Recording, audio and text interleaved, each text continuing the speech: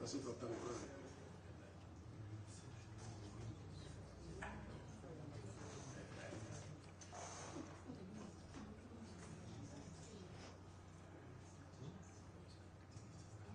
Hasn't flicked up yet. Bear with us, everyone.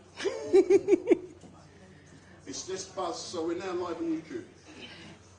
Greetings all. My name is Mel Mullings and I am in the RMT Union, and we are celebrating 17 years of our annual conference for reparations now. I'd like to welcome everyone and thank everyone for tuning in. I think for a trade unionist perspective, people think that this is just a black people issue. I want everyone to remember, as working class, we were paying taxes for years and years and years, and through those taxes, we were contributing to enabling the payment to enslavers, in the past. And we did that all the way to 2015, So it's not just an issue for black people. This is an issue that everyone should be enraged about. Everyone should be gathering themselves in camaraderie, in the spirit of, coalition with African people to get our reparations. With me, I have Brother Kwesi, and I have Glenn Hart, who is the regional organizer South for the RMT. And they're just going to say a few words. And we have an amazing program lined up.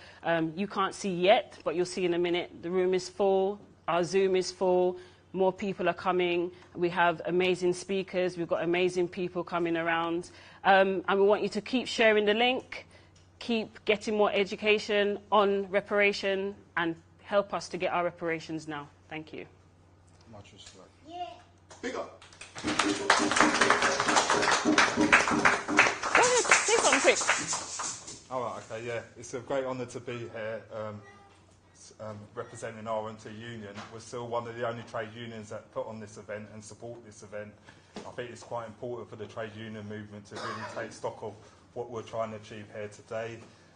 I'll be doing a fuller introduction later about why it's important to trade unions. So welcome and thank you for attending. Yeah. Much respect.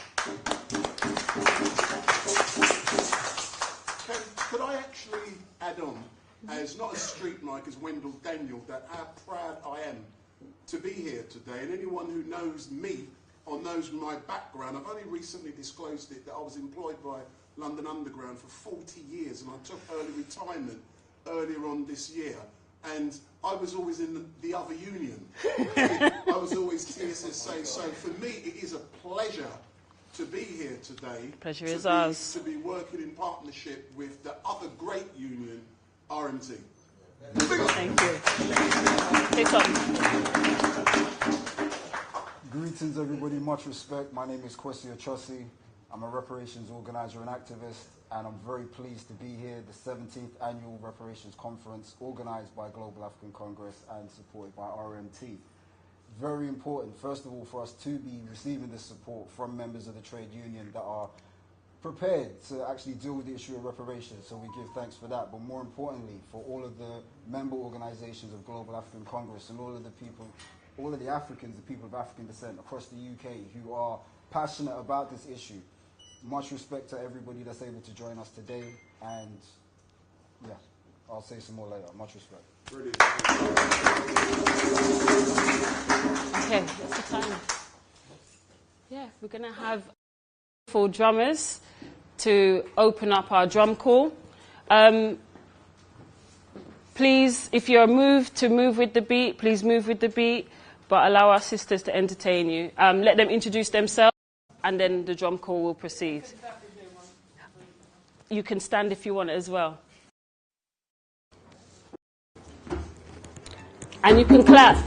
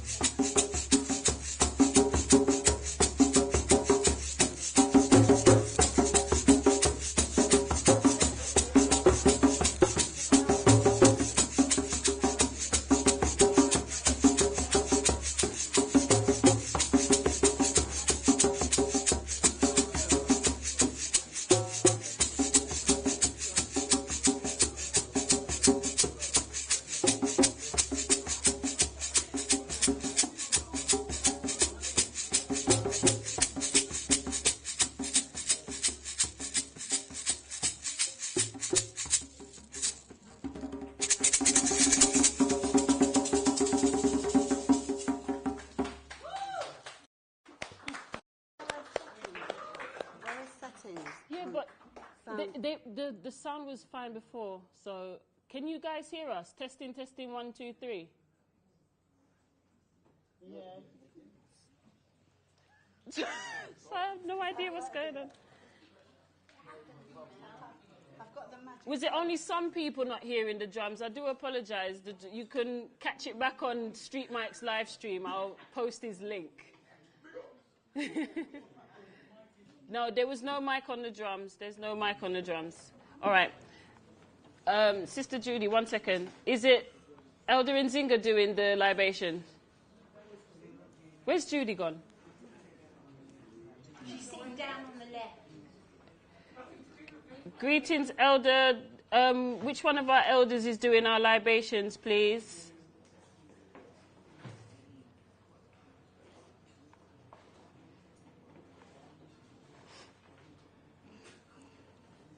Elder Martha's on there.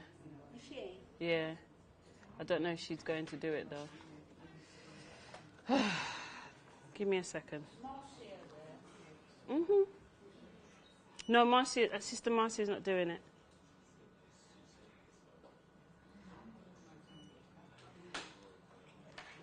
Can one of our elders on Zoom do the libations for us, please? Can you make sure that my microphone can pick up what's said? Oh, who's doing it?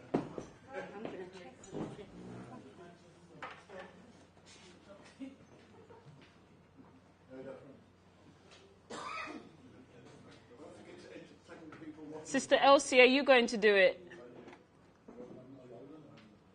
I was just thanking her for Zoom.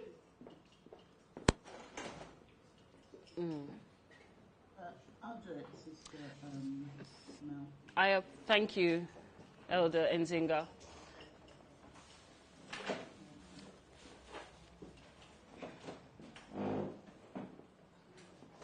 Okay, Glenroy is entering.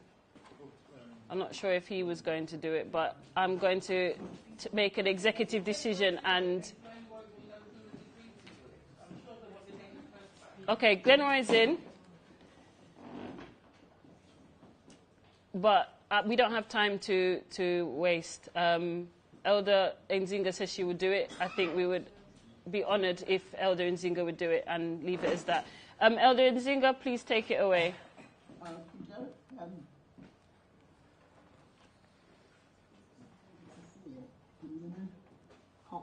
Can you see it? I'll hold it on. 1 second. No, your camera's off at the moment. Forgot you can see it right there. Excellent. Yes. Here. Okay.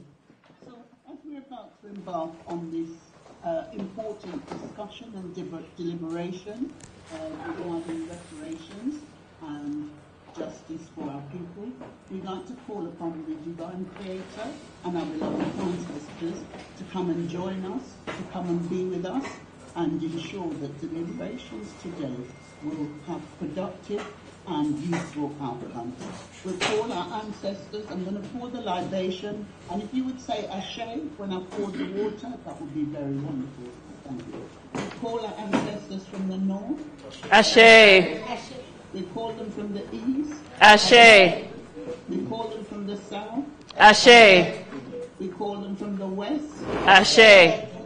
To come and be with us and to ensure that whatever we undertake will have effective outcomes. All power to African people. Ashe, Ashe, Asheo. Thank you very much, Elder. No worries. Okay. Going to share my screen. Yes. Please, Sister Ida, go ahead. Hi.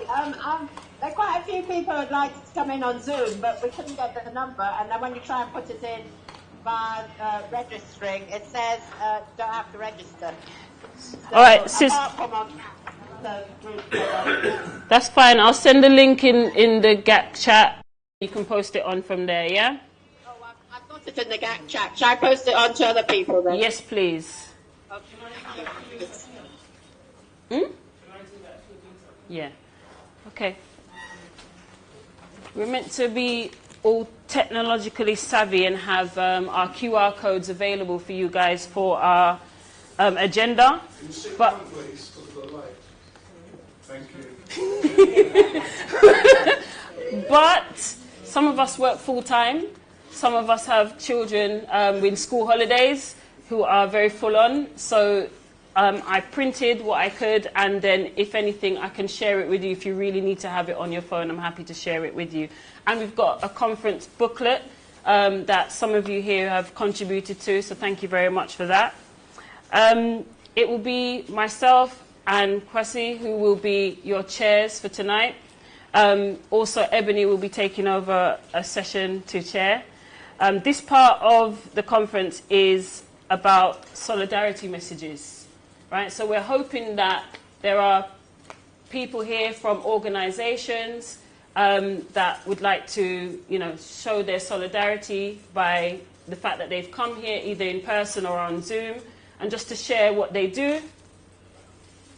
And also, if there's anything they can quickly add about how they are in the reparations campaign, then we'll be happy for you to share that also.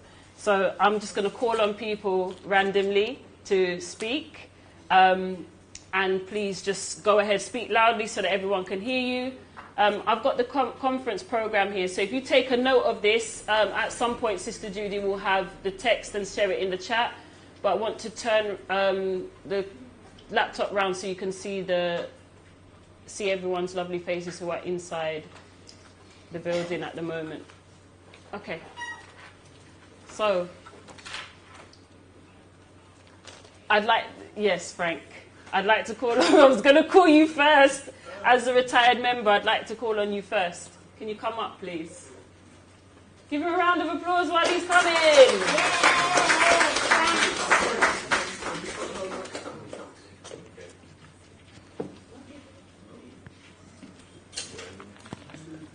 Yes, because it's being streamed. Oops. Sorry.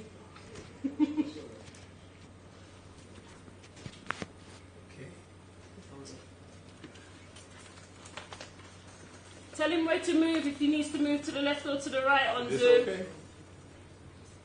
Yeah. You hear me okay? On Zoom, can you hear him? We can hardly hear. Thank everyone for being here today, and I'd like to bring some solidarity measures to this 17th reparations conference. I was there at the first. I was there. That was much better. When we had to go to Bob Crow to tell him why we wanted to put on this reparation conference. And strangely enough, we didn't have to say much. He was fully understanding what we were saying, fully understood why it should be done.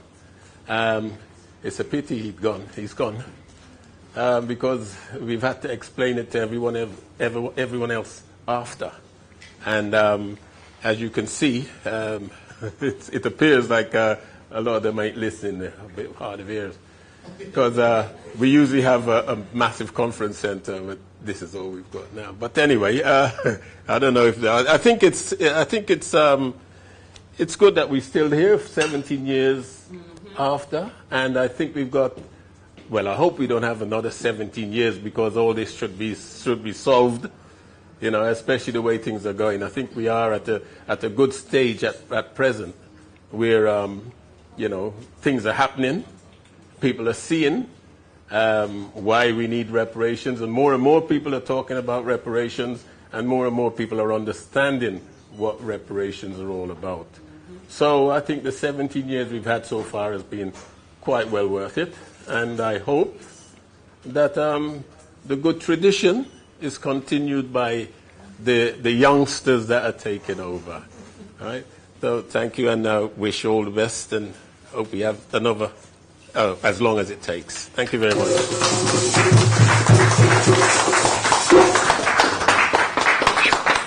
Who's next? Carol. Ready? Thank you.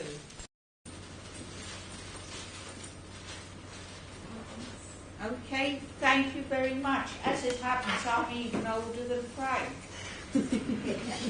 Just. I come from a Jewish family, a pro-Palestine Jewish family, and like most Jewish families, we're scattered throughout the world. After the Holocaust, my father came here, and in time was offered reparation. And he said, no, I cannot take it, because as bad as the Holocaust was, it was just a blip in history compared to what enslaved people went through. He said the difference between Jewish so-called enslavement and the enslavement of African people was we knew our names. We knew who our ancestors were. And that was the big, big difference.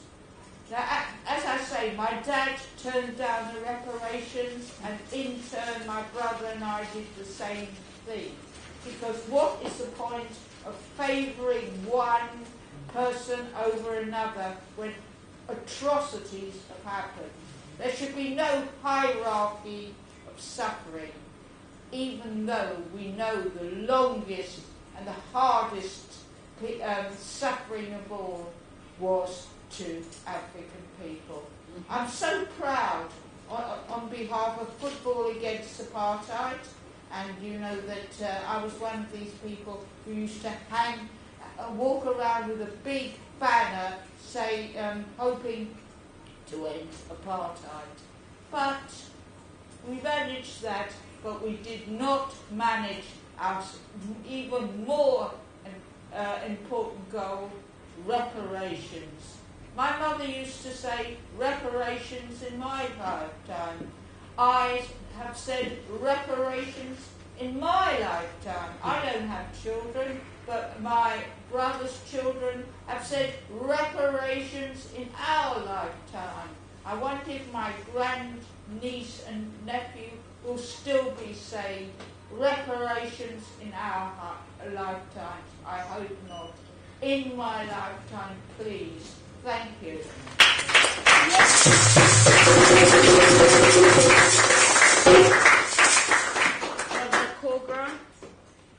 Come on.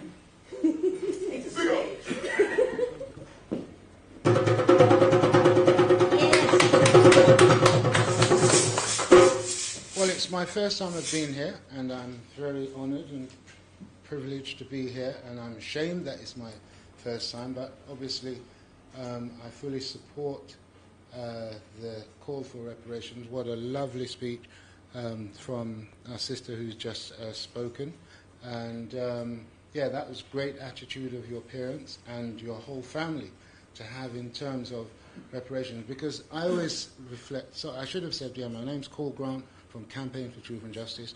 Known to a few people in here, I know a few of the faces that I see in here, a number of the faces. Glenn? Yeah.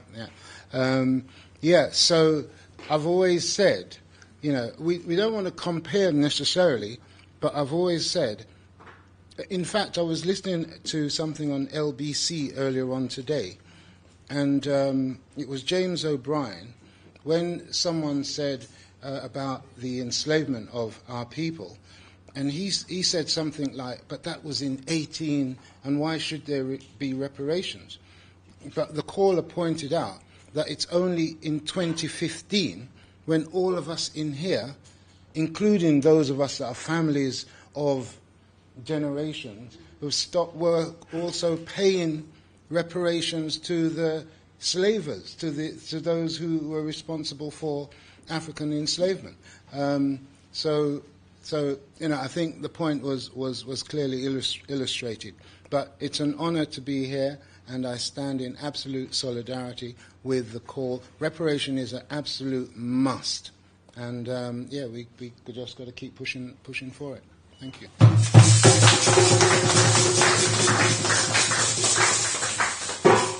want to have my sister now, Delia Mattis. Please give her a huge round of applause.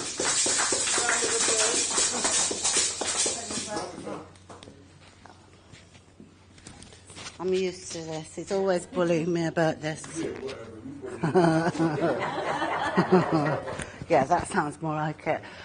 Good evening, everyone. I wasn't even expecting to speak this evening, but I'll just say a few words. So my name is Delia Mattis, and I am a Black Lives Matter activist, not just from BLM Enfield, but I stand on a national BLM stage and represent for issues across the country. I also work here, so this is my workplace, so welcome to my workplace as well.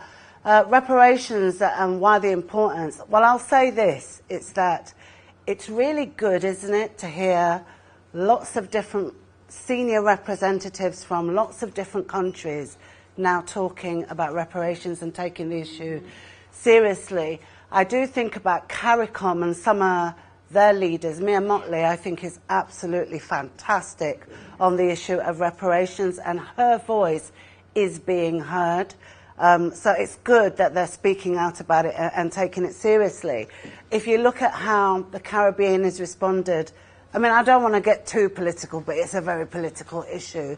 But if you look at how the Caribbean recently has responded to the royal family going to the Caribbean, a lot of us have been waiting a very, very long time to see our countries representing us properly in that way and rejecting the royal family because of their history in slavery and the rest of it, and pilfering our nations.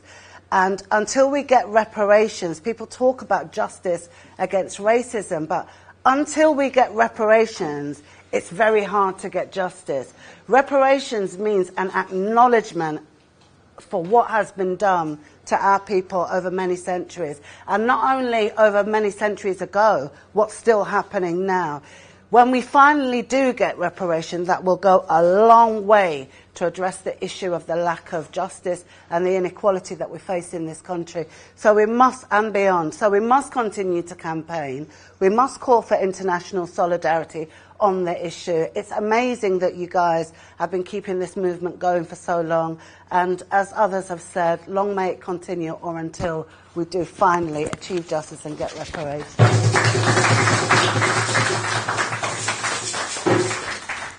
I want to open up to someone on Zoom.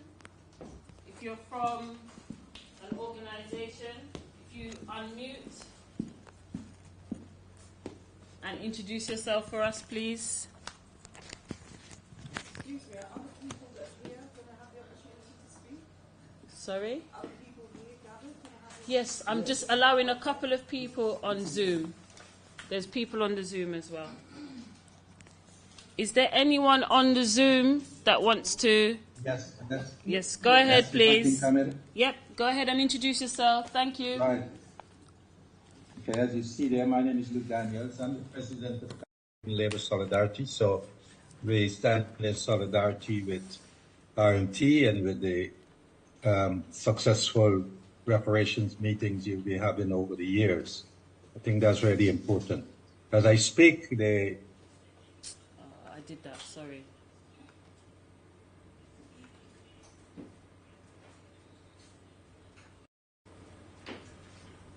Unmute, Luke. Sorry, We can't Luke, hear you. it was my fault. That was my fault. I apologize. Please unmute. Okay. I had unmuted. Yes, I thought I had unmuted before. Anyway, I was saying my name is Luke Daniels. I'm the president of Caribbean Labour Solidarity, and we bring solidarity greetings with RMP for holding this conference. I think we are on a good curve at the moment.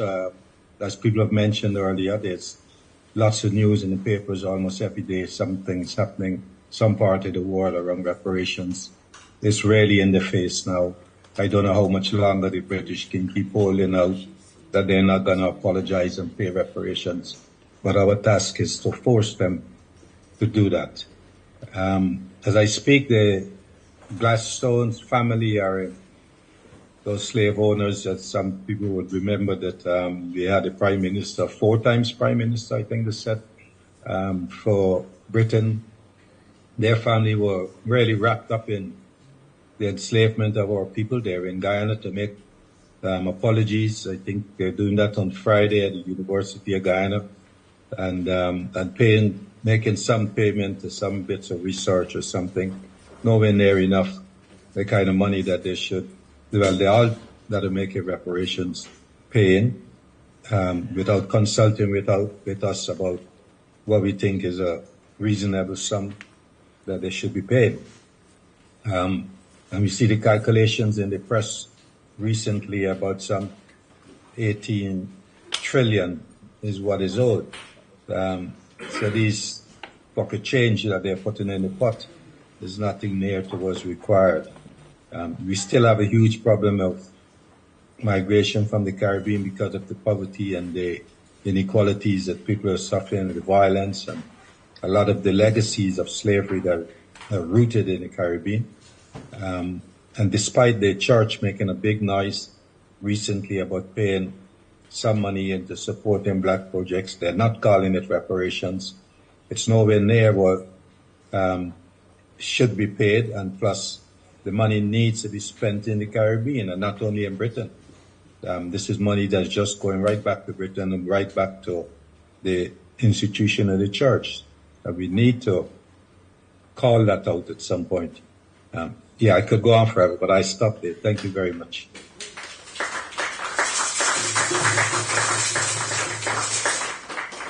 Sister Lucy Scott, if you're there, can you unmute for me, please, sis? Thank you very much.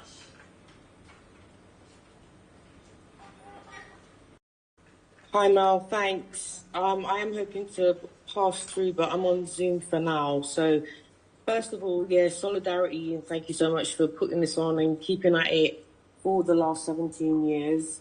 I really feel like things are gaining momentum. So I'm Lucy Scott, currently a member of the Labour Party in Hackney North.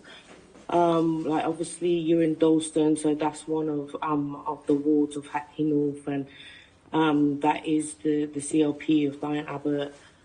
So as the current BAME officer, Secretary of the Black Asian Minority Ethnic Branch, we have been working specifically to raise more awareness around fighting institutional racism and acknowledging the International Decade for People of African Descent. And I think raising that does definitely bring up the issue of reparations. But currently, I think, the priority is trying to tackle Afrophobia and getting that acknowledged and getting that tackled. And reparations is very much, part of the progress that should bring about. So again, I'm happy to be here supporting the work of the RMT. I think, I'm happy to have my picture as my RMT t-shirt outside Downing Street. I'm putting in a petition about the bus cuts, but, proudly on the front page of Hackney Gazette wearing my Reparations Now t-shirt. Also within the NEU and as a teacher, and, I would, humbly say I'm a historian, but I think reparations is also about reclaiming our African history, it being in the mainstream. There's work being done around decolonizing the curriculum, and also as well to just kind of, in the spirit of the ancestors, this is the 200th anniversary of the uprising in Demerara, Guyana. We knew that slavery, the slave trade had been abolished, but we were still under enslavement, and that uprising, and then 32, 34, we've got other anniversaries coming up. I feel like we very much are part of the ancestral struggle, and we've come so far. So all power to RMT, and thanks for the opportunity to discuss this and take it further. Thank you very much.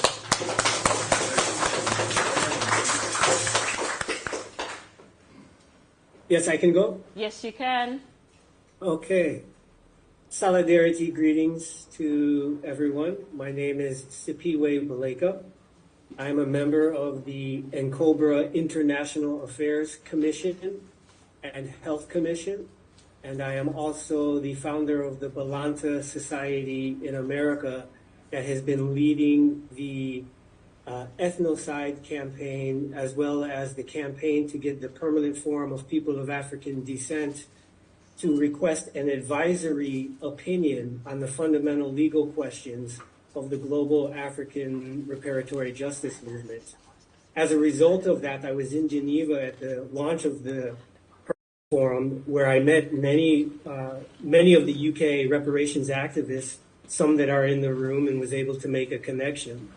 And just briefly, because today is the International Day of Remembrance of the trafficking of African people and their enslavement, and this is a UK group, I think it's appropriate for me to say that in 1760, my fifth generation great-grandfather, as an 8-year-old boy living in his village of Unche here in Guinea-Bissau, was captured and trafficked as a prisoner of war by the grandson of Robert Blake, the British Navy commander under Oliver Cromwell. My family was enslaved in the British colonies in the United States by the descendants of Admiral Robert Blake, and we suffered 8 generations of ethnocide as a result. So this is symbolic of really what is the global African reparatory justice movement, that our connections are so close and intermingled everywhere on both sides of the Atlantics. And I'm so happy to see the work of many of the people in this room providing platforms for reparatory justice, reparations activists around the world to work more closely together. Thank you. Thank you very much. Elizabeth Cameron. This sister is a trade unionist, and she is with me on the TUC Race Relations Committee. Thank you so much for coming. It's so great to be here, and my first thing is to say thank you so much. Thank you for that introduction. It says a lot about where I stand on this issue. It's as a campaigner. So I just thank everybody for keeping the momentum going and never losing that. And it's nice that we're seeing the environment change a little bit, but it's not put anybody's hands in the pocket, as was explained in terms of the political landscape. And we really do have to push that. I feel like now is the time and the only time. And so, you know, I start off as chair of the GM Race Equality Panel, also saying that we bring solidarity to this movement. There are several different organisations in Manchester who are doing work around this. And I think it's something that was touched on before. It's about, and it was in the chat, but it's about bringing those organisations together with one voice, because if we're all so separate, you know, this is why, you know, we've not gathered the traction on it that we need to. And I mean, and if we just look at the people who had money out of these Windrush funds and put on celebrations of some form or another, I am sure that within their applications at some point there was a real reference to this, to reparations and what the situation is. As Brother said, and I'm going to say it again for the record, 18 trillion is what is required. But in terms of me as a trade unionist, as a fighter about justice in employment and in the workplace, in society, the legacies of slavery are so intrinsic in the workings of our society. We know how it affects us economically. We know how it affects us in the workplace, in policing, all these different ways in health. How do we really get the reparations for the fact that we have been seen as secondary citizens for so long, as less than human? And it started from there. We've kind of dragged ourselves up beyond that image of ourselves as not good enough and tried to make our place in society.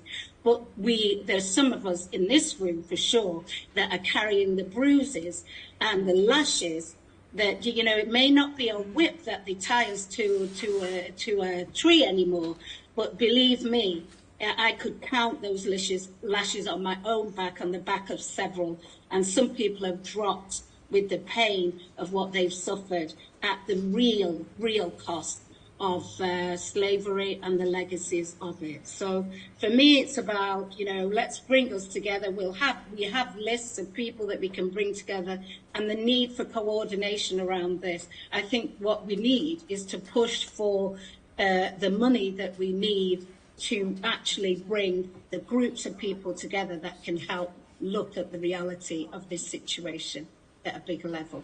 Thank you. Thank you so much for Thank you. Can I call up Empress Judah and then Joan Jones straight after? Thank you very much.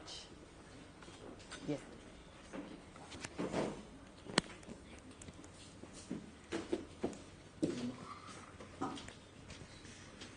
Testing, testing. It works? Okay. I couldn't hear a thing. All right. Well, I wanted to make sure the mic was working. Camera, mic, whatever. Okay. Greetings, RMT Reparations Conference 2023. Greetings, brothers, sisters, comrades. There's a great deal I could say about reparations, not just from my experience, but also as a reparations activist. I will try and hit the points that I think are relevant. I'm very much aware there's international guests on the Zoom too. I was blessed to meet Bernie Grant, I think, in 1996. And so I want to call on that great ancestor, Bernie Grant, who any of us that have done a study of the reparations history here in Britain know that he was the first black politician to bring the case for the European transatlantic slave trade to the Commons in order for it to be given serious historical recognition. So in the spirit of Bernie Grant, I would like to acknowledge he as certainly the pioneer for us in the reparations black community in Britain today.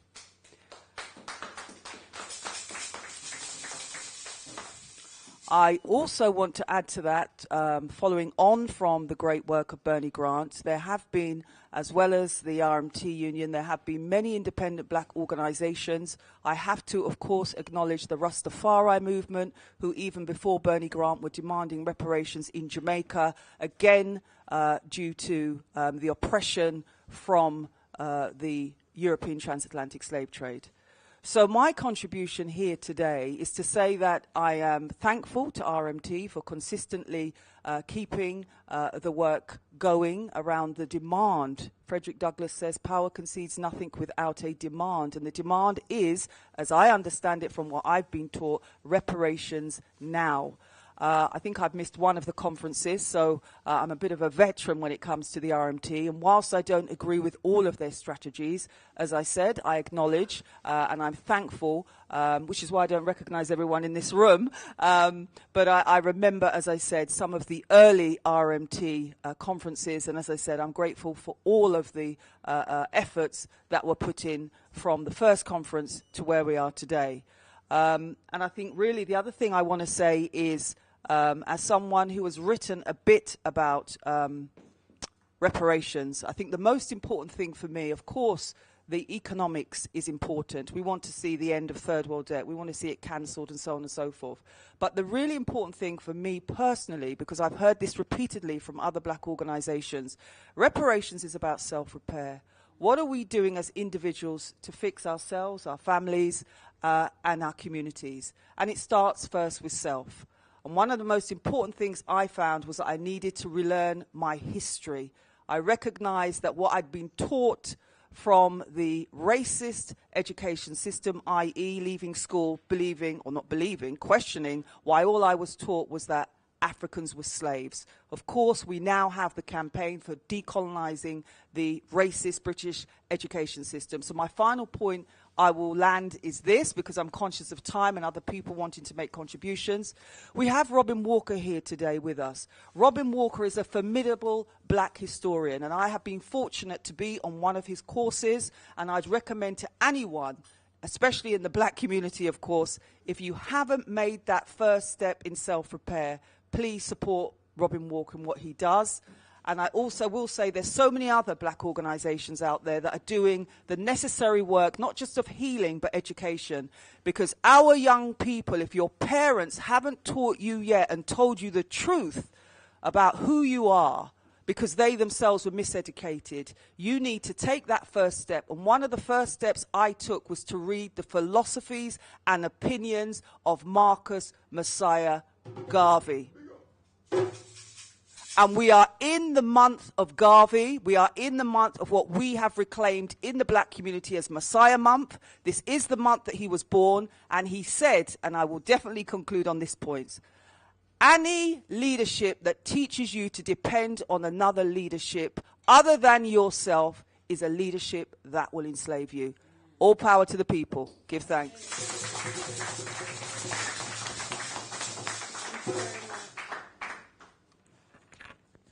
Handing this mic to myself now. Greetings, everybody in real life and on Zoomification. Hello. A lot of you know me, some don't. Hello to those who don't. Nice to be here. I'm Joan. I'm going to keep it short because I'm going to rant later at approximately 7:30 about reparations. And my own personal reparations, which you know was my documentary on BBC iPlayer that I'm presently being penalised for having made at all. So I'll keep it short, but I am making a sequel. It's lovely to be here, though, because we all keep each other going, don't we, wherever we are? And that's something worth celebrating. Thank you. I'll speak to you then. I'm going to have Robin Walker come up. And then a couple of people on Zoom. So just be ready if you're on Zoom. If you put your hand up, I'll call you after. Thank you. All right, greetings, everyone. Okay, I'm bringing solidarity from my company. My company is called The Black Secret. And what we do is we popularize African history and black heritage.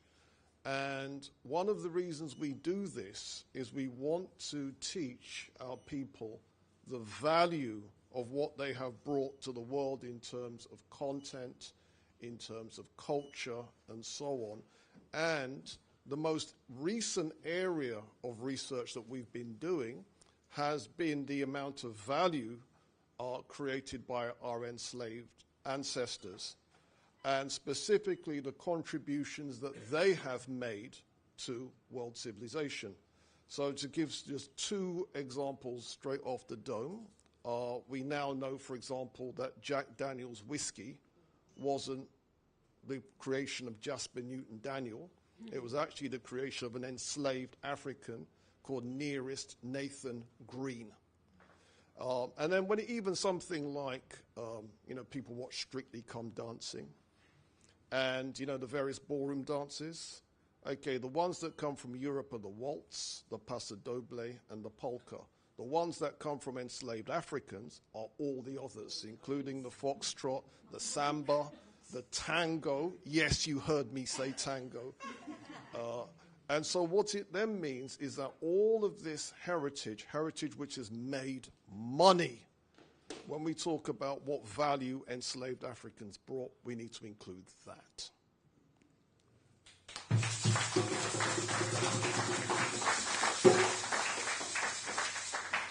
sister down there from the African Credit Union, please come up.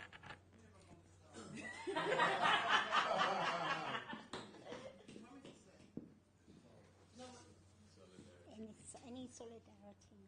Solidarity? Stand up. I suffer from extreme shyness. Let me talk from here, sir. Can you get it? No problem. Don't worry, we'll get you back. Greetings, everybody. I thought this room was large until I saw. Oh, Nzinga, come and help me now. You're hiding. Well, I'm the membership secretary of the African Cooperative Union, and Nzinga is help me, Nzinga. She is an officer who takes care of the members as well. Relations officer, I would say. The ACU was born 10 years ago in the UK by some eminent elders. It was difficult getting the people them together just to pool their money and invest in something. They're very slow, very sloppy. So 10 years down the line, we reformed ourselves, and we're getting ourselves together to invest in Africa. Or anybody who has a viable project for us to invest in. At the moment, we are looking to invest in Gambia, a small company called Yatu Foods. So we're on the mission in collecting members. So if anybody wants to talk to you about becoming a member, you can buy a share, and in the future you can look for your dividends, but don't look for it straight away. So we want to get the people them together. Again, everybody know about partners, Susu Bucks, and there was a lovely word called Moshela from Zimbabwe, which means building up, whereby a group of women get together and they help each other buy their property. So you build one house, then you move on to the next house. So in a sense, I'm about to say share menana. That means coming together, working together, and you will live and love together. So I'm hoping that we can all live and love together. And don't rush me, I'm here. Thank you.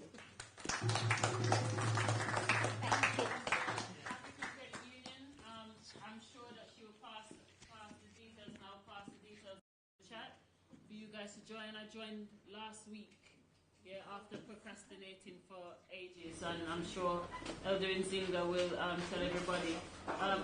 We can keep saying that we're going to sign up to things, but we should just do it, basically. Yeah, we need to pull our money together. So, Sister Glenda's told us about the journey that the African Credit Union's had. And now it's time for us to pull our money together and get going. If there's anyone in the Zoom, right, because we've got just a couple of minutes left before we're going to go to the next agenda item, which is the reports. So whoever that is, please introduce yourself. Please go ahead. Yes, my name is Lieutenant Pat Persley. I'm a former Commissioner for Racial Equality, and I've worked in this area of diversity equality for a long time. And I just wondered, do we take, do we cooperate with some of those countries around the world who have paid reparations, like Germany? Do we get to work with them to see what they did to be successful, however little they got, but do we collaborate with those countries and see what they actually done and how they overcame any defences that these countries, Germany, did to say no to reparations, and eventually they got through, maybe not with the amount of money that they should have had, but at least some money. And I mean, similarly, as I said, as I've mentioned before, just to make sure that we apply for the church, who were given the 100 million from 2024, so for over 10 years, so that we get some of that money, which we could use to build our infrastructure to keep on going. Yes, so as I said, but we need to get some of that money and make sure that use it to build up ourselves, get premises or whatever we need to get, and our projects are supported by that available 100 million reparation money that is due to be paid out over the next 10. We must have a part of that money that we could utilise to continue the fight. Thank you. Thank you. I want to quickly address something that you said. So I'm acknowledging about the strategy you're thinking of getting some money into build up our communities, etc., etc. But so I acknowledge that. I want to go back to Germany, and I can tell you categorically, the Namibian people do not consider what Germany has said that they've agreed to, the fact that they've admitted the genocide of the Nama and Orera people, they don't consider what they've been given reparations. All right. In our Sunday Solidarity meeting, I chaired that meeting, and I got some clips to say, yes, they've been given some reparations, and I was shot down immediately because the people in Namibia do not consider that reparations. All right. So in terms of collaborating, I don't know what that looks like. That is determined by the people that, you know, are applying for reparations, the repair, how that is done, you know, to their satisfaction. But that is not reparations, to make that clear. So, as I said, I do understand. That's okay, brother. That's okay, brother. I'm just making a clarification. We've acknowledged what you've said. I have to move on to the next person. Right, I just wanted to address that because there's no sense people going around thinking that people think it's reparations when the Namibian people have categorically said it's not. That was all. Thank you. Who is the next person on Zoom to unmute for me, please? Sticks. I'm happy to unmute. Go ahead, Sister Ida. Okay.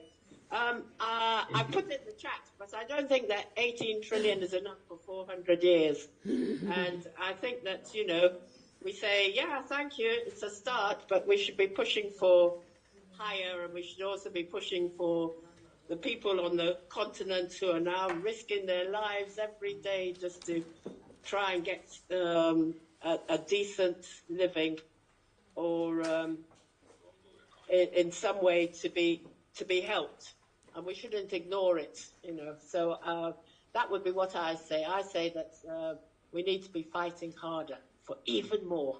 Thank you. Thank you. Is the person who has their name as Sticks, have you ready to go ahead? Please unmute. Okay, thank you, colleagues. We appreciate being part of this conversation. We are from Southern. I'm the General Secretary for Transport, Communications and Mobile Workers Union. We just want to emphasize our gratitude and appreciation for the invitation on the leadership of RMT to join this conversation. And we want to emphasize again to say reparations are a just cause, and we should further it in all fronts and in all angles. It's an imperative conversation in the quest for equality, justice, and equity. It's a pity and a tragedy that we address you in this conference whilst we are in hiding. I have survived an assassination attempt by the Swaziland regime on December 28, 2022. And soon after that, within a month, an acclaimed human rights lawyer, a comrade and a friend, freedom fighter, Tulan Masego, was assassinated by the forces of the Swaziland regime on January 21st, 2022. We just want to share these troubles that we are coming from, and appreciate again the solidarity and the conversation around reparations around the Black child and the African continent. We really appreciate and we commit to a collaborative effort in this conversation going forward to ensure that we provide a fair, balanced world order free of oppression, exploitation, and racial divide. Forward to international solidarity, forward. Until victory always. Thank you very much. Thank you. All right, I'm going to ask Alex and Kivel to come up one after the other, and introduce yourself and give your solidarity greeting, please. And then we're going to close off this section because we have a report by Global African Congress. Whichever one first. You know.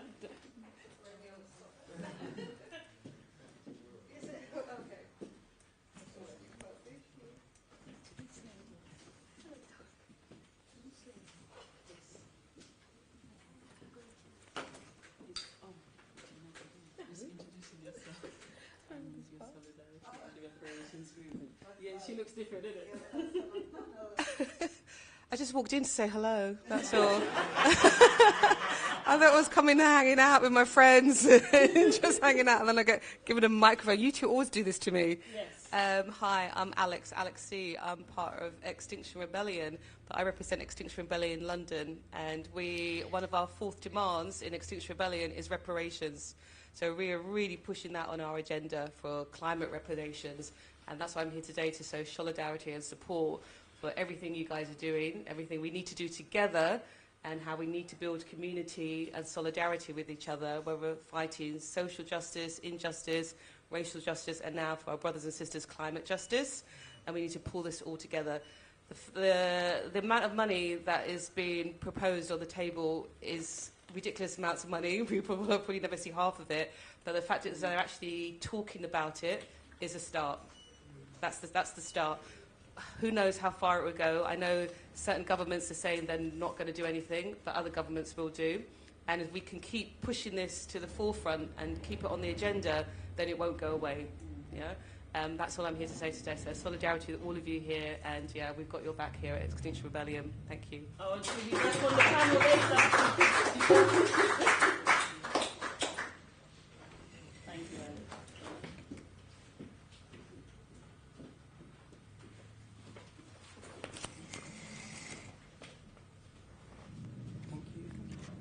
So you just came in to say hello. I'm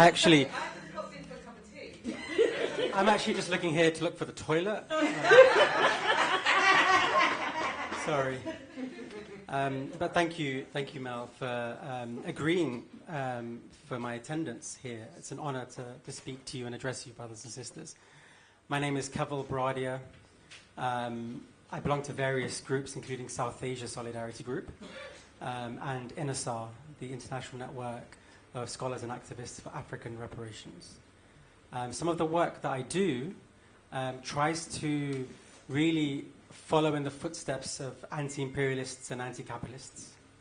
What I mean by that is trying to understand what happened after enslavement and colonialism. And that means really trying to understand capitalism, understanding imperialism, and how it connects to racial capitalism, how it connects to climate change, Sister was talking about, how it connects to gender injustice. So there's many, many struggles that underlie, that should be part of reparations. One of the key focuses of research that I'm doing at the moment is on the City of London and Wall Street and the big banks.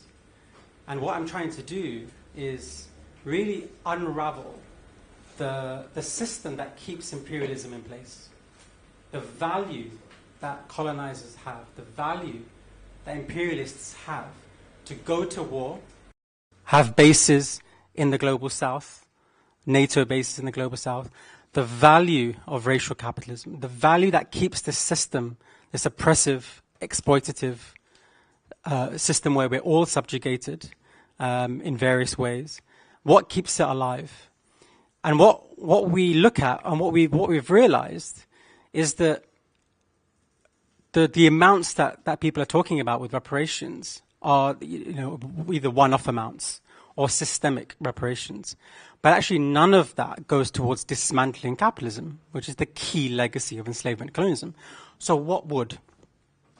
For that, we have to understand the financial markets, the financial system, what's happening on the stock exchanges, what's happening between the big investment banks, the insurers, and this deathly system. The immediate calculations that come to mind is valuing the 4 different financial markets: the stock market, the commodities market where resources are extracted and plundered, like sugar, cocoa, food crops, oil and gas. These materials, these resources are still coming out of the global south and being traded through London and traded through New York. London and New York accounts for 2/3 of global trading on the financial system. So the idea that somehow we live in this kind of devolved power world obviously is untrue. We're very much still here in the belly of the beast. The research that we've done is posted on a website called Revolutionary Reparations. And the name suggests that reparations, from the perspective from which I'm reading, has always been revolutionary. It's not been reformist. It's not been about single payouts. It's about overturning a system where we can all democratically have ownership to our land, to our labor, and to our freedom, full emancipation and liberation. Thank you.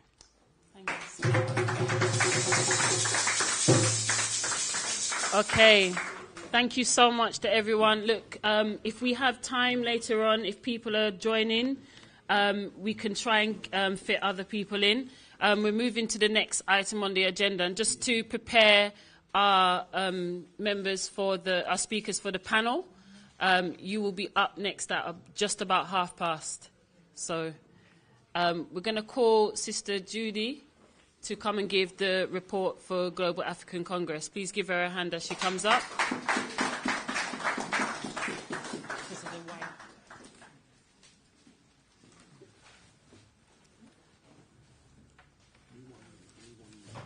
Okay, just give me 2 seconds.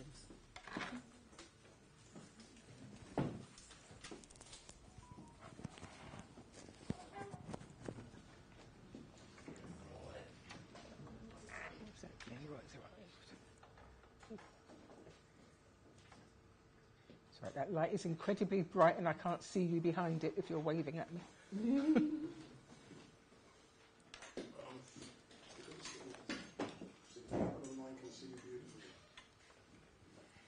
Okay. Ready for me to start? Yes. Okay. Oh, sorry, blinded by the light. I can't now see my screen properly. I'm Judy Richards. I'm one of the 2 co-chairs of Global African Congress UK. Abu Akil, who's on the Zoom, is the other co-chair. I'm also the GAC Europe representative to the International Working Committee of Global African Congress.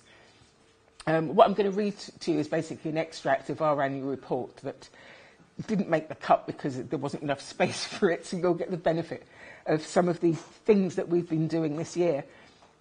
I've attended over 150 meetings in the last year, and that includes the weekly Sunday International Solidarity sessions, our monthly members' meetings, and officers' meetings that happen as and when required, but can be 1 or 2 a month. So what I would be wanting to focus on is the things that I think we need to be looking at for the future. We've heard from Luke Daniels from the TUC LESE, London Eastern South East Reparations Steering Group, which is growing in numbers and membership. They had their first stall at the TUC Black Workers Conference in May this year, and we used the opportunity to let trade union members know about the fact that the work is happening. There is a steering group that they can join in that work. There was also a lunchtime fringe meeting organised by the RMT on reparations that was so well attended that people actually carried on talking after they were meant to be back in the conference. As members of the steering group, Glenroy Watson and I have met with the Church Commissioners for England, Director of Planning Engagement, to talk about their commitment of £100 million to begin to repair the damage done after discovering that their Queen Anne's bounty had links with investments and received numerous benefactions likely to have come from enslavement. The GAC UK is in the process of writing to the Church Commissioners, stressing the importance of the descendants of enslaved people being involved in the work and the decision-making of the oversight group they've appointed to establish how that money should be distributed. They're not distributing money at the moment, but they're looking at the process for that.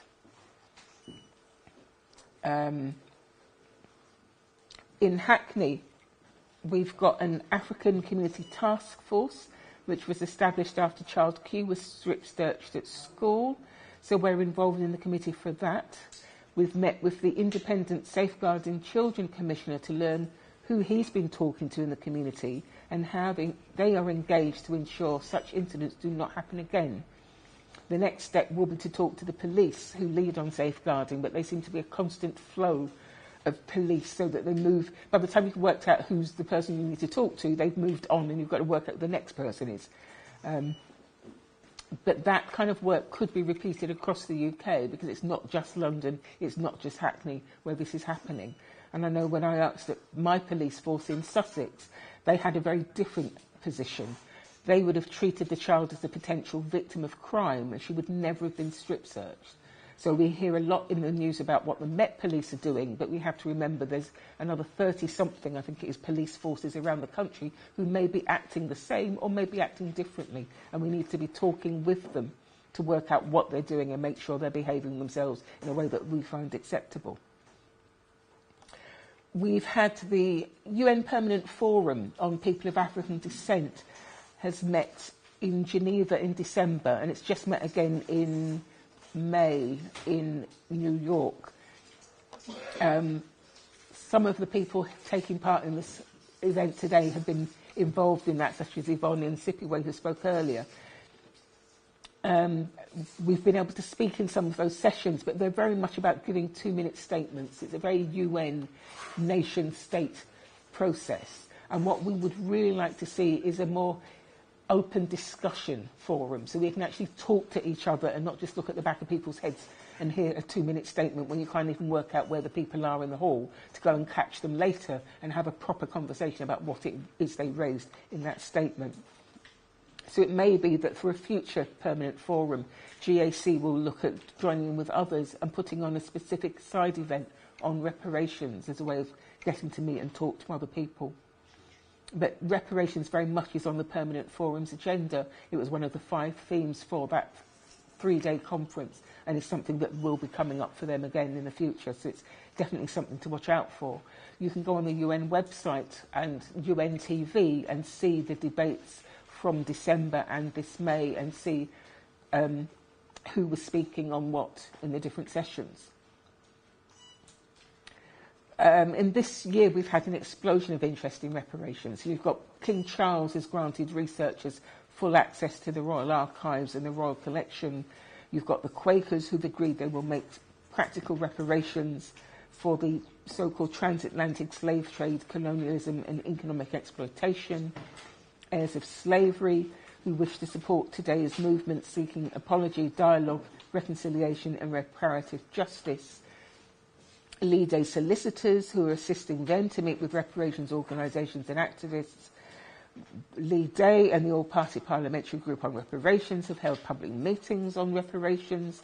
The Repair campaign that Clive Lewis MP is involved in is actually recruiting a reparations campaign coordinator to try and do an audit of reparations organisations in the UK and move forward on that in terms of looking at what possible legislation might be available to put forward to whatever government wins the next election and beyond. You've also got the Scott Trust, which owns The Guardian, that has apologised for the role their founders had in enslavement and have announced a decade-long multi-million-pound programme of restorative justice. We need to keep a watch on all of those because very few of them are actually talking to reparations organisations and activists. GAC UK has been in existence for over 20 years and most of those organisations are not talking to us. They're not talking to Stop the Manganese campaign or any of the others to understand what we as reparations activists are saying constitutes reparations and what needs to be done to ensure that reparations actually is settled in a way that suits us. As Sister said earlier, it is not about money. I think the 18 trillion and other monies, the figures that fly about, is a distraction. It's to scare people into thinking we're going to take money out of their bank balance and they'll be more broke than they are already. It's about self-repair. It's about acknowledging that enslavement meant that African people are now seen as lazy, stupid, bad parents, promiscuous, because that's what was done to us to justify treating us as chattel, treating us as bed partners, taking our children from us so that we could work harder, putting our children to work at a young age because they were not supposed to be clever enough to go to school and be educated. So that damage has to be repaired. Nobody said at the end of slavery, oh, we got it wrong. People who are African are clever. They can think, they can work, they can create for themselves. Even though folding bed, ironing board, things like that that enslaved people created to make their lives easier, we take as commonplace, that it's never been credited to African people, enslaved people, actually creating those things. So for us, self-repair has to look at unlearning the myths about African people, remembering the contributions that African people have made that have been hidden, and moving forward so that all of us who were damaged, black, white, African, Chinese, can see we were all damaged by enslavement, we're all damaged by racism, and we need to repair that damage and move forward to a better society in the UK and in Africa as well. I will leave it at that.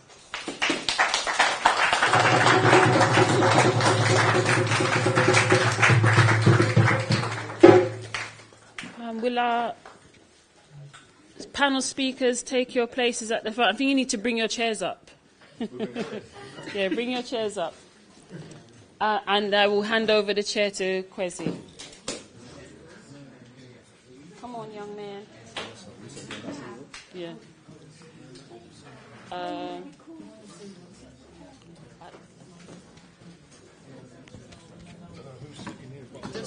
Just sit anywhere.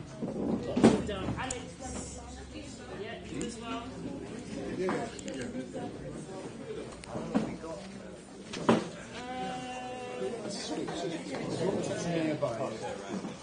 It's got the you're chairing. Yeah. So if you keep that one on, and then I'll...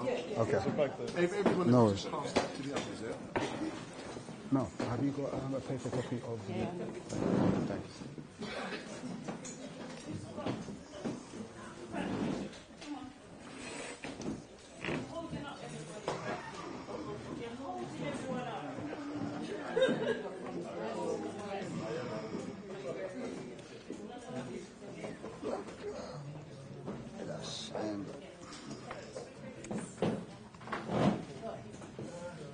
Everyone budge up a bit. Frank's coming in. Thank you.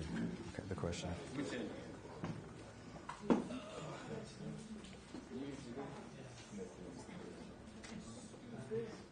Did I send them to you?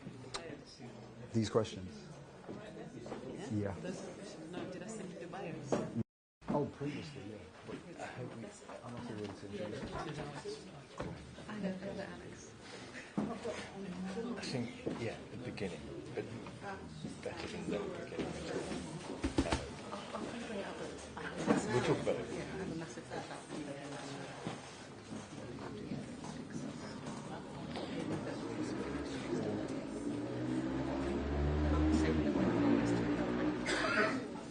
How's everyone on Zoom doing?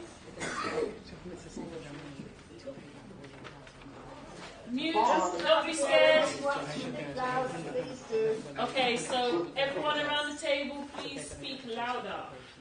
Thank you. Greetings, everybody. I think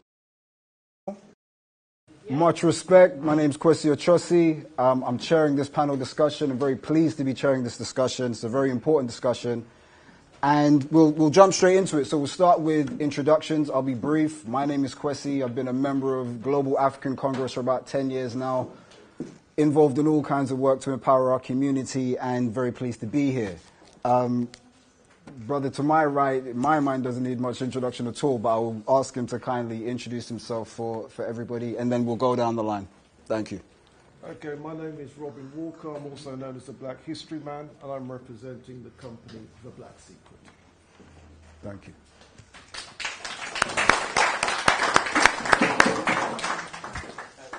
My name's Alex Ranson. I'm a journalist. I live in Edinburgh.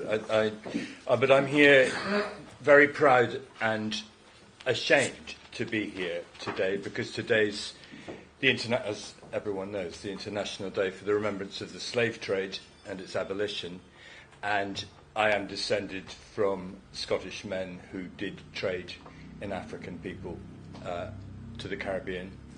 And indeed, one of my ancestors voted against Wilberforce's abolition bill in 1796, thus ensuring that the British trade in enslaved people continued for another 11 years.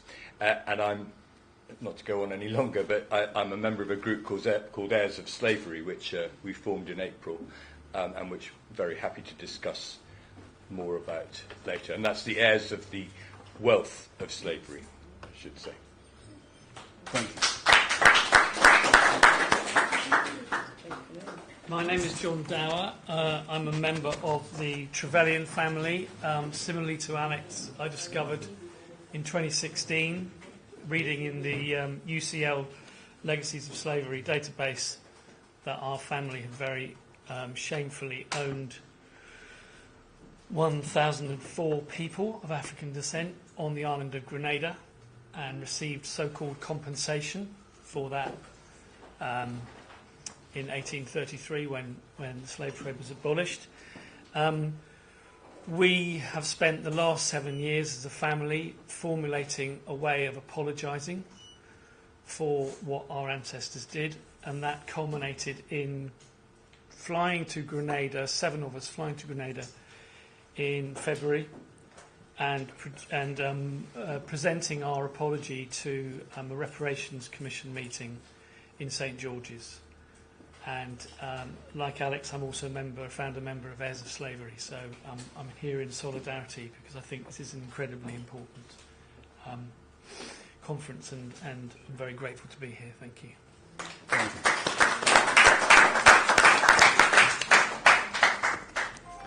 Hi again. I was only here 5 minutes ago, wasn't I? Did you get your tea? Yeah, no, still waiting. Hi, Alex again from Extinction Rebellion. I represent Extinction Rebellion London mostly, and as I said before, climate reparations is one of our 4th demands now that we're pushing the agenda on. But one of the reasons I'm here is to obviously to support you guys and support my friend Mel, but actually learn more about what people mean about reparations, because it's coming up across the word. It's like now the buzzword of this year, as Sister Ida said. So I kind of feel like, what is it that we need to be talking more about, especially in our climate groups and our things like that. So this is what I'm here to learn as well. So that's why I'm here. Thank you.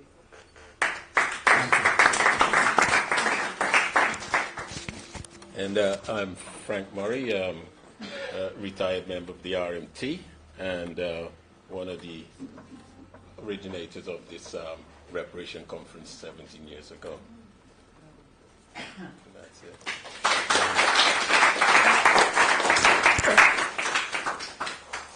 Much respect to the panel for introducing themselves. So we will jump straight into the main question. First question.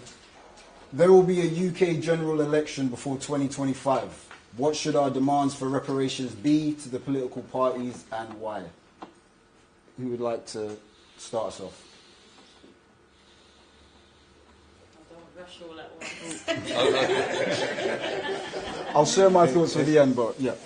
As a Labour Party member, I'd like to see the Labour Party manifesto repeat and go further than Jeremy Corbyn's manifesto did, in saying that talks on reparations, and particularly with CARICOM on the 10-point plan, should begin immediately. I think that's the beginning of the political process that starts. But I think, as an heir of slavery here, I'm here to hear what you think, really, and try and listen and learn from that. Thank you. I think you will get the opportunity once everybody's contributed. But perfect. Who else would like to? Thank you. Because there is something I want to clear up straight away. It's the here of enslavement, right? Mm-hmm. You know, it's where you keep using the word slavery, right? As far as I'm concerned, it's the era of enslavement, because what you did was enslave people, right? So it's not slavery as such. It's not like if there was a contract between you and them. Good right? point. Yeah. But, so it is era of enslavement. Your money, you got your heritage from enslavement. Okay, your money came from that. Yeah, I'm still surprised that there's people who are in the Labour Party. Yeah, it's just strange to me that that we can say we're socialist and have someone like Starmer leading the party and just pretending he's a Tory. Maybe there's something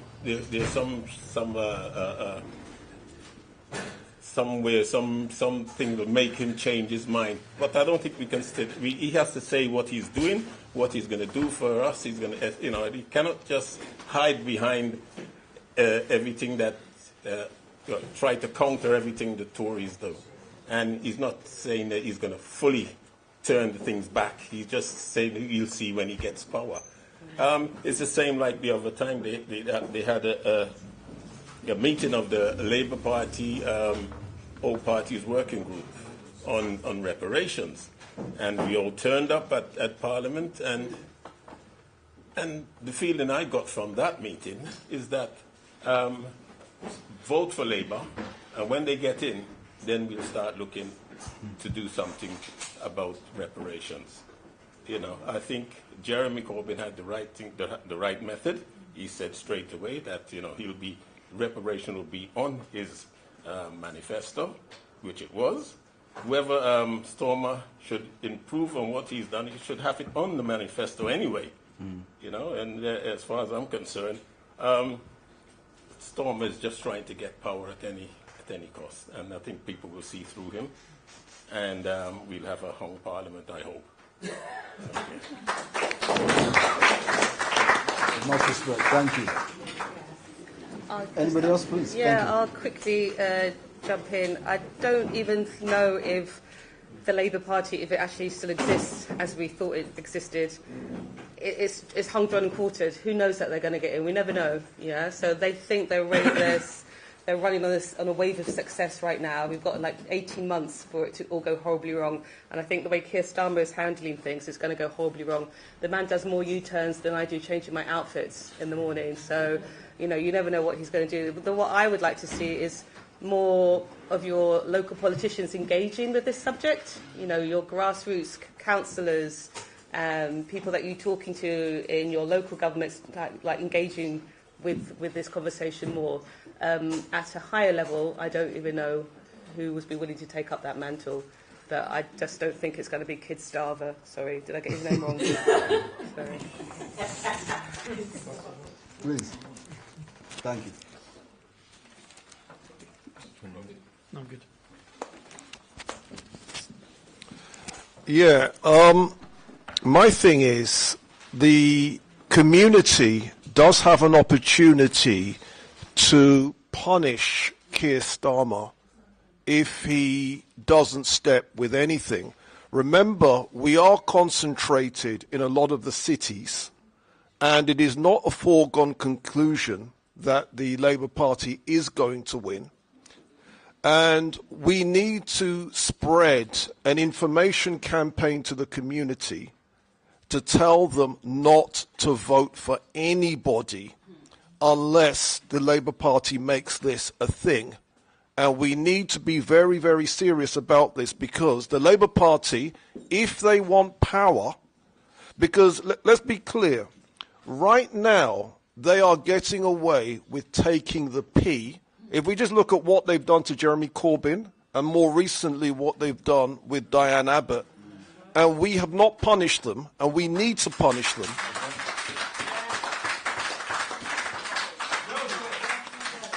And the way to do that would be spread a campaign that unless they support the 10-point plan, and I suggest, by the way, that our community agrees that it should be that. Don't split the plan. Don't say, well, we don't like it because the Caribbean government. Let's not get into that rubbish.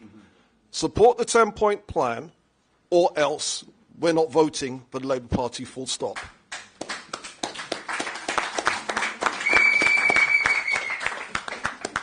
just like to quickly say, and in a way I'm tying what Alex said, or what Alex didn't say, is that when I went to a meeting recently at House of Parliament, Caroline Lucas was there. Caroline Lucas is probably the most progressive person, as far as I understand, on this subject.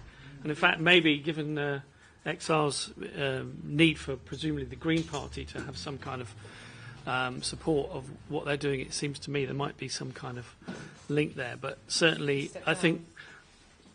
She stepped down. She stepped down. Okay, well, the Green Party itself then. It seems to be maybe that's an option, because if Labour aren't giving us what we need here, maybe the Green Party are an option. Thank you. Some interesting things that came out of that. I think language is important. I think the point about heirs of slavery and the distinction between slavery and enslavement, I think that's a really important one. All the other comments made about the need to really hold local government accountable, supporting local councillors who have a genuinely progressive agenda, absolutely very important. In terms of the dependency on the Labour Party, I mean, the way I see it, if we, the people, aren't paying to keep the lights on, then we aren't in a position to tell the Labour Party what to do. The people who keep their lights on are, and there is a role for the trade unions in that. The only other thing I'll add is, in terms of this particular question, what should our demands for reparations be? Several speakers have already mentioned this, and it's a very important point. A lot of money has already been designated towards this particular area of work, yet how much of that money goes to the communities who are actually on the front line dealing with these racial disparities every day, from maternity care to end-of-life care and everything in between. So our initial demand must be some kind of accountability about this money that is all designated towards our community. Who's spending it? How much is available? How much do we need as a community to do the work of having these conversations we need to have, especially around self-repair? Those are my thoughts. Before we move on, any other thoughts from the panelists on that first question? Much respect. Bring it on, the general election. Please. Bring it on. Can't wait. Please, go for it. Let me just add one more thing as well. An idea was put forward by Dawn Butler about creating something akin to the Holocaust Education Trust, creating an institution like that in Britain, and that institution can be used to further so in other words, that becomes a place where schools can get resources so that we can change the content and change it at a government level. Thank you. We've got one question from the floor. Do you have a microphone? I don't need one, but Give time. are you ready to take contributions from the floor? On this question, yeah, then we'll go on to the second. About what you said and about where the money is going to be spent. And we also have to understand that there are lots of black grassroots organisations, or not constituted, but they do lots of work in our communities. Lots of them are in the voluntary and charity sector that we represent here. And it's really important. They are the grassroots. They are the people that are doing the work. And communities will fall apart without them. So it's really important that we press that point, that funding needs to be given to those grassroots organisations, and not just like big departments or organisations that are already well-funded and well-resourced. We need to focus on the smaller, black-led organisations. Absolutely. Okay, we'll go into the... Sorry, was there another question? Sorry, my sister, I didn't see you. Much respect.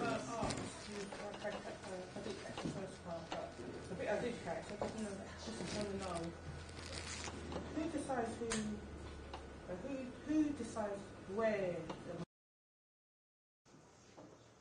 Who is it? It's a great question. We can put it to the panel. For me personally, I think that must be decided by us, and this goes back to the question.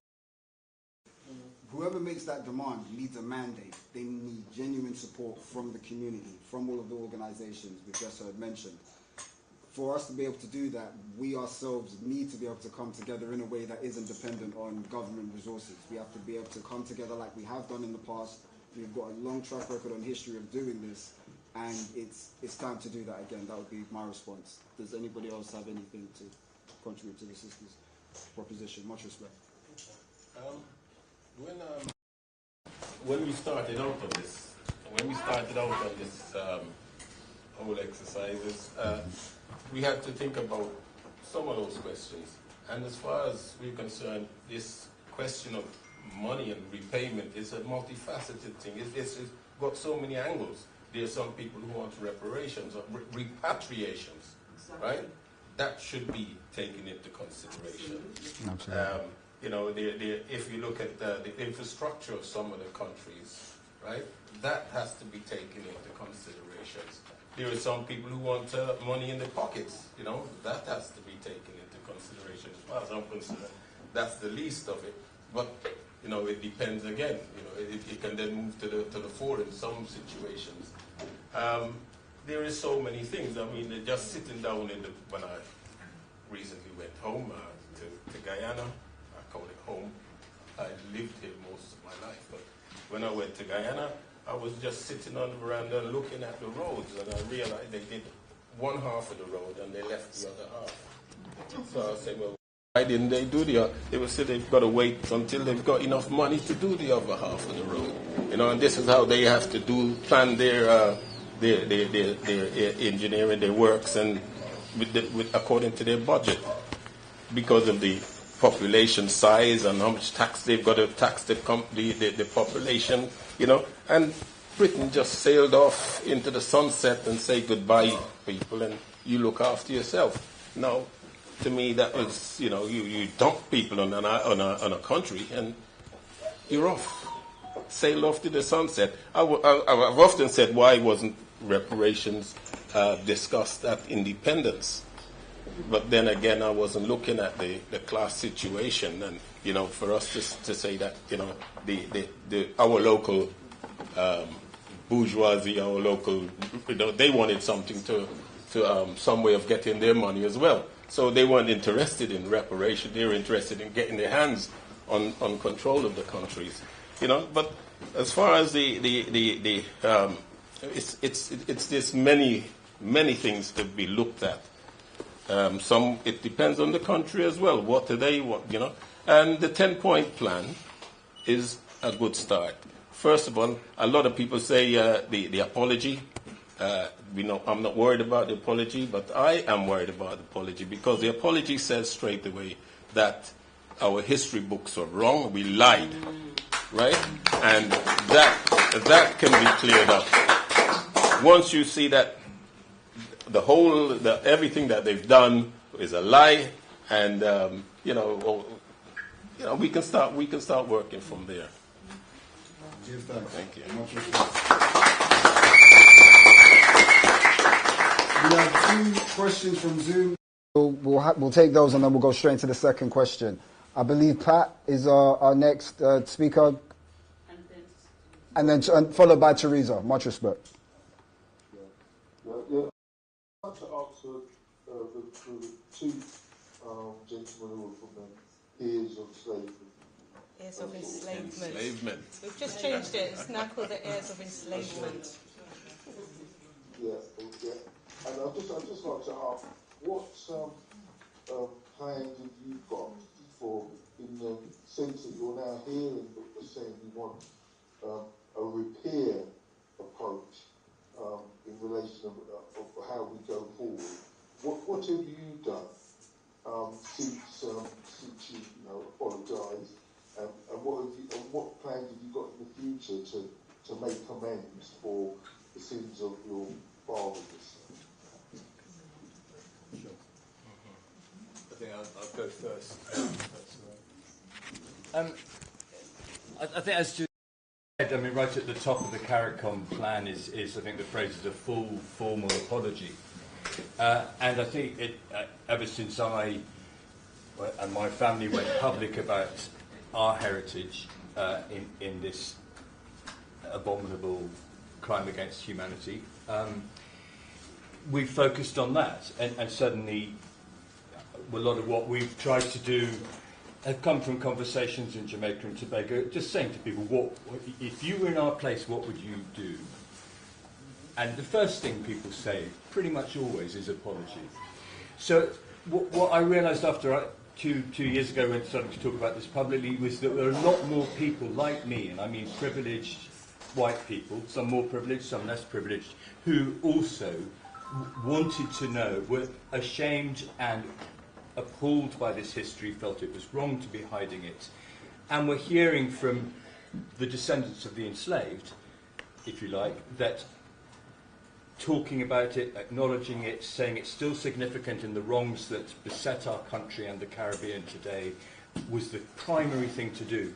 So I think as the heirs of enslavement, and this is a very good point, that our primary purpose is to enable, to talk to and enable some of the hundreds of thousands, perhaps millions of people in Britain who are descended from those who enslaved people and who ran the banks and built the ships and all the millions of industries that made up 11% of GDP from enslavement of Africans by 1800, is to help them come out and break the silence by which it appears that people like us deny this history, believe it is of no significance, and tell black people to shut up about it. We want to end that, and I think that's what I'm told we should do, and that's how we started.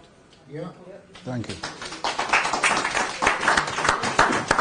Just to add what Alex said, Alex hasn't mentioned that he's written a book, which is looking in very detailed fashion at the legacy and the records of his family. Do you want to tell them what the book's called? Wait, yeah, I mean the book is not for profit, I should say. I mean I couldn't possibly write a book and try and make money out of it.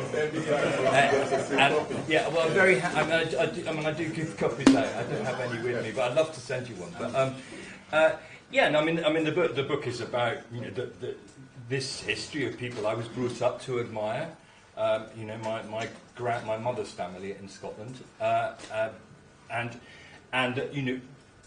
and literally going to the sites of their plantations in Jamaica and Tobago and starting conversations about what this means today. It's a book about educating myself, because I, like so many people in Britain of my age, was taught propaganda. I was taught a huge lie about enslavement. I was taught that the British were the good guys and we should be proud of what Wilberforce did. It's extraordinary, the lies of my education. And so I think trying to begin to put that right in a really slow way is this little corner of the larger reparations and repair debate that we can occupy with your assistance and with your advice. Thank you. Just to add in terms of what the Trevelyan family we're doing, we went to Grenada, we made our apology, and we have entered into conversation around how we might begin a repair process. So far that has taken the form of giving money to University of the West Indies, Open Campus Fund, to help people who can't afford to take university courses. And also an organisation called Grenade, which works with primary school aged children to help them get to school, pay for uniforms, transport to school and books.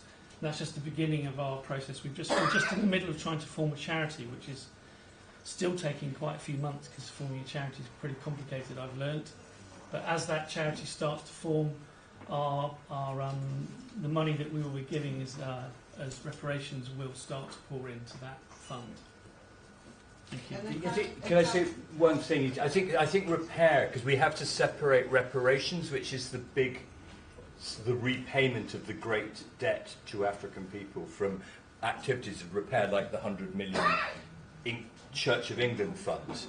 And I think that language is important, that reparations, the settlement for all those millions and millions of lives destroyed and lost, is a separate thing from charitable efforts made by institutions and so on to help in different ways in communities. To try correcting you. Thank you. We have another question from the floor. Yes, I'd like to ask. So, you still own land? I mean, my generation and the generation above, and really back to the 19th century, have no wealth that can be shown to come from slavery. I think that all disappeared in the mid-19th century. What I'm aware of is, look at me, I'm a privileged, white, posh person, and I have all that, and who knows how I gather that and what it gives me as an advantage in this world. But no land, no houses, nothing like that. In the Grenada. Oh no, 1875, the Jamaica plantation was finally sold, right next to. I mean, so it played a part in the Morant Bay uprising, which I'm aware of too. Thank you. It's in the book. Another question? Yeah, please. No, the family had shares in plantations in Grenada, 6 of them, and as far as we know, they were sold off in the 1800s as well. Thank you. Another question from the floor? Thank you to the two gentlemen who've just spoken. I have to say, it's really difficult listening to two white people whose family benefited from enslaving us. But I do appreciate you being on that panel, and I do think it's an important part of the debate. But I am quite concerned about white saviorism, because we don't need that. We've had enough of it. But one of the questions I wanted to ask you, because this is where it really counts, I don't know like what professions you work in. You seem quite well travelled to do. It's more about, what does your workplace look like? Like, do you hire black people? You've just talked about setting up a charity. I'll be really concerned if that charity looks like a lot of them do, with all white people, with this white saviorism. Exactly. If you're a meaningful charity on the issues that we're discussing now, would be you actively going out and seeking black people to come and work at that charity, because that's reparations. Absolutely. We've got one more question from the floor. Hi, thanks panel, great discussion. I'm just wondering, the two gentlemen, apart from you, there are many other white celebrities, I know you're not celebrities, but there are celebrities out there who are white and who are of your position, if you like. What would you say to them about them coming out and doing what you do? Because what we've noticed is that the likes of Benedict Cumberbatch, David Cameron even, and a whole load of politicians, well, maybe Richard Drax, but enough said about him. That won't happen. Let's not go there. Yeah. But what would you say to them about them, addressing their history, their historic past, their heritage? Well, I mean, what's been gratifying for John and me, and we're just a collective of 8 people, really, is a massive post bag. Because, we can get publicity because of who we are, and that's another privilege. And we have perhaps another 100 individuals or families who, just in 4 months, have come forward saying, we too are worried and we want to address this. How do we go about it? Is there other risks for us? All those sort of things. And I think the first thing we say is talk to people like you. I mean, ask your black neighbours, your black workmates, how they think that you should treat with this history, if it's appropriate, if it's not going to be a triggering or harming thing. And I think it begins with that. I mean, white saviour is a term that I do deal with and think about a lot. And you can imagine some of the aggression we're getting from, the old white right wing as well about virtue signalling and things like this. No, totally. I don't suffer racism, and I never have. I mean, that's another thing that's primary.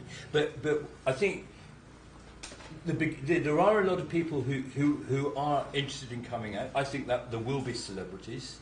The Charles Gladstone trip to Guyana this week, I mean, that's a very big historical celebrity. And whatever you think about that token effort, it is a change. I think if the people of African origin and the descendants of the enslaved in Britain say we would like your support and allyship and coalition, and you to acknowledge, then more and more people like me will come forward, if you want it. Thank you. Can I just interrupt there quickly? Sorry for that. I totally agree with people coming forward and having a platform.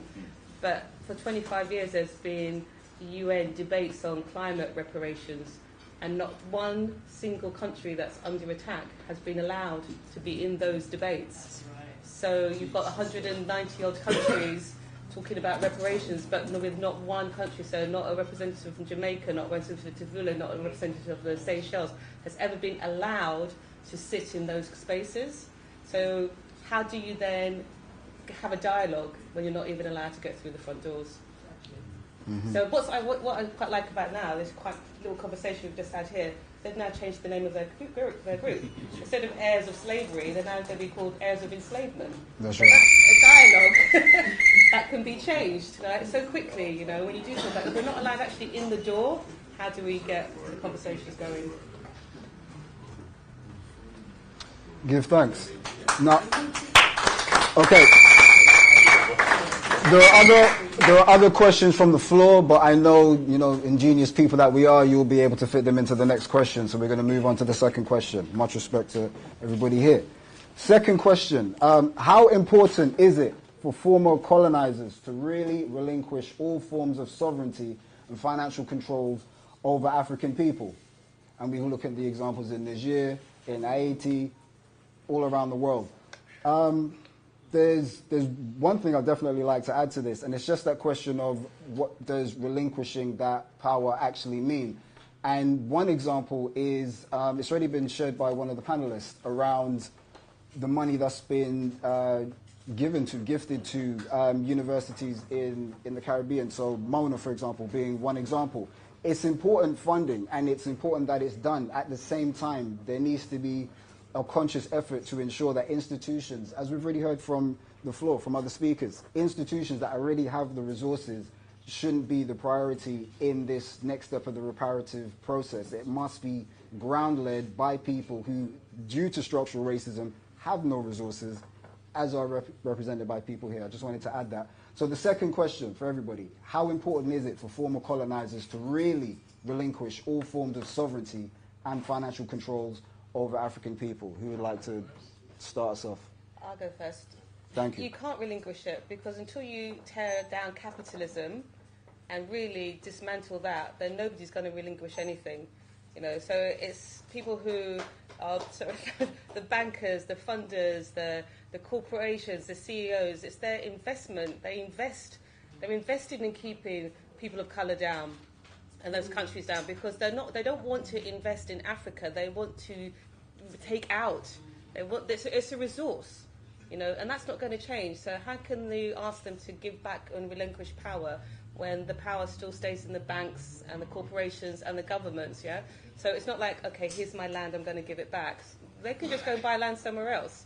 But it's like, until we start to dismantle the whole system of raping and pillaging our brothers and sisters around the world, their resources, their land, their people, their capital, we're not going to change anything.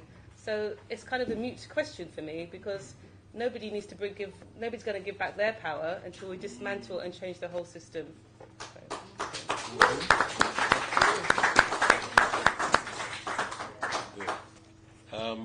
I know that I'm a retired person. I took a trip to Zimbabwe.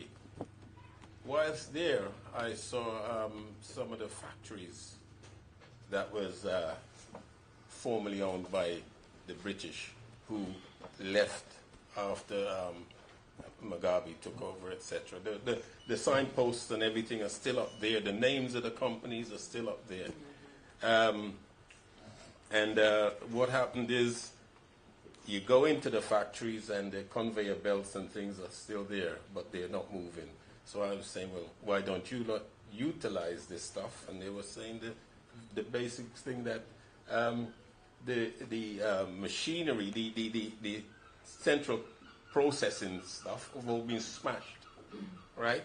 And other things have been taken away, and and the factories are there, but it cannot be used.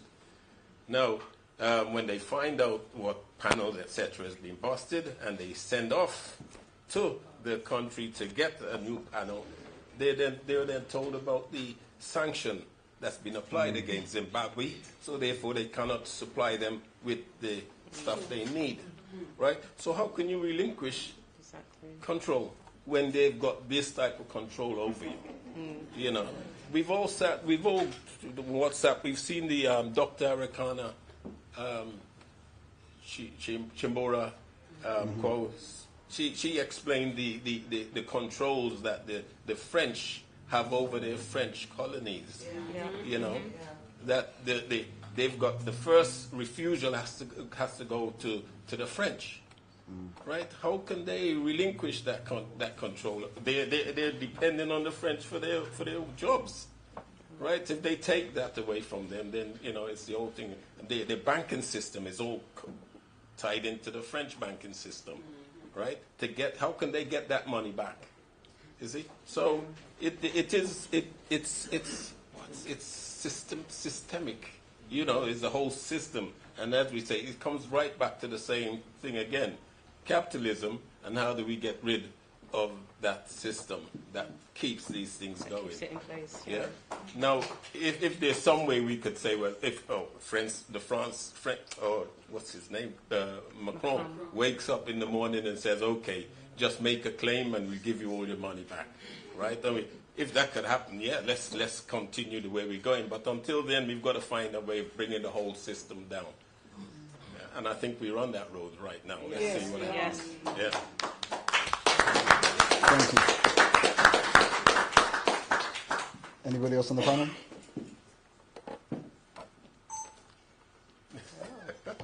I mean, it's hard. You can't argue with what Alex said and how you put it. I mean, while you have an interconnected global trading system, exploitation and colonialism will continue. That's how the capitalist system works. So, yeah. I mean, if you think of like just BP alone, one of its original names was the first exploration company. What does that say? You know, you can change your name 100 times, but you're still exploiting. You know, and that just seeps through the whole system. Whatever we're in now, we're not going to be able to give anything back because it's all interlinked with our banking, with our capitalism, with our society, the way we run things. So that's why we keep saying we need a complete system change. And whatever that is, I'm not saying I've got the right idea. If I was that, I'd be running for Prime Minister. But, you know, somebody out there's probably got the better idea. And that's what we need to keep talking about. How do we change these things and how do we get our voices heard in spaces that we heard? Just one more thing before I finish. With Extinction Rebellion, it's very, very, very white lens, isn't it? Oh, my God. It's so, so white. I can't honestly, like, literally, sometimes I am the only person of colour in the room. And my family have said to me, but why do you do this? I went, because I want my voice heard. And in those spaces, and I want to get into every single space that I can get into to get my voice heard and get my face seen, so then I can start to spread it out. And I think that's how we start to change systems. You have to turn up and you have to represent and you have to be there. Just to quickly add, I'm as part of this process, I've been trying to educate myself and I'm doing it as quickly as I can. The most mind-blowing book I've been reading, and I'm reading at the moment, is Eric Williams' Capitalism and Slavery. It was written in 1944, which is getting on for 80 years ago, and it reads like it was just written yesterday. It's incredible. And what it absolutely lays out in no uncertain terms is this was a capitalistic venture, the whole thing of transatlantic slavery. And I think that's something to really bear in mind. I'd be really interested to hear what our comrade from the Revolutionary Reparations group has to say about this, because I thought what you said earlier on about the system we're under is just so central to this. Thank you. No, yeah, I have nothing to add because I think it's already. I mean, no, you guys have already said it. You know. Thank you. Before I go to the floor, just some thoughts on the question. When I first read it, I agreed. You know, is this really a question we should ask? So I thought of other ways we could look at it. One thing that came out: how important is it for former colonizers to really relinquish all forms of sovereignty? I think we're now at a stage in the world where people racialized as white themselves need to understand how important it is for them to relinquish what they're doing because the world is burning. So I think that's something that really needs to be impressed upon a lot of these corporations that we're actually trying to engage. That needs to be the message that goes out to the mass public, you know, the Brexit voting public in this country. They really need to understand that, you know, their way of life in the last few thousand years has completely destroyed the balance of a planet that's been running just fine for hundreds of thousands of years, millions of years. That's all I want to say on that question. Any other contributions from the floor? Yeah. Much, and I'll get to everybody. Much respect, Sister Judy. Yeah, you've got 2, 3, and Teresa. Thank you. I think Pat spoke. Teresa, would you like to come in, please? Much respect. Thank you for not forgetting me, brother, and thank you, Sister Judy, for reminding him. Thank you. So this question is directed at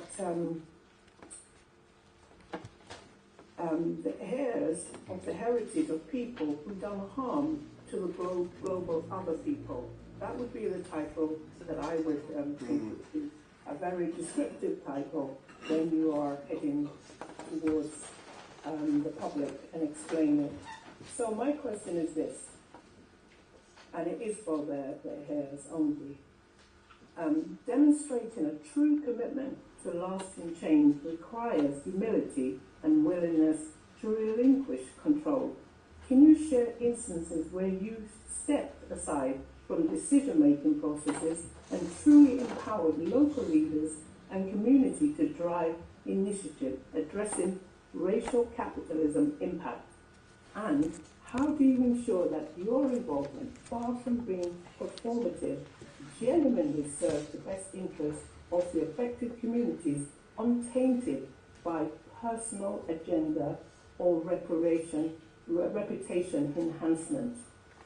This is a question for the heirs only. Thank you. Much respect, Sister Teresa.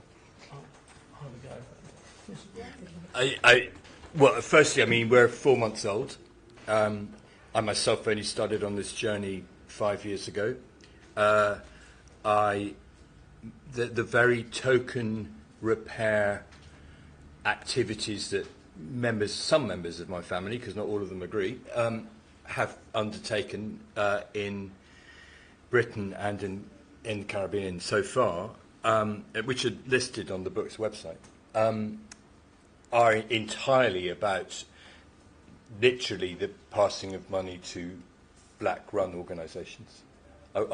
We were not going to set up a charity. I don't want to set up any more white-led organisations attempting to solve this or that or put the world right. I worked for Oxfam for some years as a communications person. I've seen how badly wrong that white saviour thing went. Our only job is to transfer the money to organisations led by the descendants of those whom my ancestors exploited and murdered. Thank you. The most significant moment in my family's, and like Alex, we're very new to the party, and I admit that we're learning as quickly as we can. We're too late, but we are here, and we're trying to learn and come with humility. The most significant moment of the process that our family went through was when we were spoken to by Sir Hilary Beckles, who's the Vice Chancellor of the University of West Indies and an eminent historian in his own right. And his address to us, I think, changed an enormous amount of minds in our families. And we have continued to listen to people like Arlie Gill in Grenada. I admit that most of the people that we have been liaising with have been in Grenada. And others, and other historians and politicians in Grenada. And those are the people that we have been trying to learn from. Thank you. I'll ask the panelists again if they've got any other thoughts. Some thoughts I'd like to share just in terms of your response. Thank you very much for them. I appreciate that you've come here humbly to learn, and you go into many spaces to do the same thing. Perhaps one other learning or one other lesson that you could learn is in terms of the role that many of these black-led organizations play in furthering white supremacy and institutional structural racism. I mean, what's the ethnic origin of the lady leading the Home Office right now? So the fact that you're working with black-led groups, that might actually be perpetuating the issue we're actually trying to face, potentially. And that's without prejudice to some of the names you mentioned, people I've worked with personally. So that's just something to bear in mind. There is a responsibility to ensure, and it's been said time and time again by speakers here and on Zoom, there is a responsibility, and I speak from personal experience. I've been in the third sector about 12 years. So there is a responsibility to ensure that when you are speaking with stakeholders, they aren't merely stakeholders because they're black. They have to actually have some genuine track record and be able to speak with some authority on the issues at hand. That's an important point I wanted to raise. Anybody else on the panel would like to contribute or any questions? Sister John, much respect. Thank you. Thanks. Why are you all laughing? I'm about to say something serious. Most people know here that my dad was white, my mum's black. There's something about reparations which is a calibration. So people of African ascent who feel that trauma, they're wired differently. We're wired differently. So we feel and think and respond to things differently. And it's a really old, ancient feeling. And that sounds like I'm being a hippie or something. But our wiring's different because the trauma is constant. And so my question to you is, we've spoken, John, but my question to you is, terms like funding, to me it's not funding. To me it's giving back money that was stolen. So, and so all this terminology, and I know my dad's wiring, calibration, he didn't see me as an ethnic, because he'd wired himself to convince himself that I was mostly white, because that went with his patriotism. And sometimes you're going to have to rewire, recalibrate, upload an Afrocentric hard drive to work out. So it's not funding. It's stolen money. That's just one word. And of course you already know that the word SLAVE is so deeply, it just kills you inside when you hear it. So one of the things I was going to say is, every word you say, one day just work out who does that word belong to? Does it belong to the empire, the British language which keeps something going, or does it belong to an Afrocentric mindset? So fund is a really good example of rewiring your head. Absolutely. Because often reparations is regarded as a footnote, not the main event. You know that bit already. So it's not so much a question, it's more that I'll send you a new upload. Joan, let me answer, because it's a brilliant question. Well, it's not so much a question, it's more of a statement. But you know, I was brought up in 1960s and 70s Devon. Okay, yeah. Devon was white. It was so white. So look, I come from a background in which I'm basically, there's great ignorance built into me to start with. Yeah. And I joined an organisation called the South Hams, which is part of Devon, Association for Racial Equality, SHARE. I was 14, right? We didn't have any members. We didn't have any black members in that group. We were idealistic. I then started to listen to punk music, ska music, reggae music, and suddenly started to get the idea that actually there was another life somewhere else. But you have to remember that that's my background. And one of the things that I'm really passionate about, in fact, I think probably the most important thing, is about education. Now, who mentioned, Robin's mentioned that education is where it starts. And I think that one of the most important things for me has always been talking to young people about this issue. We've been talking to an organisation called Black Curriculum, run by a fantastic woman called Lavinia Stennett, who I think you know. And she's invited us to go and start talking to different groups, different schools around the country.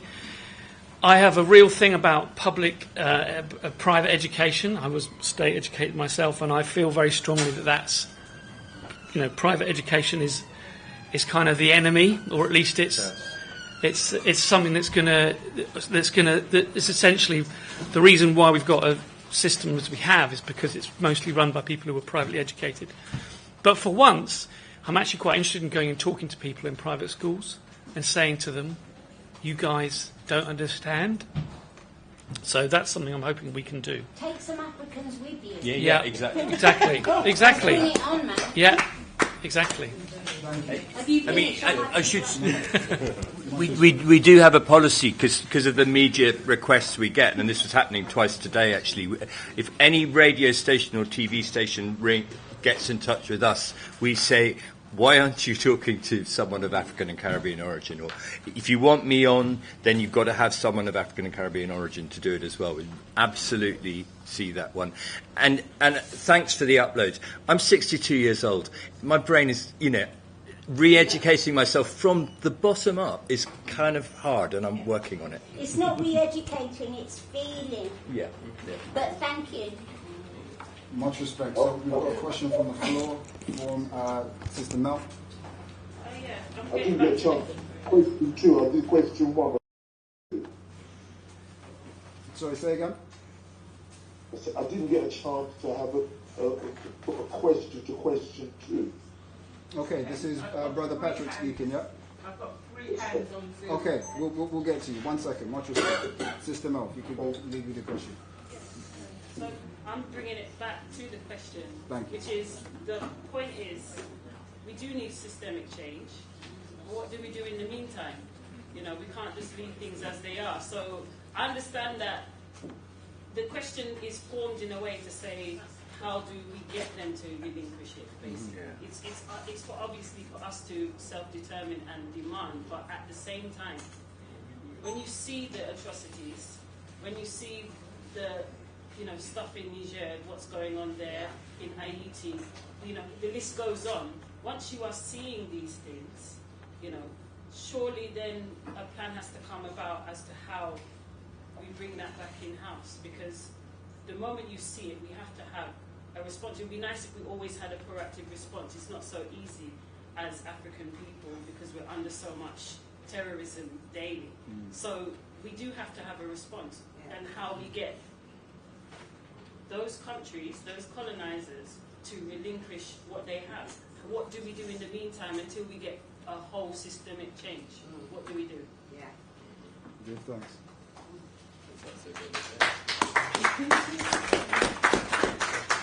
Okay, we're going to take one more from the room and then we're going to go to Zoom. Much respect. Over here. Yes, really, I just wanted to make a statement with regard to his enslavement, as they described himself. I think Frederick Douglass also said, until those who are unaffected by injustice become as outraged as those who are, nothing will change.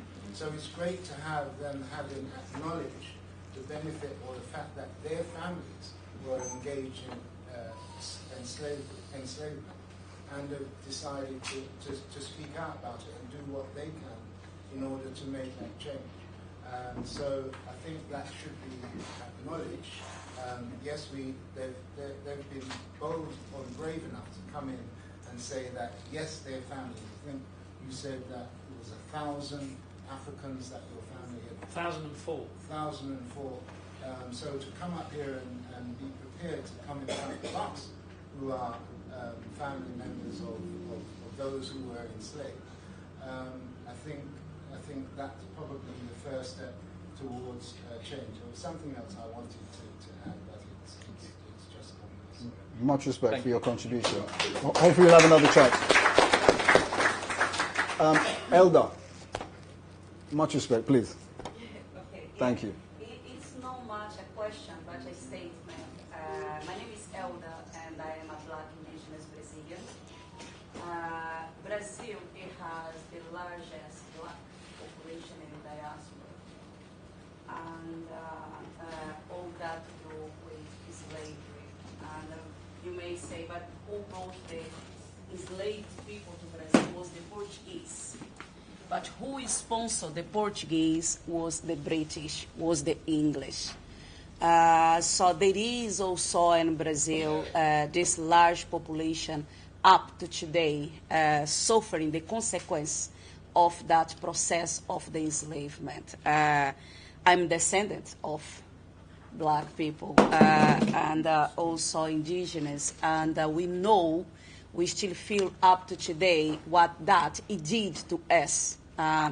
We have one of the most violent police in the world, and all that to do with racism, because they think the white, it is the minority in Brazil, but they are the ones who control the country, especially economically, because they benefit from the process of enslavement. And that is the same process all over the place. I will say, till the economic disparity between the white population and as black, this big gap, it doesn't narrow.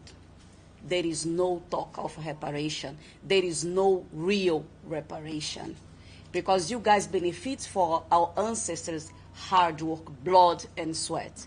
And on that, you guys build your fortunes, build your careers, build everything up to today. But what about us? What about the descendants of that people who was took away from their countries and brought across the world? This economic disparity, you need to narrow for us, for children, for grandchildren. They need to have the same opportunity. We can no longer have the corporations, okay, we're going to give 5% or 10% of the top management position for black people. No, we want equal. It needs to be 50-50%, because if you guys are on those positions, if you guys are the ones who control the money, if you guys are the ones who have the banks on your hands, all that was built in our sweat. All that was built in our blood. All that was built back on our ancestors' back. So we need to talk about that. It's not like we are all talking about Brazilian black population. We are not asking for come and give us money. It's not about that. Because the money, if it's not used wise, it will be gone. And then it's the end of it.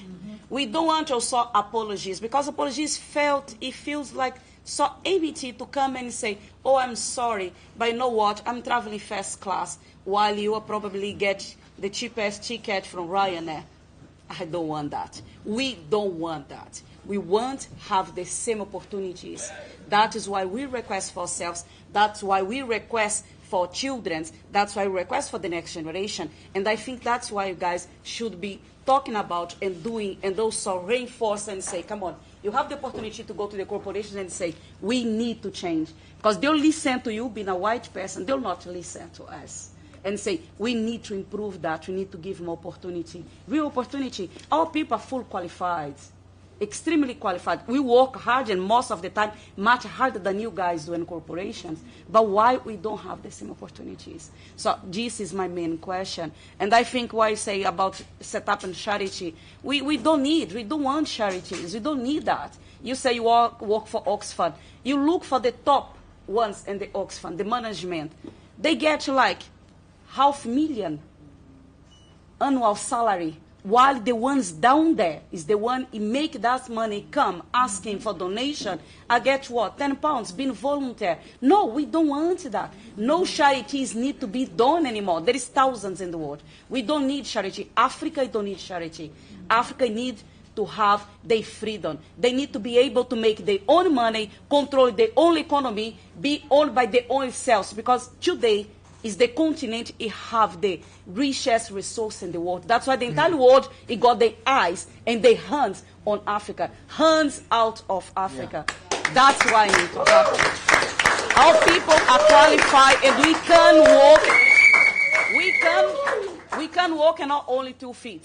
We can go forward. So when you finish this, you come and talk and say, come on, I want to understand more, I want to know more about the black people in the diaspora. How can I help really? Not with charity, but come and say, come on, I'm going to bring you to this place, or I'm going to go to this place to give opportunity for you guys, for the youngest, for the next generation are full qualified to get those positions. This is what we wanted. No charity. Thank you. Much respect. Thank you. Thank you. Really quickly to answer that question, I just think like the next time you have a conference like this, it might be on your onus to bring 5 more of your white friends.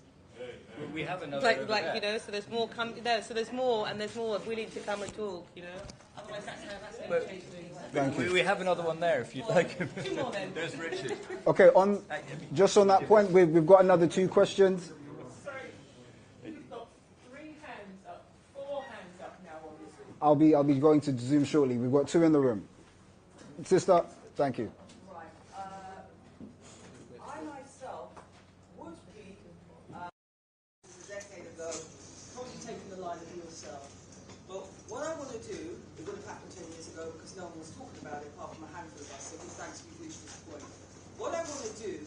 rather than direct my anger, I understand where you're coming from, at 2-3 individuals who are focusing on 2 geographical areas, as I understand it. Grenada was the first one and Jamaica the other, although Jamaica was very sensitive with and Tobago. And Tobago. So 3 geographical areas. You can't cover the 54 regions of Africa. But I understand what you're saying. So I want to keep it in terms of who you 3 are aiming to represent, from what the little I know of you so far, is that number 1, I felt Laura Trevelyan was very arrogant. The first I heard of Laura Trevelyan was when I read the article March 2023, and I was absolutely stunned. I could not believe what I was reading. She had apparently first spoken to the Daily Telegraph. How many black people read the Daily Telegraph? Right? So that in itself, to me, was already alarming. We first spoke to the Observer. Whether it was the Observer or whether and it the was, Guardian, because we thought that was I a saw good the Guardian article as well. The point is that when I heard of this woman, it was in the Metro. So really what I'm saying is that whilst, yes, it's good that you finally decided to try and, if you like, correct the errors of the past, Laura Trevelyan, her approach, I think, was quite disrespectful to the black activists that prior to, and what added to the astonishment, was that during the 10 years when thousands of black people from 2014 were marching on Brixton, from Brixton to the Houses of Parliament, dubbed, quite rightly I think, as a crime scene, given the history of the British Parliament in terms of the British monarchy, giving the royal stamp of approval for the enslavement of millions of Africans, to then find out that Laura Trevelyan had resigned from the BBC to become a reparations advocate. Where was she when our people were marching 2014, 2015, 16, 17, 18, 2019, 2020, when it went global?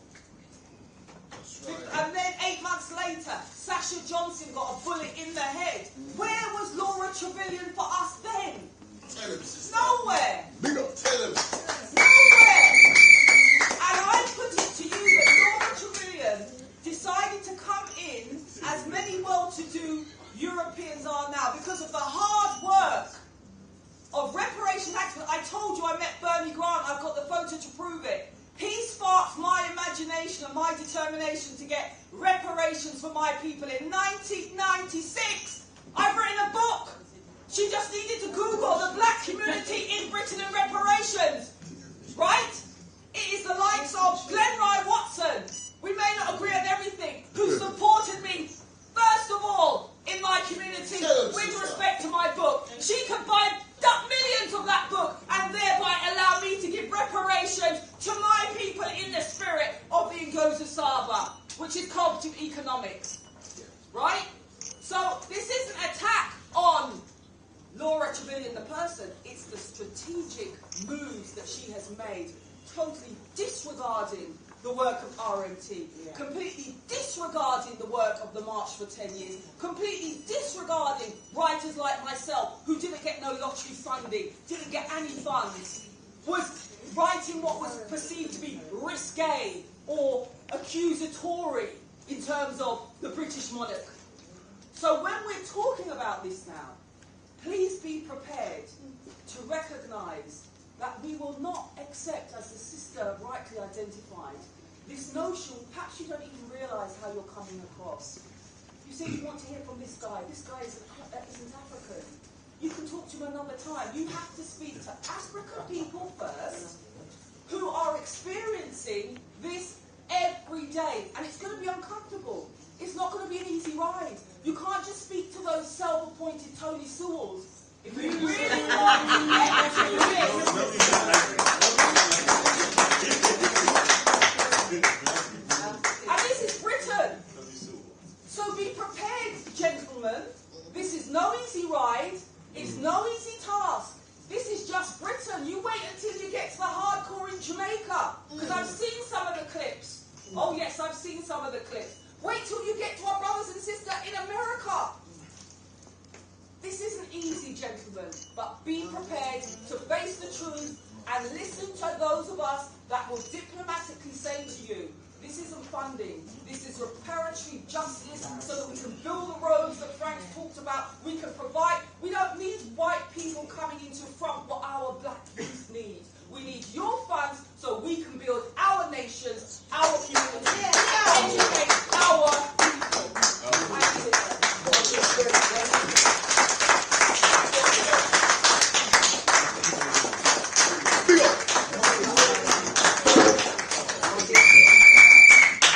We have one more question in the room, and then we're going to go to Zoom. The only, not to add, but just a point I want to make to the panelists as well. We've had Sister Elder passionately explain what's going on in Brazil. It's due to give a context for here and beyond. The only thing that I will add to that is that you have to take advantage of the fact that this is the UK and that every predominant large black population in the diaspora is represented right here in the capital. So there really is no excuse. And again, this isn't just to the three gentlemen here. Just for this growing white reparations movement, the grassroots are really going to need genuine strategies in place. We'll be very well aware if you're going to specific organizations who don't necessarily have the hearts and minds of the majority at the forefront of their minds. So I just want to add that. It's very important to acknowledge that you have everybody right here in London that needs to be spoken to. I believe a brother at the back had a question.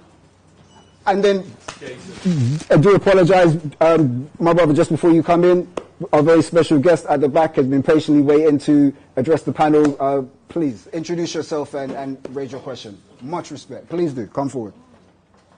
1%, brother.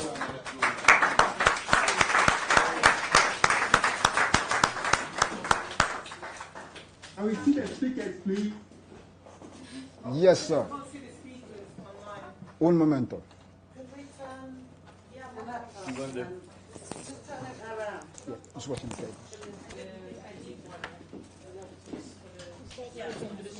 Yeah, man. Just watching the cables. Don't want none of this. Hi, my name is Yvonne Apio Brindley Amolo. I'm from Switzerland, and I'm going to be speaking a bit later. That's why I'm going to keep this short, but it's something that just kept on bothering me. I have to say it. Thank you for coming here and having the courage to speak to us and to actually state that you come from families that made money off enslaving people and you want to do something about it. You need to engage more with those who were enslaved, the ancestors of those who were enslaved, to help correct not only your language, but your perspective on the whole matter. Because you both said you did not make any money currently. You don't know, and actually you do know that none of the wealth or none of the money you have right now is made off what your families did to our people. Excuse me if I keep stopping, this is a very sensitive subject. But what you keep forgetting is you inherited the legacies. You walk into a room and just by your name, it opens a door. We learned the whole brotherhood, old boys clubs, nepotism, cronyism, all that from you. You took away our languages. There are some of us who don't even trust each other here because some of us are in Jamaica and some of us are in Africa, but we are brothers and sisters.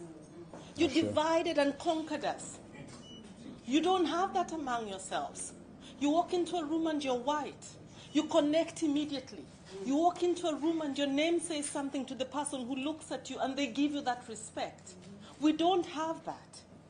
We don't have our cultures. We don't have schools. We don't have... Seriously? You cannot sit there and say, I have wealth that was not made off the backs of enslaved people.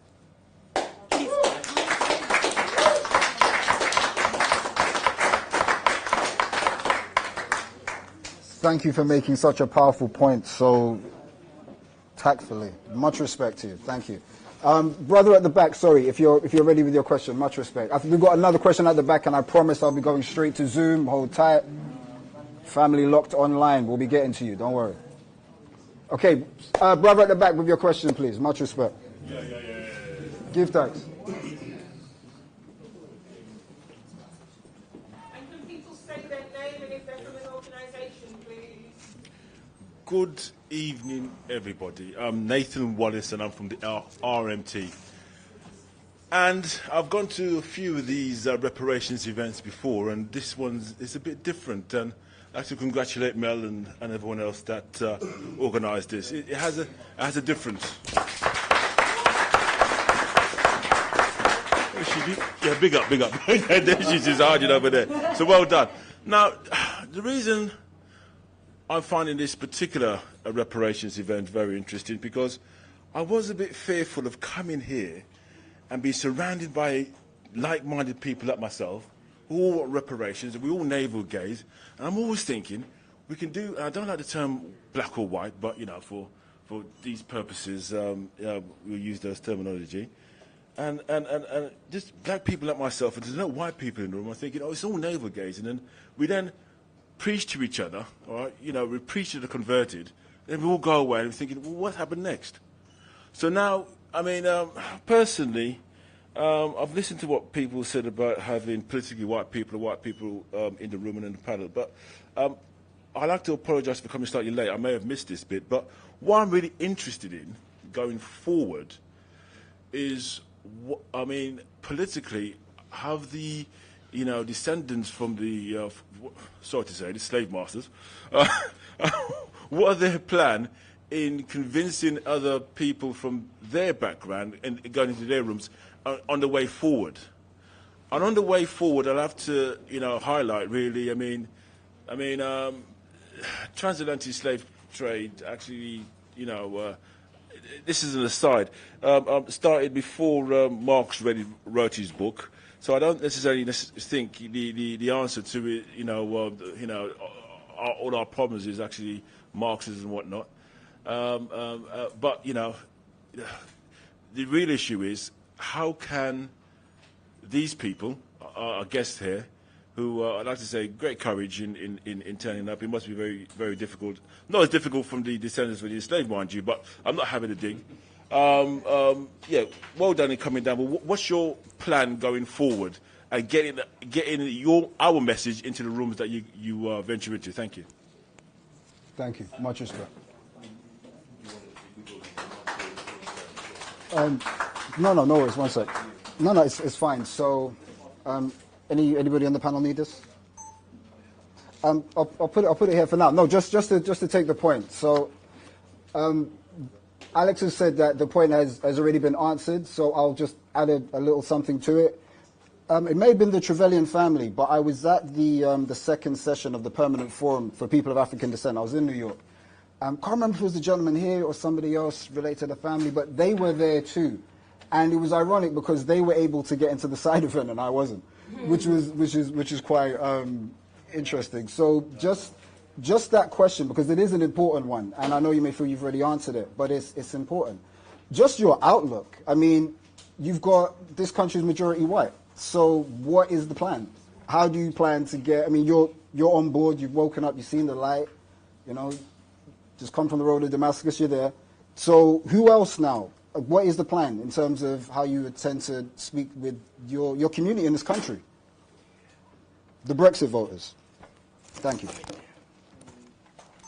I mean, both John and I and Richard over there, we're here to learn. We would like if you have the generosity and the kindness enough to help us learn, to tell us, and we've heard it, with real force this evening, where we've gone wrong, where people like us have gone wrong. That's the beginning of our engagement. And I think your question, Kwasi, really is. We are privileged people, so we do have access into side rooms at meetings, and we can get in touch with our MPs, say, in a way that others can't. And that's what comes with hierarchies and class and colour privileges. But so I would like to offer what I have in that sense to your movements and try and offer coalition. So you tell me what you would like to be said.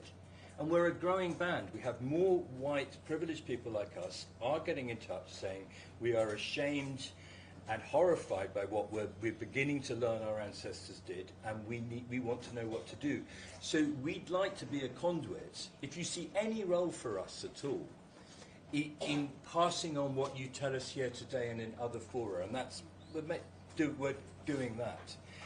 And I think John and I both like to say, if I completely understand why our presence and our language and some of our ignorant attitudes are offensive, and if you'd like us not to be here,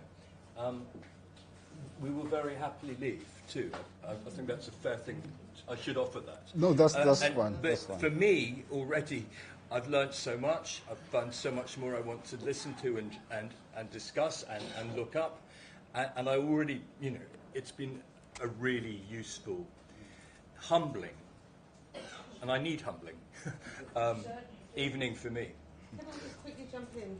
I don't want to be rude, but if you know me, I probably am always rude. The problem I'm having with this conversation right now, and maybe we should move it on a little bit, is the fact that whenever we start talking about white people and their role in things, it becomes the narrative, and it becomes their story, and it becomes how affected they are by, oh my God, I woke up one day and realized I was racist. It becomes about them. Yeah, where we've had 400 years of it not being about us at all.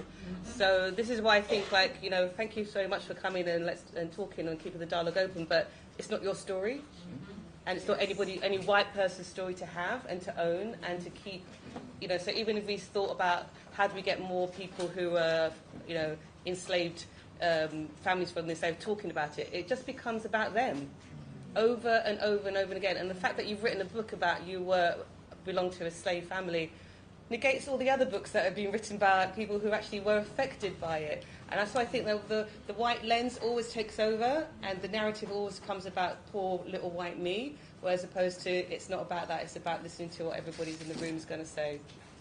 Thank you for the input. All good.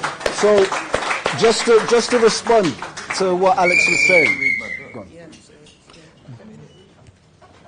I'll read your book.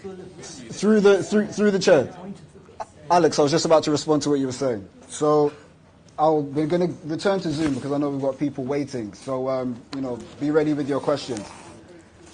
I just wanted to add that despite everything you've heard here and the obvious trauma in the room, nobody in the room has even suggested for a second that your presence here isn't welcome. You've actually been told the opposite. So I just want to clarify that, and I also want to clarify that from my perspective anyway, this mess most certainly is your story and it is your history. It's part of who you are as a human being, as a European, and you have your own side of this issue to fully grapple with and own and take full ownership of. And that does require you to take up spaces in certain spaces so you can hold your community accountable, like other communities are expected to hold ourselves accountable. So that's my thoughts on that.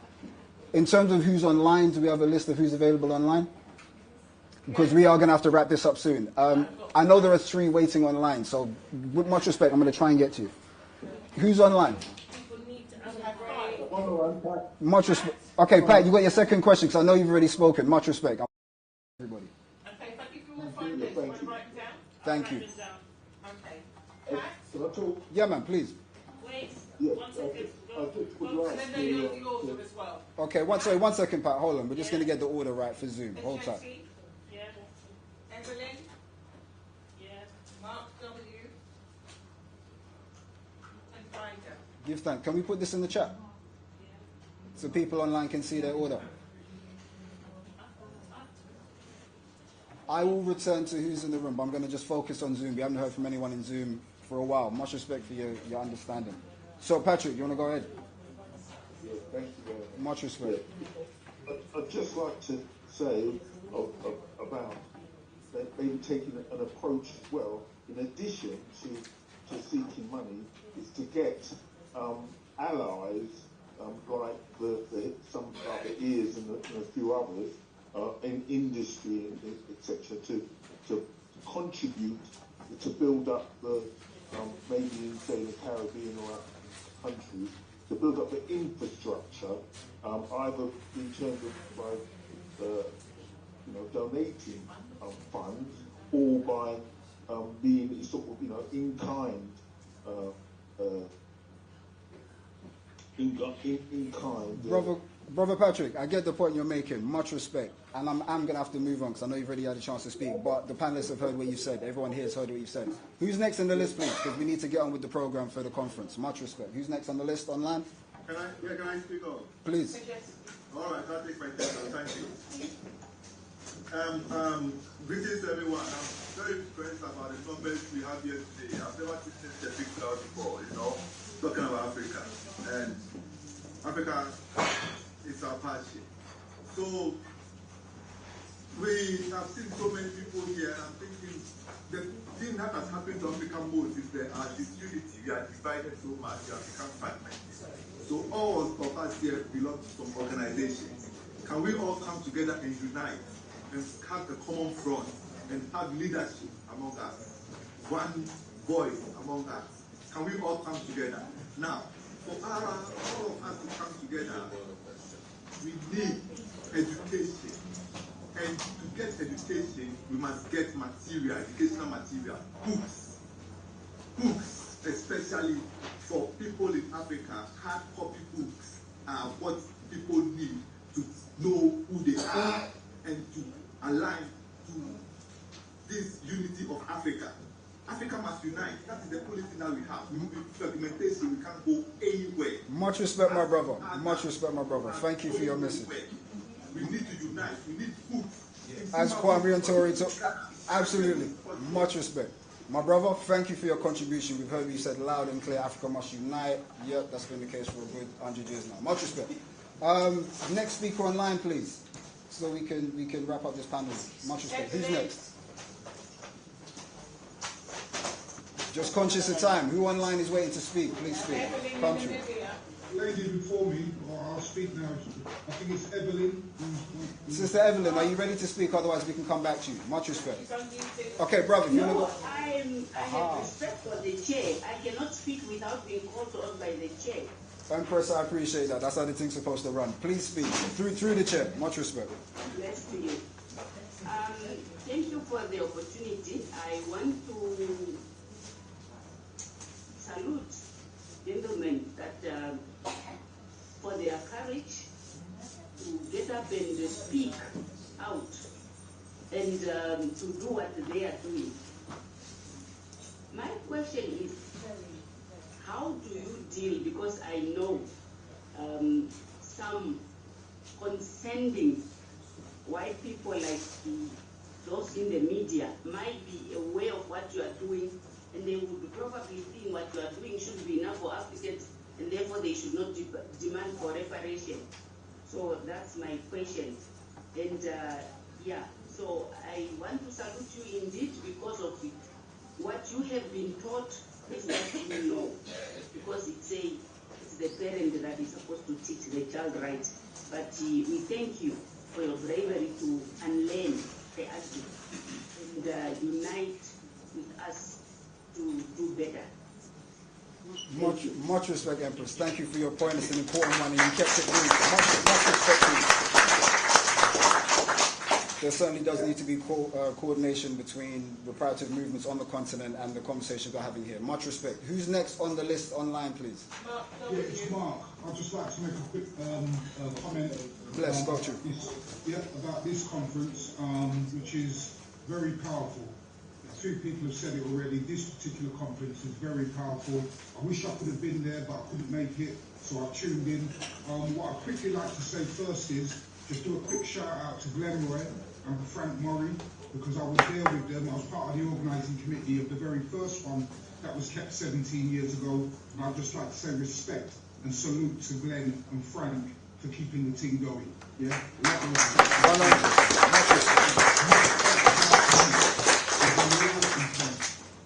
Because this is the reality now, and I think a few other people have alluded to it this evening, that I hope everybody is aware, particularly the people who are heavily involved in the reparations movement, that when we're talking about reparations, particularly for us Africans in the West, we are talking about separation, because people have alluded to it already, that it's no point being given any money and you don't have an economic base for your people.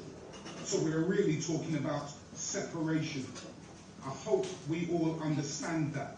And I will offer the mission statement, because I often used to wonder why this was the mission statement of the Nation of Islam since 1930.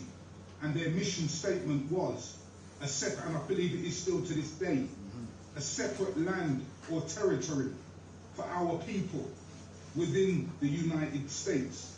You know, I often ask myself, why did they put that in there? Why were they talking about a separate land or territory?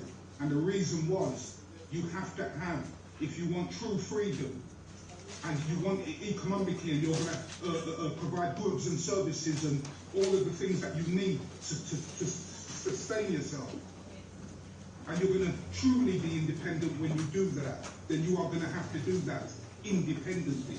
So you are talking about separation.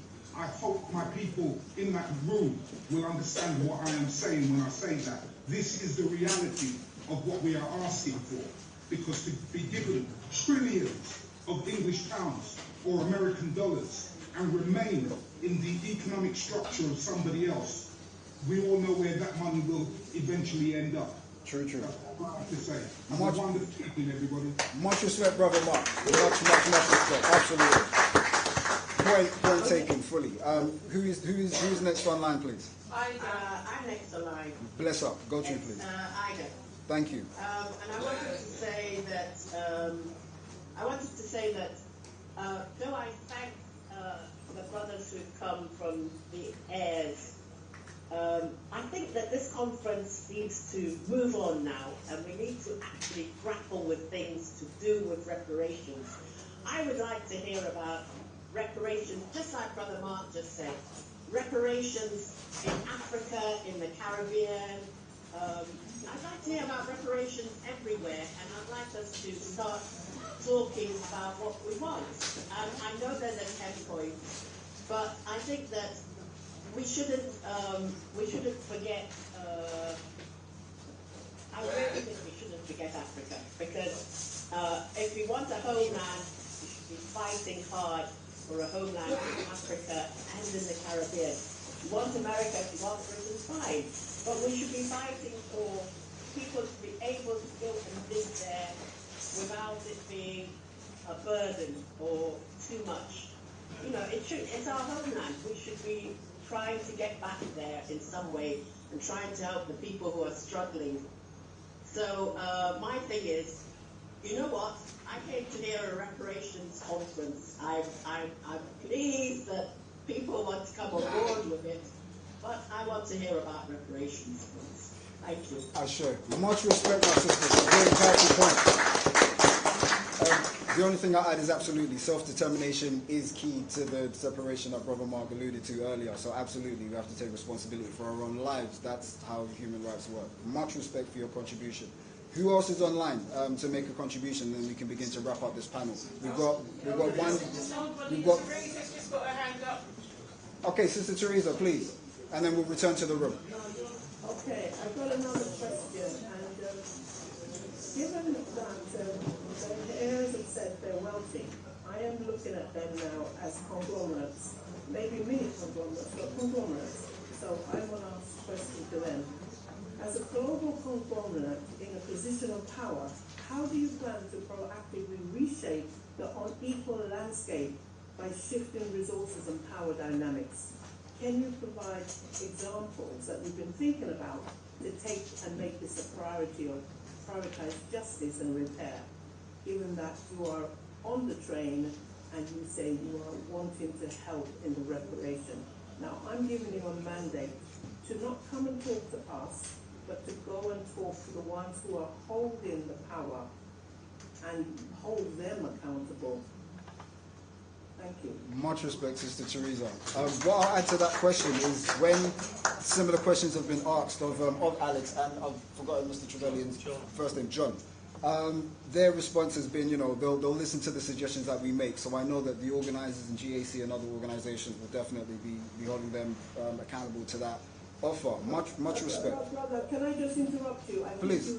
Chair, sorry, can I just interrupt something? Sister Teresa, we've got a contribution from the floor here. Some of us have been here from 4:30.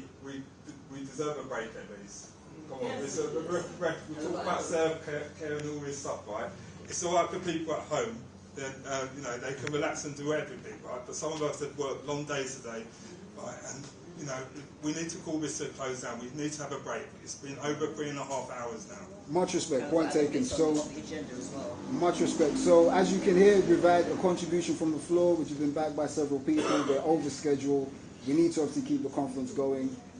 Personally, I feel like this topic has been sufficiently covered. If there's anybody in the room, we're going to return to the room. If there's anybody in the room who has a final thought, a brother here at the front had his hand up. I'm going to ask this brother to speak. Then we're going to wrap up the panel event. And also, sorry, there's one sister after the brother that will speak in the room, and then we're done. Much respect. Go to you, brother. Yeah, please. Much respect. Thank you. My name is Jermaine, and I'm involved in a number of anti-racism movements. In fact, I actually came from an organisation. Sorry, yeah. In fact, I actually came here from an organisation about 20 minutes away. I'm part of the Anti-Racism Network Committee, and being here today, seeing elders, grateful. Thank you. There was a comment that really resonated with me that came up on the chat, and it was around the topic of centering white people. And please excuse me for using this term, but I think that it's very much relevant here today. I would like personally to hear from the other members of the panel just before we do go to the break, if that's possible. Because in fact, Robin Walker is somebody that I was speaking with a friend of mine, and your name came up in a conversation. So yeah, I would like to hear from the others. Thank you. Thank you for your contribution. Much respect. Would you like to? The microphone's here if you need it. Again? Would you like the microphone? It's not a microphone. Sorry. It's okay. I just was thinking about the original question about relinquishing sovereignty, and also like bearing in mind some of the panelists. And I just think one of the biggest things that I haven't really heard, like maybe I missed it before, but is kind of like the contributions that enslavement had to building Great Britain, industrialization, the level of innovation and patenting that was stolen from enslaved Africans, like the kind of the whole steam revolution, like that is not being claimed, it's kind of being denied, just as Tony Sewell claimed, as he stood in the House of Lords to make his speech, he basically undermined the legacy of the Windrush generation, saying that, you know, it wasn't the Windrush generation that built back this country. And I feel that it's really important that we push back on that narrative. And for you guys sitting on the panel, as much as Tony Sewell is willing to do that the bidding of those folk, is for you guys to be speaking up about the relevance and the importance of how much slavery contributed to building the middle classes, enabling the country to industrialise, build the canal, the road, the rail, whatever, the whole factory. And then the other thing is that like that struggle for freedom was always connected with the working class struggle, post kind of civil war, that total disruption of society, settled back down with slavery at the heart of it. We need to accept that part of history in this country to know that, you know, it's the same elite that benefited from, you know, post-Civil War that still benefit today as descendants of those that, you know, did make all that money. And that is the kind of thing that you could be talking about, but also in general, England has to acknowledge that slavery built it. If you don't acknowledge that, you're never going to deal with racism. And one of the biggest reasons why institutional racism is so insidious is because there is a refusal to admit the contribution of Africans to the building of this country. And it's time that that was done. Absolutely. Yeah. Much respect.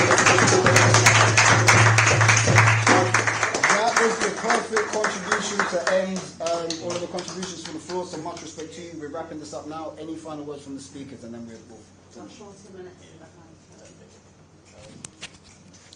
Yeah, just to make the point that the next election does give the black community a chance to flex some muscle, and we really do need to get organised about it, because it's not a foregone conclusion who's going to win, and a certain political party does need to have our foot deep up their behinds. Thank you. Much respect. Closing remarks.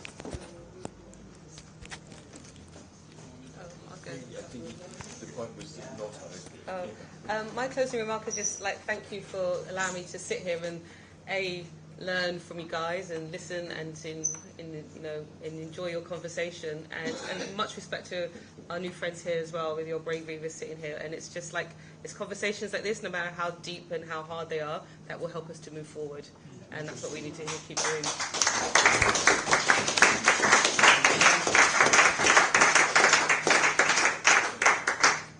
Yeah, I do think that a change is happening slowly. I mean, for a start, when we started this conference, the Caribbean CARICOM didn't have a 10-point plan. They now have a 10-point plan, right? I'm not saying it's because we started talking about reparations, but it certainly did help. We do speak to people within the Caribbean. I do respect what the three gentlemen here, came here, and I respect what they're doing. And they have opened a can of worms. I mean, okay, it's all right, we're talking about reparations, but I've heard Irish football songs about the Trevelyan's. So when we get through with our reparations, they'll be saying, well, what's the Trevelyan? What? You know, they killed millions, thousands of us. You know, we want reparations too. But it's a can of worm that's been opened, and it's up to the Irish to start making their claims. But as I said, it's in progress. The things that that's happening in Niger can't be separated from what's going on. All that is going to help our reparations, because one of the things we haven't had, you know, is the force of the African community behind us, right? When they start putting things together, I mean, we fought like hell to get ECOWAS established, but then they started to use that as a tool against us, you know. So we are forever evolving, and we've got to start. I've often said the reason why Africa is not united is because they've got too many different systems within them, right? We can see that there's a strip of French colonies who have broken away and they're making themselves into one. Well, it could be we're on another path. So therefore, I think we're in a dynamic situation, and I think we'll come out better at the end of it. Thank you. Much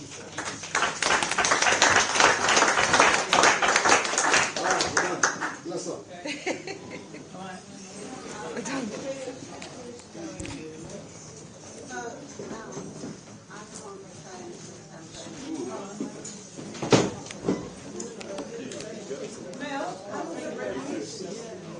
Right. I don't know exactly how we're going to work this one out because we've gone way beyond time, right? But we do need a break. We do need to eat.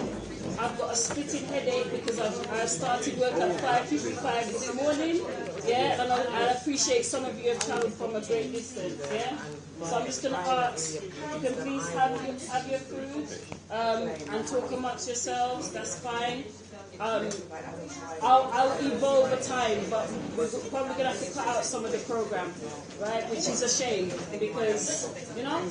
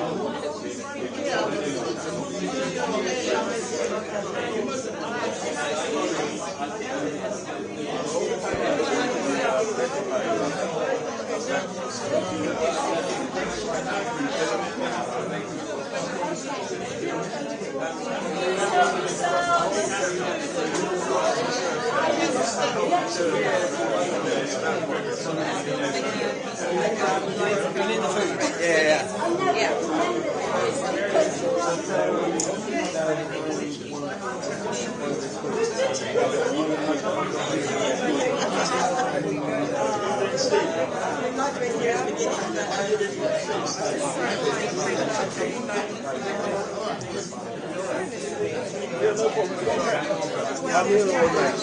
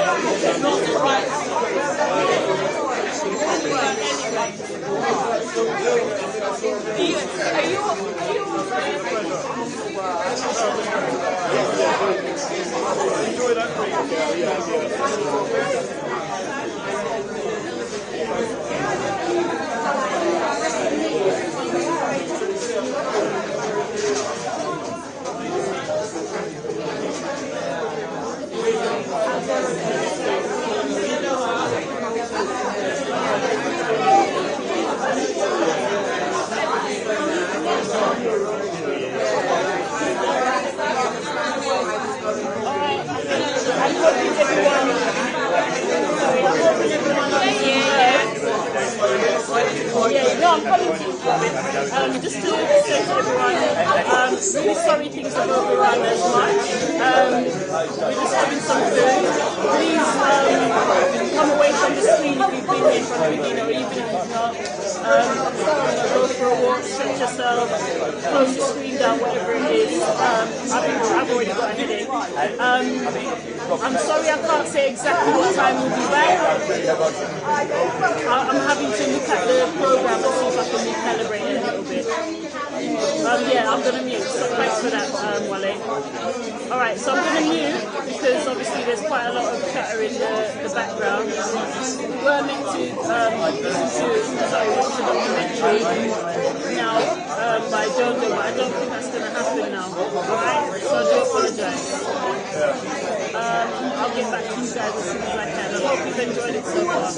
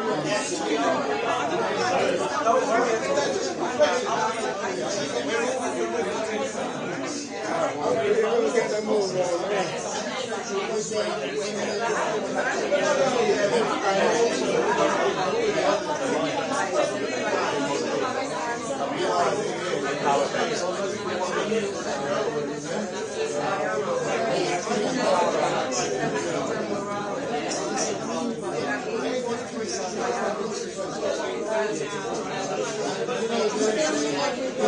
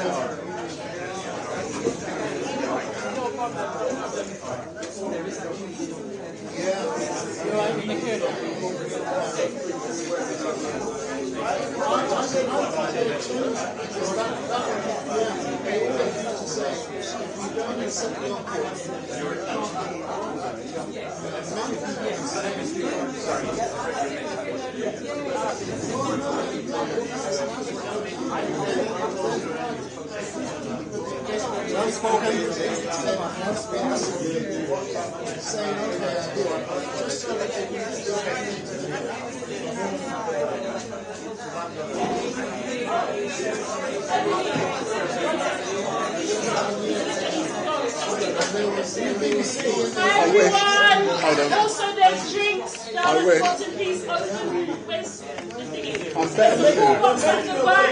Please help yourselves to a drink. Guys, there's drinks over here. There's drinks at the back, please. We don't want to be taking it home with us.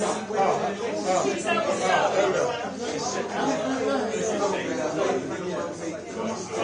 Yeah. I'm just going to set back up again. I'll try to do it.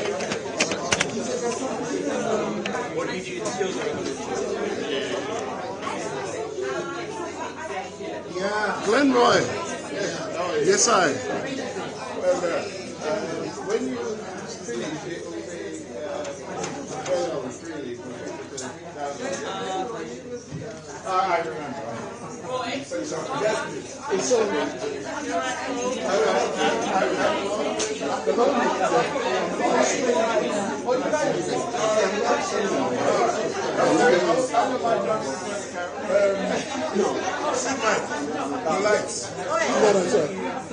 Hey! I didn't see you.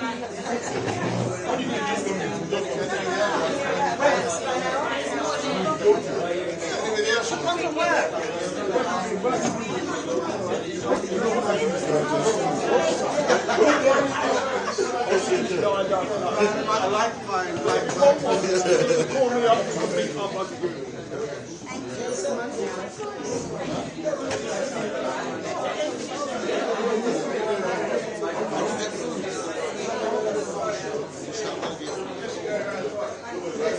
In there as well, you know, some random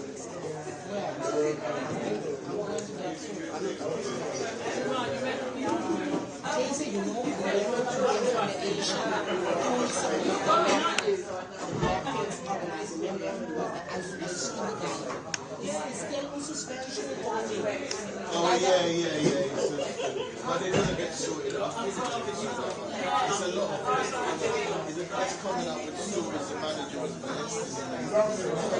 Yeah, they went to the police.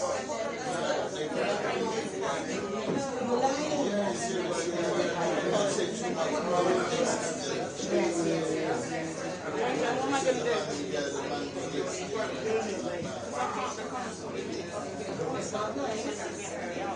This will be the time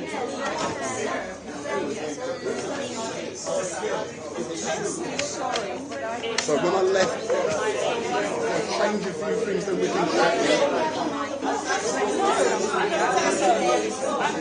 Not for me, it's not. I never eat at events because I've got too much to do then.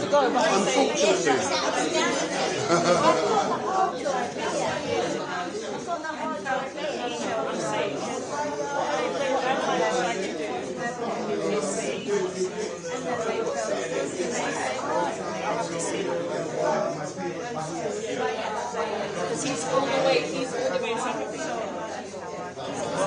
No, I mean, someone needed to say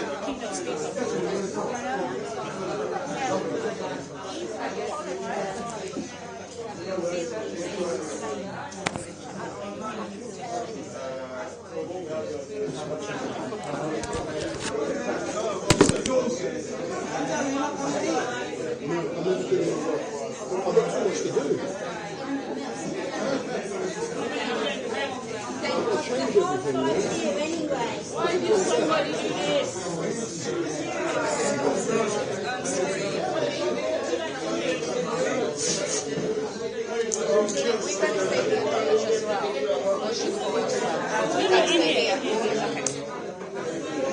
Thank you. You just go to the back. Yes, brilliant.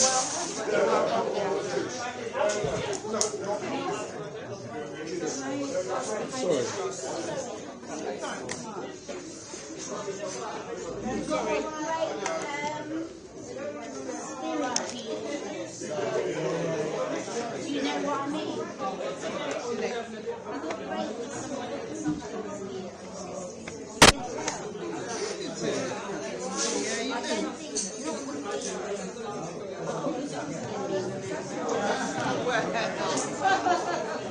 anyway, You too. Thank you. Please help yourself to the drinks. We don't want to be carrying them around.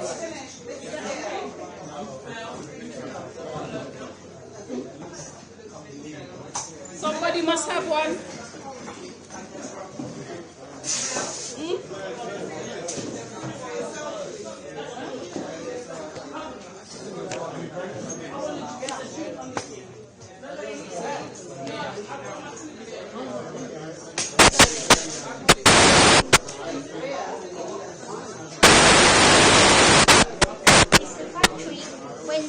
Yes, no. It's all right. I'm just doing it.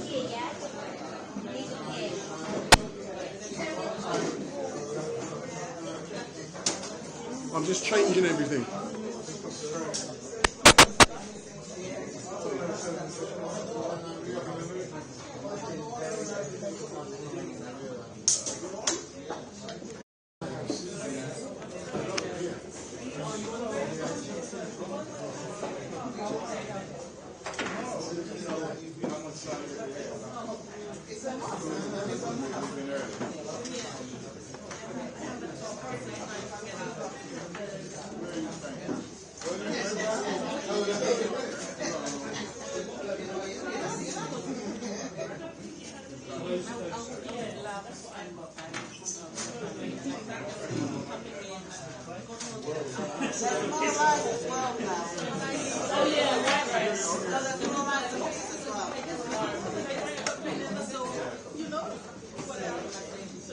I'm going to interview you in a minute. Now I'm making the. We all need to go. 24 dots on the thing. It's down by the station. It's 4 dots to the left. And when we got there, because it was over 8 minutes, cancels it. And then we had to order another one, hence the lateness.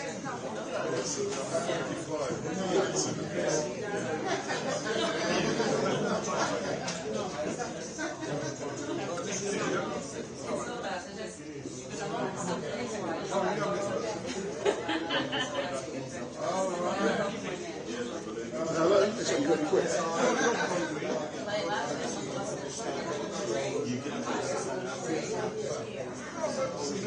No, you said 4 till 8. Yeah.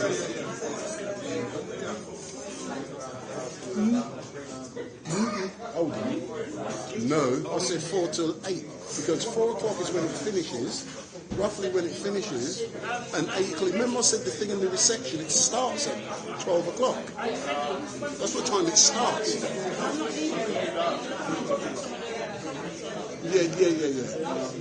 Yeah, it's 4 till 8 o'clock, yeah? I don't know.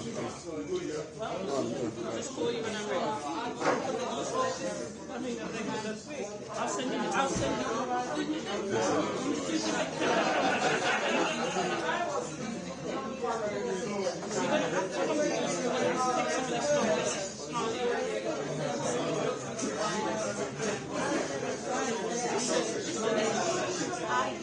You might as well stop it.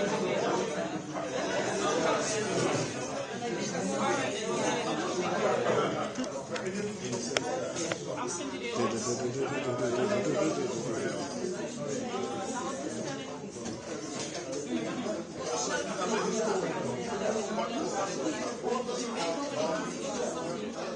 biggest problem is I tried my best.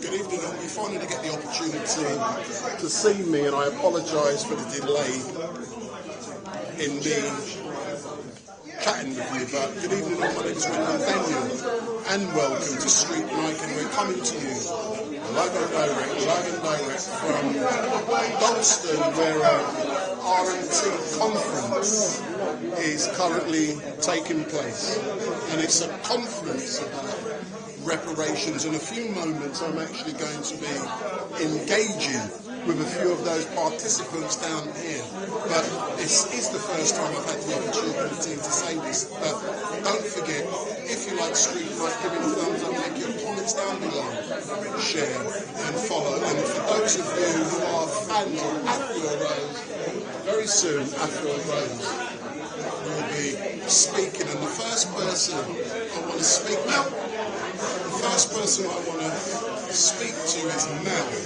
And Mel is, I believe she's the arranger of this event down here today. So Mel, if you step forward, my darling. So how are you keeping today? What are you talking about? Your stress? Let me just do this microphone. I got to turn this one up a bit. That's better. That one wasn't too loud.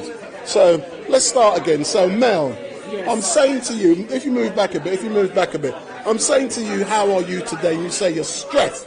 Why are you so stressed out when you've got so many people down here enjoying the conference? No, they're enjoying the conference, but I had a packed agenda. Mm-hmm. So now I'm having to adjust the agenda, and then certain things are going to get missed. But just to say to everyone, yeah, sometimes you kind of have to organically allow the meeting to do what it does, right? So that's the only reason why I'm stressed. I'm quite a anal person when it comes to organisation, but the way that things went, it needed to go that way. So, but what I am really pleased with, Glenn Hart spoke his mind. We needed a break. We've got a break. Now we're going to be starting back again soon. But how would you describe the conference so far and all of the things that have been said? For my purposes, what needed to be said in terms of the election, I want to hone in on that, right? Black people need to harness our power when it comes to producing a vote, yeah? And if we want something, we have to tell people that in establishments and in a system, this is what we want, and if we don't get it, this is what we're going to do, and stick by that. We have to all be on code. So that, for me, came through, and I'm happy that came through. If it even is just that little bit, I'm happy with that. But the rest of it, I'm happy with. And you know something? One thing I'm really proud of. Well, two things. Number one, this is the first time that I'm here, standing shoulder to shoulder with RMT, and I'm hoping it isn't going to be the last. It won't be the last. It won't be the last. But secondly, one thing I'm really proud of is the gentlemen who have come there. Where have they gone to? Because I want to chat with them. They're eating their rice and peas. but they've come down and they've seen that they're descendants. Yeah. So not their descendants, their ancestors did things which were wrong. Yeah. And they're prepared to stand up. Yeah. In a conference like this and say so. What do you have to say about the guys coming here, and how did you locate them and influence them to participate in this conference today?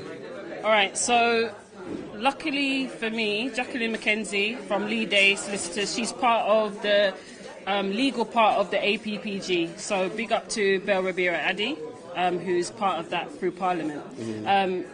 When we went to Parliament, they were interested in engaging with people, and I was one of those people that we happened to engage. So, you know, this is the result of that engagement. And you know, it is great, and I hope to speak with them in a few moments about where they gone? They gone outside? Go and get them for me, man. Go and get them for me, man. I want them the rice and peas, man. You get what I'm saying? And it is a great conference. Everyone is now actually eating the rice and peas, the curry goat, the chicken. But have you noticed the only person not eating food yet is Wendell Daniel from StreetMic, because I'm here entertaining you guys while everyone is eating. And I'm hungry, man. I lost about a stone since I've been there. But it doesn't matter, because what is important is that I'm going to be engaging with everyone today. And even a young lady here. Hold on, well, I'm looking for her. Aye, there she is. Who spoke so passionately. See. Come forward. What's your name? My name is Ebony, and I'm an RMT member. You're RMT member? Yes. Sorry, I was going to say that I'm also the chair of the Black Solidarity Committee of the RMT. Excellent stuff. Describe how you're feeling so far in regards to what's going on here today. Well, look, a lot of stuff needs to be said regarding reparations, because as far as I'm concerned, we are the only race on this planet that has had to wait for reparations. While we've stood back and watched other races, get recompensed.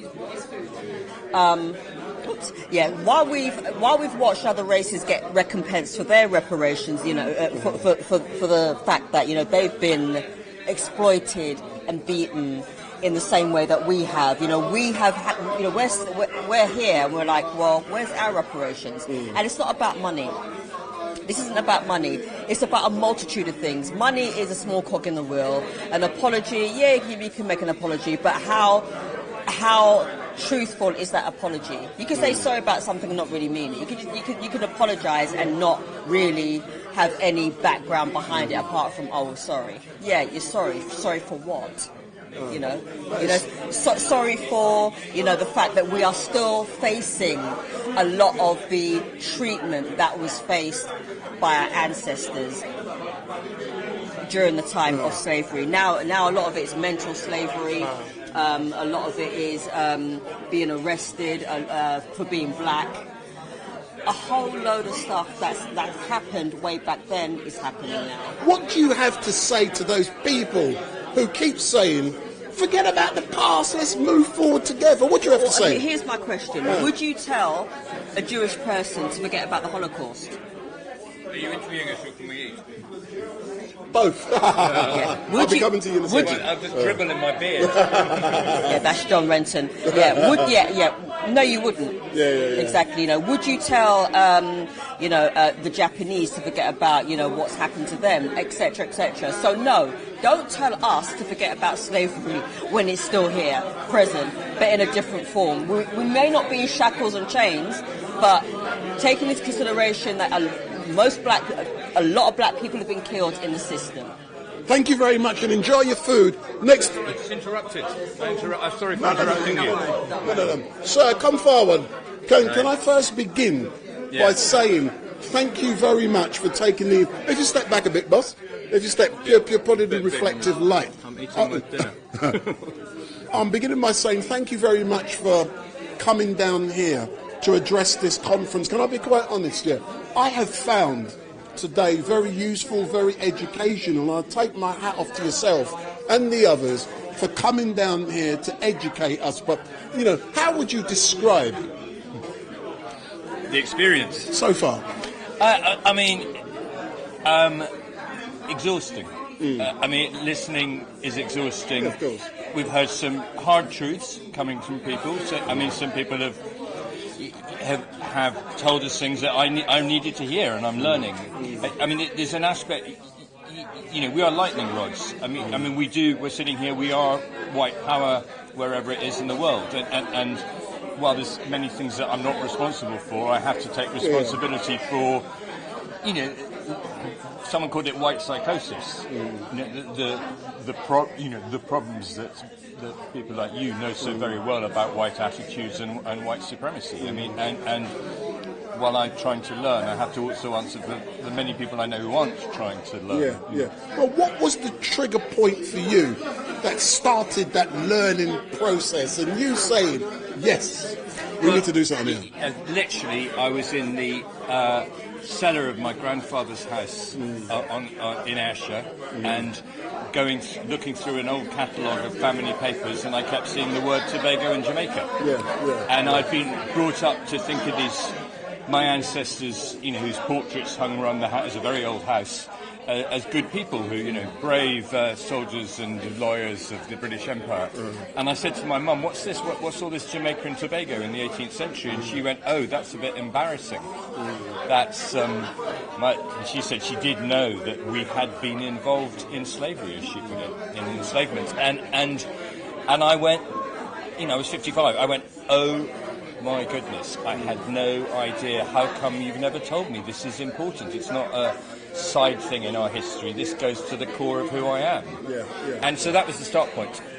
Again, I'm gonna ask you a question which you may believe it's strange coming from a black man, but I'm being devil's advocate. Anyone who knows my style will know that. When you go back to what happened in the past, are we not applying today's principles and beliefs to what's happened in the past? It's funny because that's a question I get asked by angry white right-wing people saying, don't rake this up, it's not relevant today. What I know when I look at my ancestors, and I've read their letters, they're not unlike me. They're people with modern moral values, they're liberals, they believe in the rights of man. They read that book. But they were entirely racist. They would never have enslaved a white person. They couldn't have done it morally or legally. So the very basis of what they did is something I had to address because I felt an affinity to them. It's not ancient history. It affects our society today. It will go on affecting our society, the Caribbean and Britain, forever, unless we start acknowledging this history and addressing the consequences. Because the reason I asked the question, people know me, I'm at Speaker's Corner every Sunday. I engage with all the big heavyweights, I don't care, Ali Dawa, Mohammed Hijab, all the big men there. But quite often you get people applying today's principles in regards to what the Prophet Muhammad did thousands of years ago. You should apply today's principles to British. It was industrialised legal enslavement. It is entirely of today. And the basic principle is stealing, kidnapping a person, taking away every single right they have, even the rights to own and love their own children, selling their children from their arms. That's a principle we can all understand today and then. Nothing changes. It is of today, this story, and we have to address it because it's an ongoing crime. And like I said again, I take my hat off to you. I understand and appreciate the struggles you are having trying to influence and educate some people, but we do this every day. I know, and I, as I said earlier, I have never suffered racism in my life. So any trouble I have over discussing this story with my family and with other white people is nothing. Excellent stuff. As normal, sir. Thank you very much, and I look forward to engaging with you in the future. Let's do that. Excellent stuff. Thank you. And there's John. Great job as usual. You're doing a great job as usual. Well, have you seen me before? Where'd you watch me? Speaker's Corner? I've been with Piers a lot. Say no more. I always see this young lady with Piers. Where's Afua gone? I want to have a quick engagement with Afua. I see three. You're not. So, for those of you who are regular contributors or regular watchers of StreetMic, if I speak to you now, John, and then I can do IC3. So if you come round, sir, I'll do IC3 next. So, sir, have you enjoyed the conference today? Enjoyed is an interesting choice of word in the question. How would you describe your experience? It's been educational, it's been chastening, it's been humbling. I'd say it's those things. Excellent. And what was the trigger point for you to say, I need to look at what happened in the past and we now need to start putting things right? What was that trigger? What started off that journey? I read an article in The Guardian by David Olusoga which essentially encouraged all white middle class and upper class people to look into the University of College London Legacies of Slavery database. And I did that with a certain amount of trepidation because I thought, hang on a minute, maybe my family, which I thought was very left-wing and very idealistic and very socialistic, maybe, and that's when I discovered. And that literally was the moment, I think I would call it, it changed my life, because suddenly I realised I thought that I was part of the abolitionists, like many families have got to create a narrative which is about abolition. And I thought that that's what we were kind of most primarily involved with. I think we may be we're restarting in a minute. So I'll catch up with you at the end. I think we're going to be restarting. And can I say, it has been for me a pleasure. I have been educated today. And what I would say is thank you very much for being so, what's the right word to use? To be brave, to come in front of the audience and to tell your story. I know some people may have been hostile, but I don't think they mean it.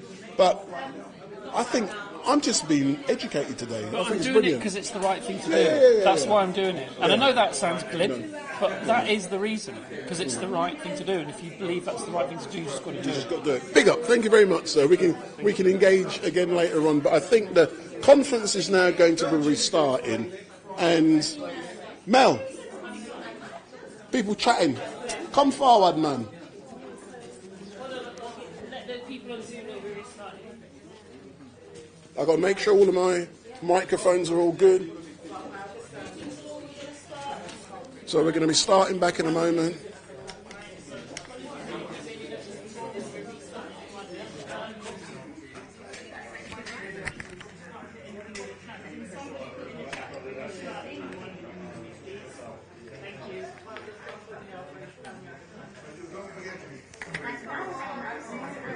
Who's the chair? The same gentleman again? You're the chair. Can you put that microphone on there and let me test it? Just one section. Ebony's going to chair the one after. So when Ebony chairs, where she's going to be sitting now? So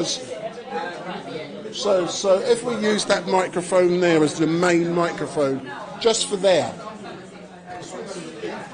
No. For there. Oh, let's leave it where That's there. Just leave it where it is. Testing. I'm not checking. I don't want people. Ready to start now, ready to start. I don't. Who's talking no, I don't need people touching. Just leave it as normal. Okay. Just speak normal. Moving on to this section.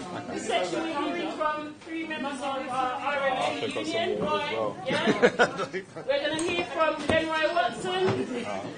We're going to hear from Glenn Hart. And we're going to hear from Rotary. So please, while you're eating, everyone in the back, we're restarting. John, I've got one. Lucky you. Over to Glenroy. Okay, greetings everyone, and thank you for being here. As you will have seen, this conference is on the new management, but it's interesting to note that Frank reminded us when we started this journey so many years ago, and the need for it then was that the British government were going to celebrate 2007 as if they had made contribution towards the enslavement. And for our comrades from the heirs of enslavement, we need to undo so many of the lies. It's not just that their ancestors were paid. It is a fact that we were asked to continue to pay. We were asked to give free labor because we needed an apprenticeship before enslavement can end. So part of that legacy and part of that currency that people talk about, sometimes they want us to forget that our labor continued to be stolen after they claimed they had ended enslavement. And we need to put that in context. I've heard British government, British parliamentary representatives say that they were the first to end enslavement. It's a lie, and you must remind them when you hear this that it is a lie. Enslavement in the Western Hemisphere first ended in Haiti, when enslaved Africans, defeated the French, defeated the Spanish, and they defeated the French. But also during that time, Britain sent soldiers to try to turn over the event in Haiti. This was at the time, they will tell you, that Wilberforce, or some people like to call him Wilberforce, was legislating for the end of enslavement. And you need to ask yourself, how is it that he was part of that system that wanted to enslave people in Haiti or continue enslavement? And the reality is that the motion that ended so-called enslavement in the British Empire was not achieved in its first reading, its first hearing, that people would suddenly develop a conscience. No, they did not. It took a number of attempts by the anti-slavery movement to do that. So we need to start asking that people pay attention to the history. If we are to share and educate anyone, and we need to have ourselves educated and be aware of it. Malcolm X said, when he addressed white students, he said, they asked, what can they do to help? And what Malcolm said is, what you should do is go and speak to your community. Convince them that they should change their ways, because this is not going to be an easy journey. And whilst I will reserve my reservation about your welcome, I don't not welcome you, but I have concerns, and I hope you will listen to them. I hope over the years we will get a chance to make that discussion, because you have a role to play. Just as other Europeans in this country and other parts of Europe had a role to play and played a role against your ancestors, fighting against their enslavement. So other Europeans have a role also, and we must also engage them. Not going to be too long because we're running late and we want to give our international guests time to speak. But I believe, as Frank has expressed earlier on, how we started this process. Somebody was asking, the General Secretary at the time, Bob Crow, was the person who opened our conference, and we hope and wish that the union, who have a role to play in reparation, think about what trade unionism is about and the justice that it's supposed to seek, and you will see it has a clear role. So I hope we will continue. I hope other trade unions will continue to join us. I hope that we will get the support from the whole of the trade union movement. It's been a long time, and it's coming in trickles. But if you are a member of any trade union, you should demand that that trade union is part of this struggle. And I'll leave it there, comrades. Thank you.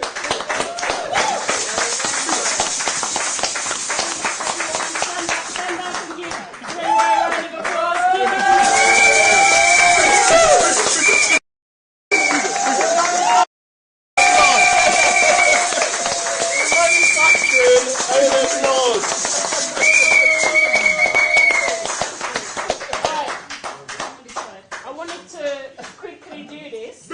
General has no idea, by the way. His contributions, his mentorship, his dedication to the cause, his work rate. I don't know anyone who works as hard as Benore does at all hours of the night, all hours of the morning, all hours of the day, every day in this movement and in this struggle. And he's hanging up his hat in terms of the employment, which I'm sad to see him go, right? I know he's happy to go because he's going to go to better things. But at the same time, you know, there's no words that can describe the contribution that he's given that he will still be here to mentor me and many of us more for more years to come. So while Judy has a few words to say, I want him to open this gift. Big up, and everyone to keep clapping.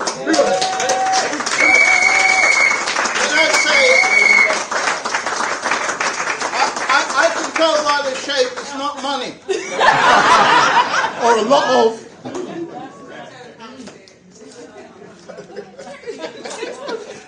He's asked me to say words that doesn't warn me in advance. I can pop off the top of my head.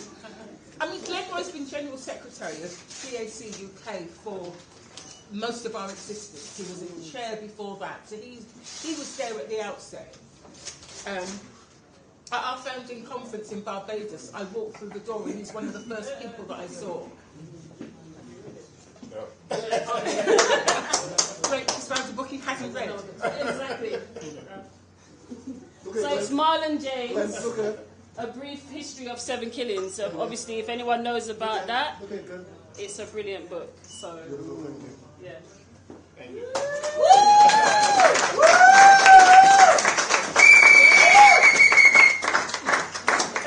Much of what we do in GAC UK and these kind of conferences is because Glenn Roy thought of it and persuaded the rest of us it would be a good idea to do it. And we fall in line because he has good ideas and they work, and it does help us get in contact with people and it does move things forward. And I wouldn't say he's the only person who has pushed for reparations in the UK, because we know there are others, but he has made a significant contribution.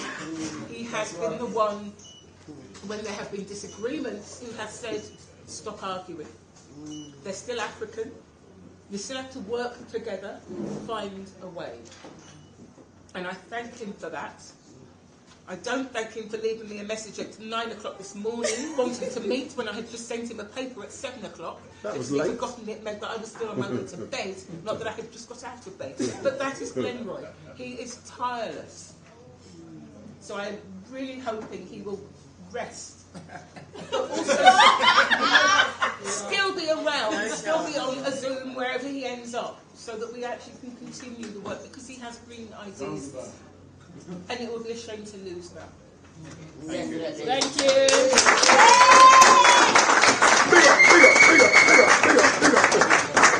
Let me put a mango tree on the continent and sit underneath it and wait.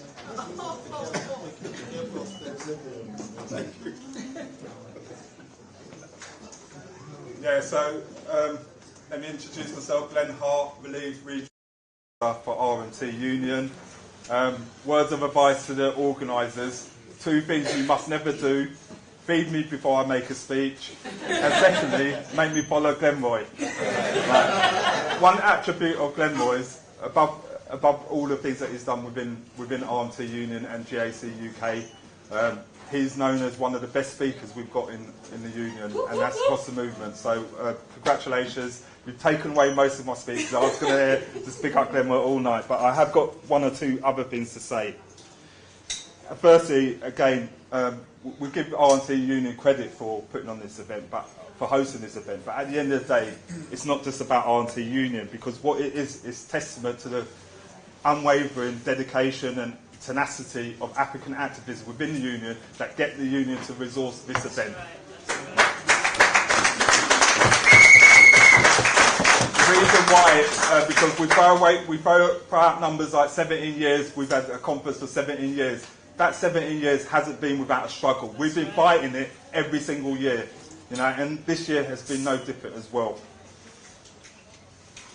And the way I look at reparations, it's not just about righting the wrong or just about past injustices. It's about reclaiming our dignity.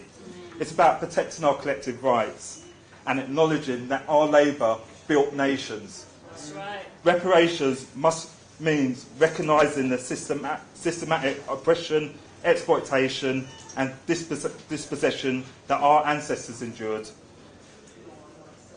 An issue demanding our attention is about our unity and our conviction.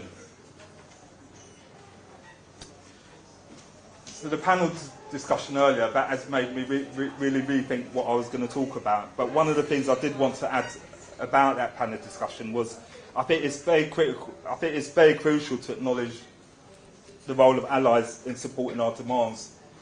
Allies play a vital part in amplifying our voices, and we appreciate their solidarity. However, it is equally important that allies must not inadvertently take over or talk over our demands.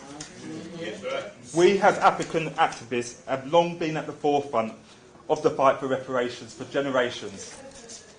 We have experienced the direct consequences of historical injustices and systematic oppression. We carry the weight of our ancestors, hardships and struggles. Therefore, it is our right and responsibility to claim the floor and lead the conversation. While allies can use privilege and their platform to support our cause, it must be done in a way that centres our voices and recognises our agency.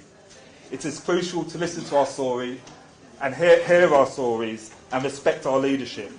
This isn't about silencing allies, not at all, but ensuring that our demands are accurately represented and that our narrative remains right at the forefront of what we're doing.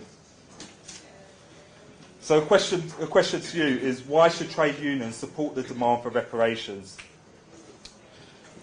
It's because it's a collective responsibility for all of us to stand up against institutional injustices which have plagued our communities for far too long. Our unions are rooted in fighting for workers' rights and were built on principles of justice and fairness. And it is time now to extend those principles to address the historic wrongs committed against our people. It is incumbent that they stand with us in demanding justice for the historical exploitation and labour abuses inflicted upon our communities. So my point for you is, let us make this annual reparation conference a catalyst for change, a platform for spreading awareness and a stronghold for the workers' rights movement. So I need to make this final point very clear. The R&T Union is calling for an expansion of support from other trade unions. We need your voices, your strength and your determination to amplify our demands. Together we can create a powerful force that cannot be ignored. And I just want to close on one of my favourite quotes as well. It's by the inspiring words of the great Marcus Garvey. And what he said was, a people without knowledge of their past history, origin and culture are like a tree without roots. These words epitomise our struggle. They remind us that without acknowledging and addressing the wounds of our past, we cannot manifest for a brighter, equitable future.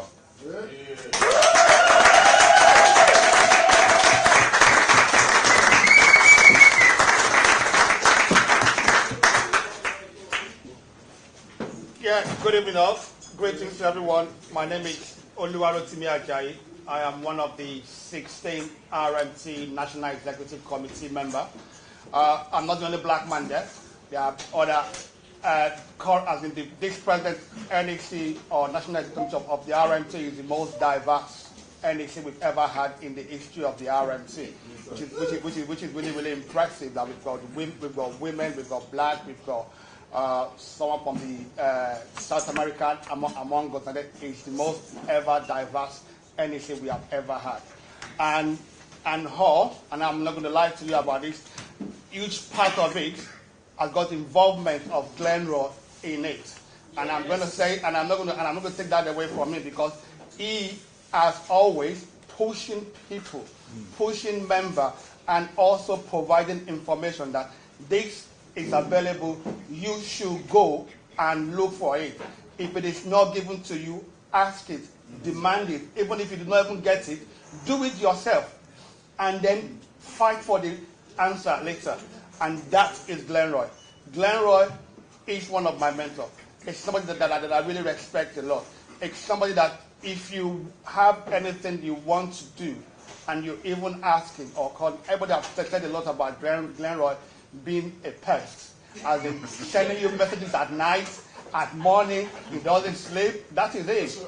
And the same thing, it takes that same testing as regards to issues that involve members in the union, members as in, even as friends or as a family.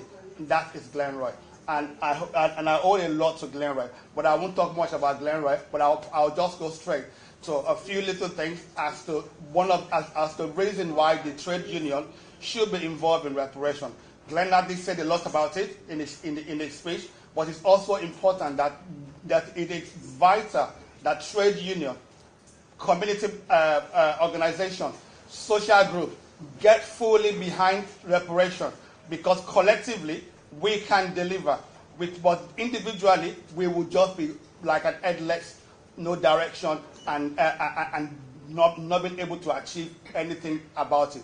But reparation is very, very important, and I'm so happy that this year, building on the work that Glenroy have done since 2015 AGM, that it took the reparation agenda to the RMT AGM, which has always been supported.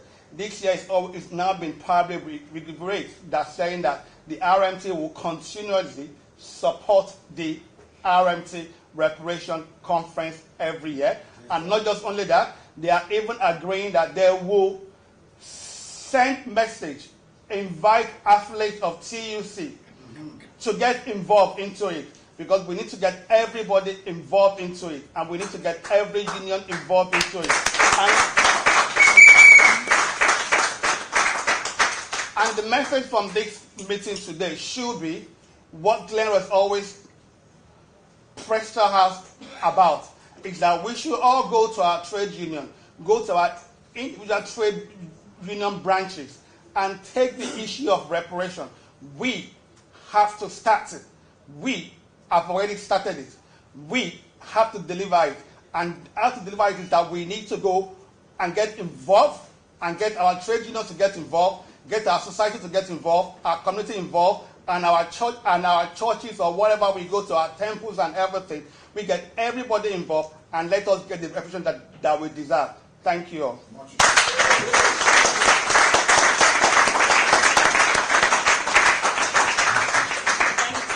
Thank you. And just to say, big thanks to Glenn. He was all the way in Leeds today, and he's been up from early this morning. And again, he's one of my mentors. And thank you to Rotimi. Rotimi helped to do the conference booklet. Now, everyone, please contact whoever is your main contact that you recognise in here to get a copy of that booklet. It's really interesting. It's really well put together. And it's a token from us to you for coming. So thank you. I'd like to present Ebony Kingston, who is the chair of the Black Solidarity Committee, who will take over the next session. Thank you. Okay, thank you very much, ladies and gentlemen.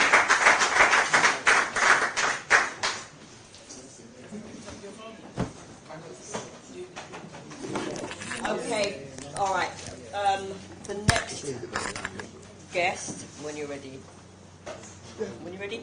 Okay, brilliant. Right, so we've got a keynote speaker here, Yvonne Apayu Bramel. I'll get your surname, don't worry. Yes, right. Yvonne Apayu, or Piyu Brandel Omolo. And she is the Swiss parliamentarian for the Social Democratic Party, the founder and chair of the European Minority Parliamentarians Caucus, and the Pan-African Women's Association, a former OHCHR person of African descent. Fellow Switzerland is best known for her femme activism, which involves using mixed media like Swiss yodel, sculpture, video and visual arts to challenge societal injustices. Between 2014 to 2019, her short film, Not Swiss Made, about racism in Switzerland, won 18 pieces globally with the Art Laguna Video Art and Performance Prize in Venice, Italy. So, with that, a round of applause. So with that, ladies and gentlemen, I shall say, Miss Yvonne, take it away. Right, so just before she does, Yvonne's going to speak for 15 minutes, and then we are strictly going to have a Q&A for 15 minutes only. We've got to be out here by 10, so we'll assess it as okay, fine, all right. Sorry, everyone. Okay, go for it, Yvonne. Hi. After that introduction, I don't think I need to add anything more to myself. I have quite a bit for you here. I'm glad that the panel before me already spoke about the need for reparations and that we do want reparations. So I don't have to go through that. Thank you very much. I'm just going to highlight a few things to make sure we are all on the same page. I mean, for those who are not here today, because those who are here today agree we need reparations, I'm trying to connect the dots for you between us asking for reparations here, Africa, and the Caribbean islands, because a good example is the crown, Queen Elizabeth II's crown. When I look at it, when I see it, I think of Africa. Yeah? Just that crown alone could take away whole lot of debt, which would be able to help us in Africa and here. Most of us who are here are trying to build a life which those who were born here and live here already have. We've been trying to build that life since we got here. We don't want to necessarily have that life here. We would love to have it in Africa. For that to be possible, Africa shouldn't have any more debt. I don't understand how we have debt when we are the richest continent. But the people who own what we have in Africa are the ones living here, and we're asking for loans to pay a debt which we didn't make. So make it make sense. That I'll just leave it at that. And then I will jump right into, as a politician in Switzerland, a lot of people do not know that this very small, rich country had anything to do with the transatlantic slave trade. There is a village called Helvetia in the northeastern part of Brazil. It was started by a Swiss migrant.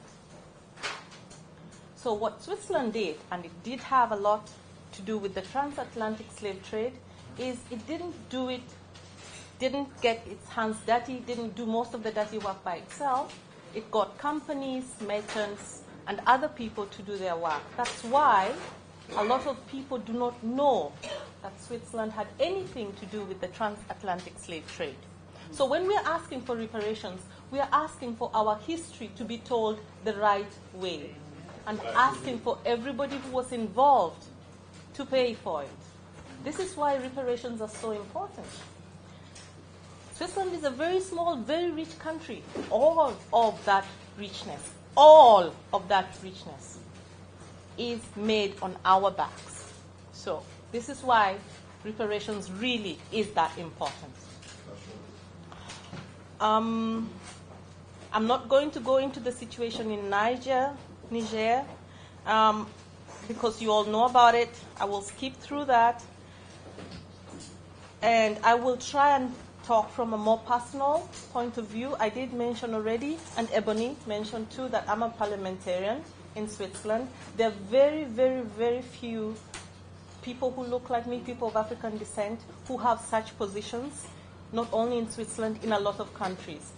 Because of what I have gone through, it led me to decide in May of this year to start something called the European Minority Parliamentarian Caucus. This caucus brings together members of parliament who are representing a minority group.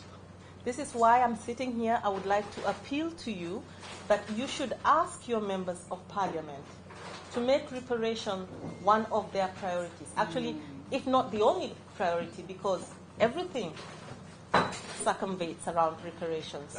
And only you can tell us how we should talk about this. Only you can tell us what is really necessary.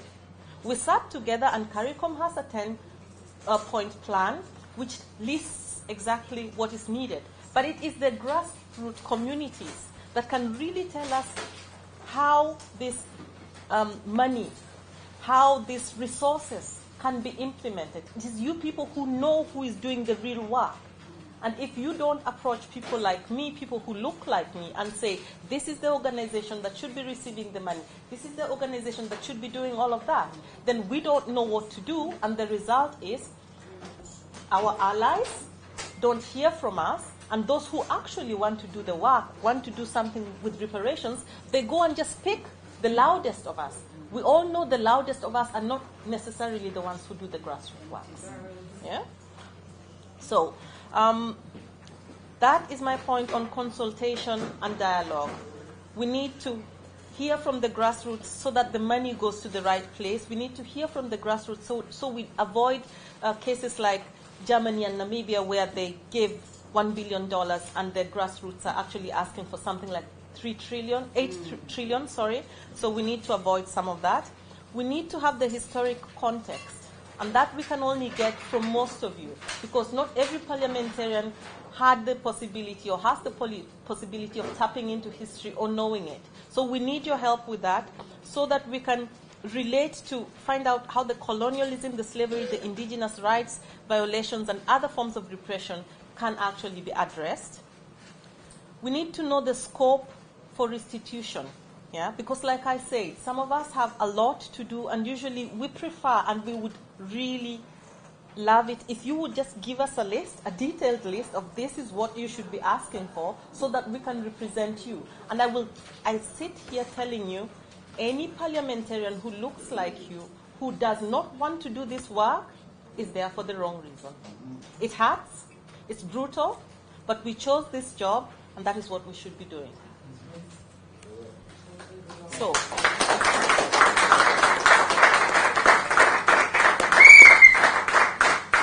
thank you. When we're talking about restitution, we need to know about the economic legacy, because the way the African countries, the continent, and other places, and our brothers and sisters who were enslaved were completely exploited, it leads to the fact that that continent is so poor, the poverty. We need to listen to you and hear about the economic legacy. How can we expound on that? Because the imbalances, it led to imbalances of structural imbalance and underdevelopment, loss of economic potential. So reparations could help redress all of this, and these economic disparities could be addressed through reparations, and we could foster a more equitable global economic system. We need compensation for the stolen wealth. I already talked about the crown. I won't do that again. You all know it. There's a whole list I could go through, but I'm sure you all know it, and I'm trying to cut down on the time here. And we need to address social and political legacies. I mentioned this a little bit earlier because I was a bit triggered when I was listening to our allies here, but that was something that I also meant. And the impact of the colonial on social, political, and cultural structures, it continues to be felt until now. I will give you an example because I know you have a similar example here in England. In Switzerland, our children are normally advised and discouraged to try and get into universities where they learn how to be doctors or engineers, and they're told, why don't you just try and get an apprenticeship? That way you're always at home, because we are sure your parents need somebody to translate the official documents we send to them. Because in Switzerland we have 4 national languages. The most spoken are English, Italian, and French. Not all of us speak these languages. The former French colonies do speak French. Namibia, part of it, speaks German. Italian, very few, if any, black people leave Africa or anywhere else speaking Italian. But this is imposed on our children. And the other thing is, we have had a study where teachers have also told us how they mark down our children's grades because they have been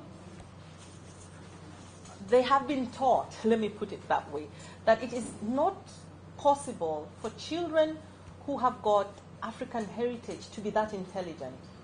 So especially young girls, and I have had to intervene with STEM, with math, science, and all of that, usually the teachers have a hard time believing that they could actually get such good grades. So this oppression in the schools leads to the fact that we don't manage to get better jobs. It also comes about because some of us don't know our histories, which is where decolonizing the educational system does play a really good role. A lot of us don't know our histories. A lot of us don't even know that there were not only kingdoms but also queendoms in Africa. And actually, the queendoms were more successful in fighting off the colonialists. You know?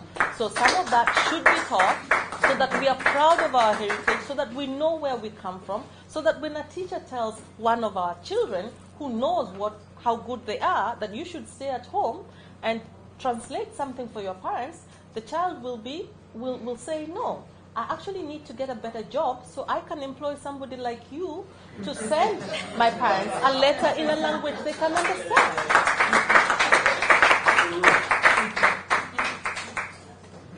So, where was I? Public acknowledgement. Yes, we spoke about it. Yes, we need it so we can go forward. But my personal take is apology without action is manipulation. Thank you for apologizing. We have waited a very long time. Do something about it. You know, because we can't eat air. We still have to get up and feed ourselves. So, after apologizing, let's move on. The tendency is to apologize and the apology will be repeated for a number of years. No, apologize. Maybe we will take it, maybe we won't. Let's move on.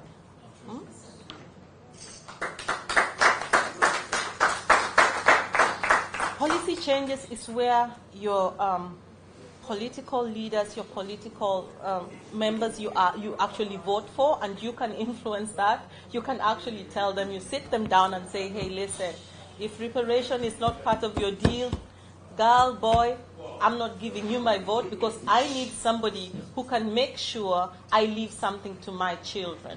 You know, so policy changes is somewhere where people in parliament can really help you with, because when we are pushing for such things, when we write an initiative, then our colleagues who are in the same party as us have to listen to us. Even when they don't listen to us, when we are actually voted for into office, we have the power to write that and present it by ourselves.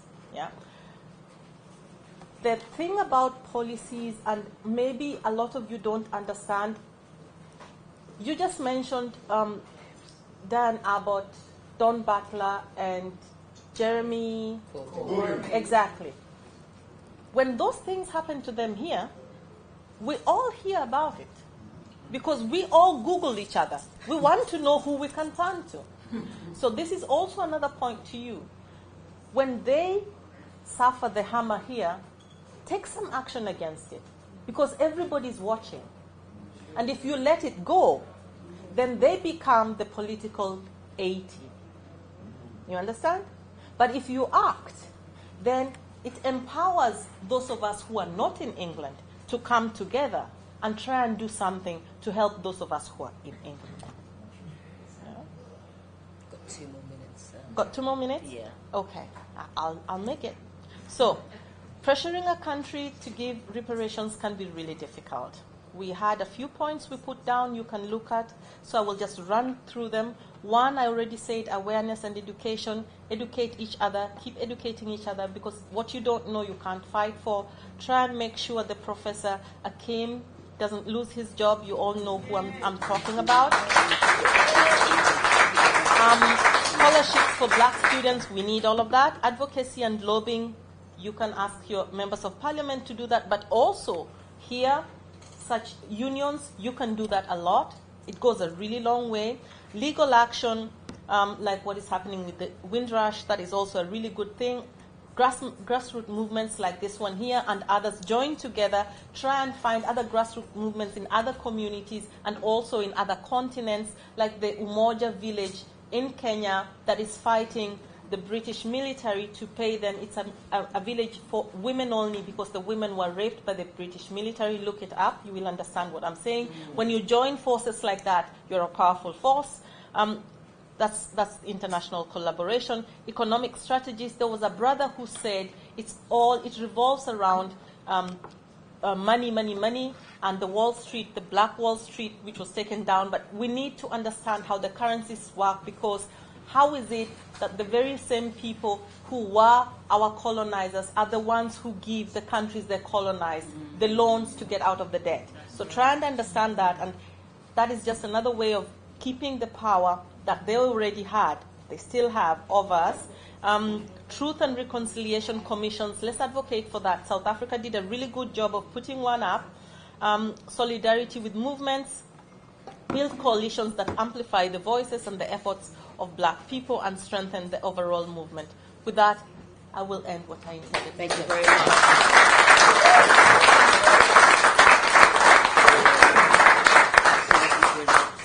Right, our next speaker is, if I can get his name up. Take the questions and answers at the end because of the time. Yes, so we are pressed for time. So our next speaker is Bisisi Zaba, and he is the Deputy President of the Pan-African Congress. He's now the President. Oh, he's now the President. I beg your pardon. He's now the President of the Pan-African Congress, and I'm going to allow him to speak. So, is he here? He's online. He's online. Thank you very much. Okay. If I may have an opportunity to share the slides. Yes, we're going to give you 10 minutes. Otherwise, you won't get your questions and answers Yeah. at the end. Yeah, we don't have time. So we're just going to give you 10 minutes for now. From now. Okay? No, I was saying 5. I wasn't saying longer. Oh. Go ahead. Okay, go ahead. Thank you very much for the opportunity to be on this great platform. I think that I summarize because I'm only going to look at what has already been said. It's very important that we reflect on the general principles of reparations. When I was there in 2016, I went in length in highlighting what has happened in the Truth and Reconciliation Commission, and I highlighted that it was a whitewash to reinforce white supremacy. It did not get what we wanted.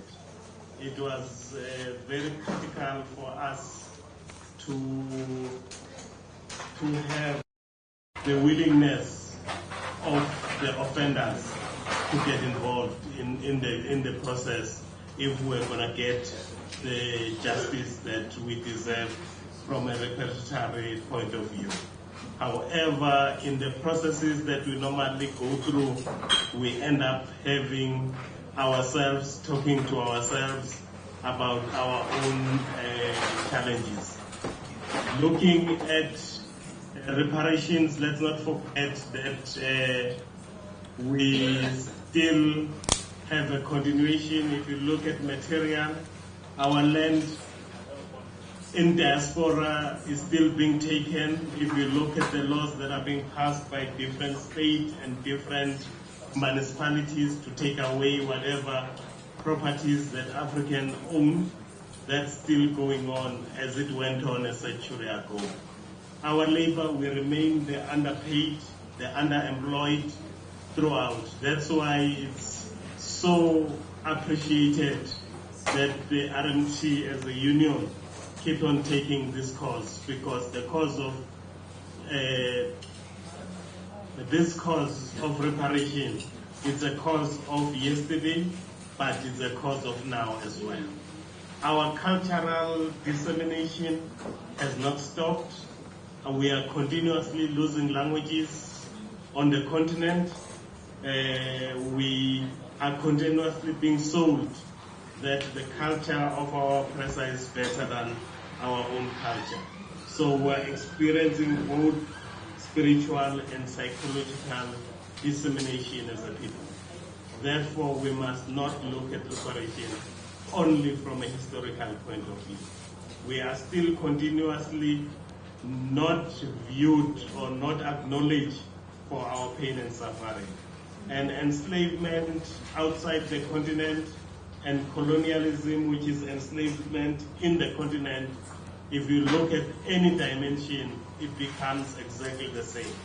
Because in all of them, we are stolen our things, our material and our spiritual or cultural things in a similar thing.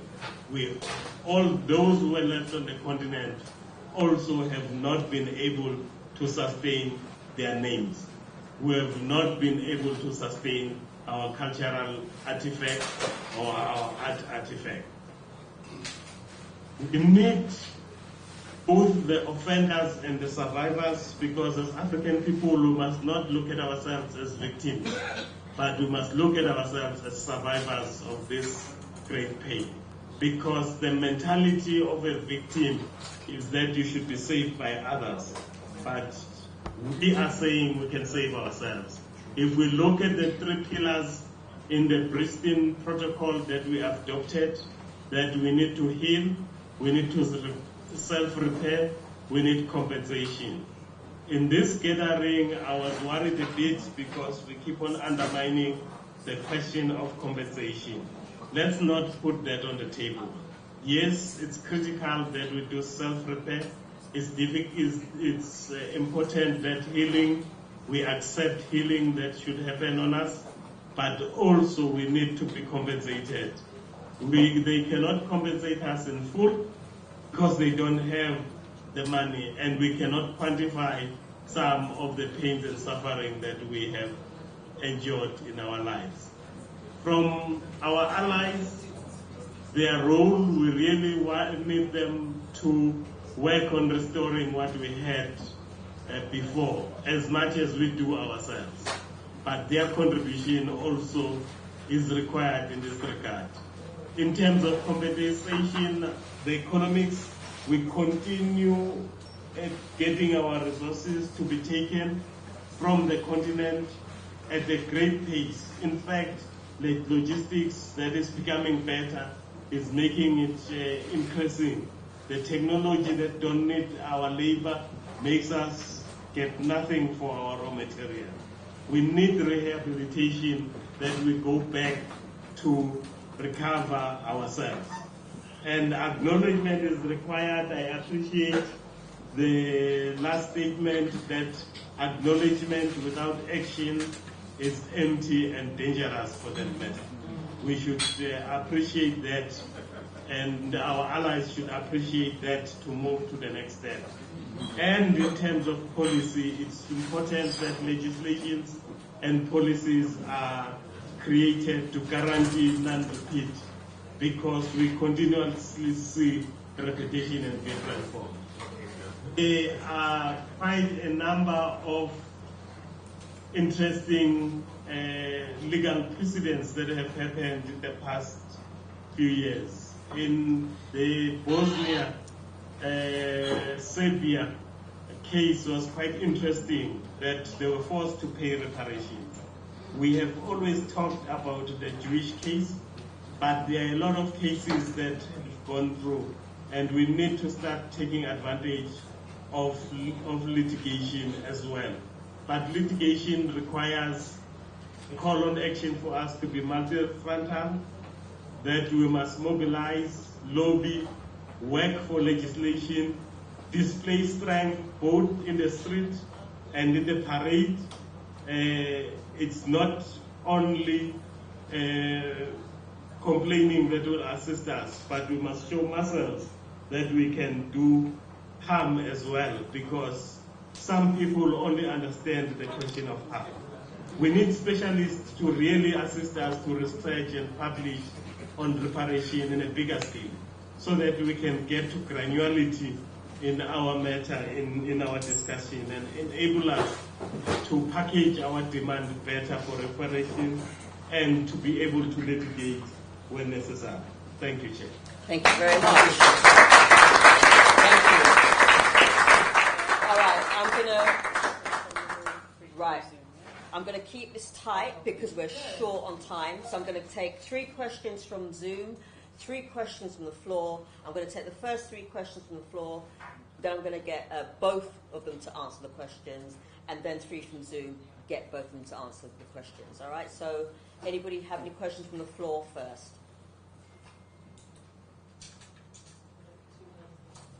Elder.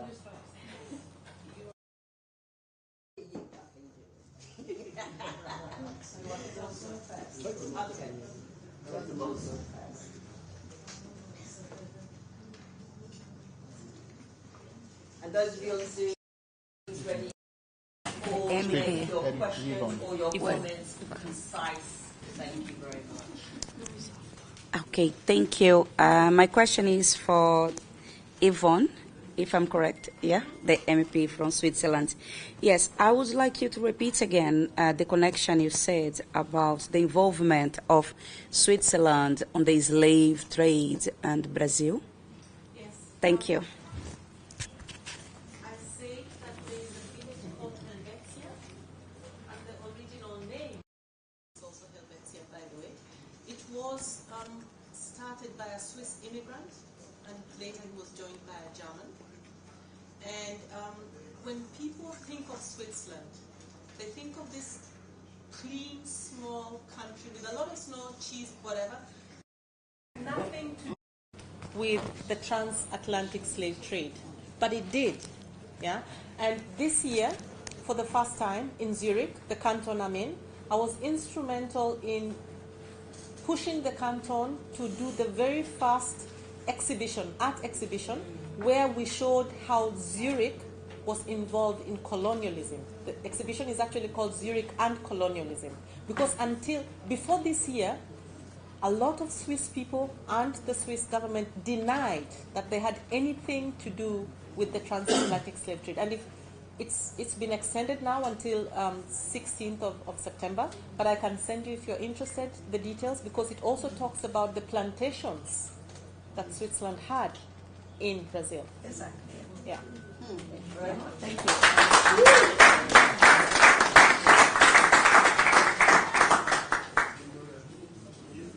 Okay, can you say your name, please? Yeah, my name. Sorry, my name is. Thank you. Yeah, my name is Angela. I just want to say that, as from a grassroots point of view, reparations is really important. But when it gets into the political realm, it gets a bit complicated. And I'm thinking about the MPs over here. So what I'm getting at is that a lot of politicians don't speak unless they get permission from their leaders. So we need, if we're gonna go down the political route, we actually need politicians just to come out and say what they need to say and stand in their truth. It's been really disappointing the way that the political world has treated us as black people. It's been really disappointing, and I think that the call for reparation has to remain grassroots. We cannot really give it to the politicians to do. You may have avenues, but we can't trust you. I feel you, I hear you, I agree with you.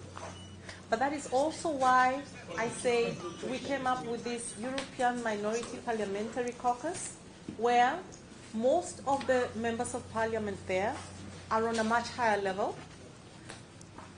I just refused to run for elections this year so that I could remain at a lower level, because I know the higher you are, the more pressure you have from your party. And it is almost impossible. And only 2 people have done it, and not successfully, to remain in political office without a party in Europe as a person of African descent. Now, what happens, what I was trying to explain is, if you don't necessarily have to tell your MPs because they're under a lot of pressure. But if you tell me or a member of this of the European Minority Parliamentary Caucus, we can speak about reparations for you guys in Switzerland. It's a 1 hour, 50 minutes. And when we speak also, the newspaper gets hold of it. The power of the media, I have learned, is really, really powerful, especially if a member of parliament in Italy or in Spain or in Europe, and they not just one, let's say a member of parliament there, 3 of them from 3 different European countries come together to talk about what's happening in England, it will get traction. So that is how I'm saying there are other ways, there are more creative ways of helping us help you without necessarily putting your members of parliament in such hot seats. So I really agree, and thank you for understanding that too. I agree with you. Bisisu, did you want to make a comment?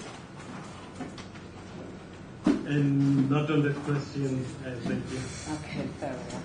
Oh, I'm going to take one more from the floor, and that is it from the floor. Oh, This gentleman here. it was Celia. I'll beg your pardon, Celia. I'll beg your That's pardon. okay, Chair. Thank you very much for your great chairing.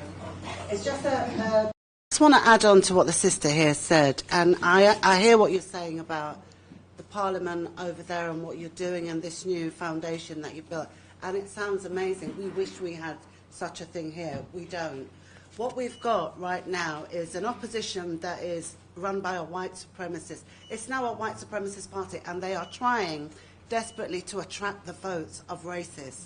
That's what they're doing. They're bringing out, they're saying they're not going to be opposing Tory racist policies, and in fact they're going in harder with their proposals for their policies than the Tory party are going in. So we can't rely on the Labour Party. The Labour Party is not a party for black people, and that is our reality.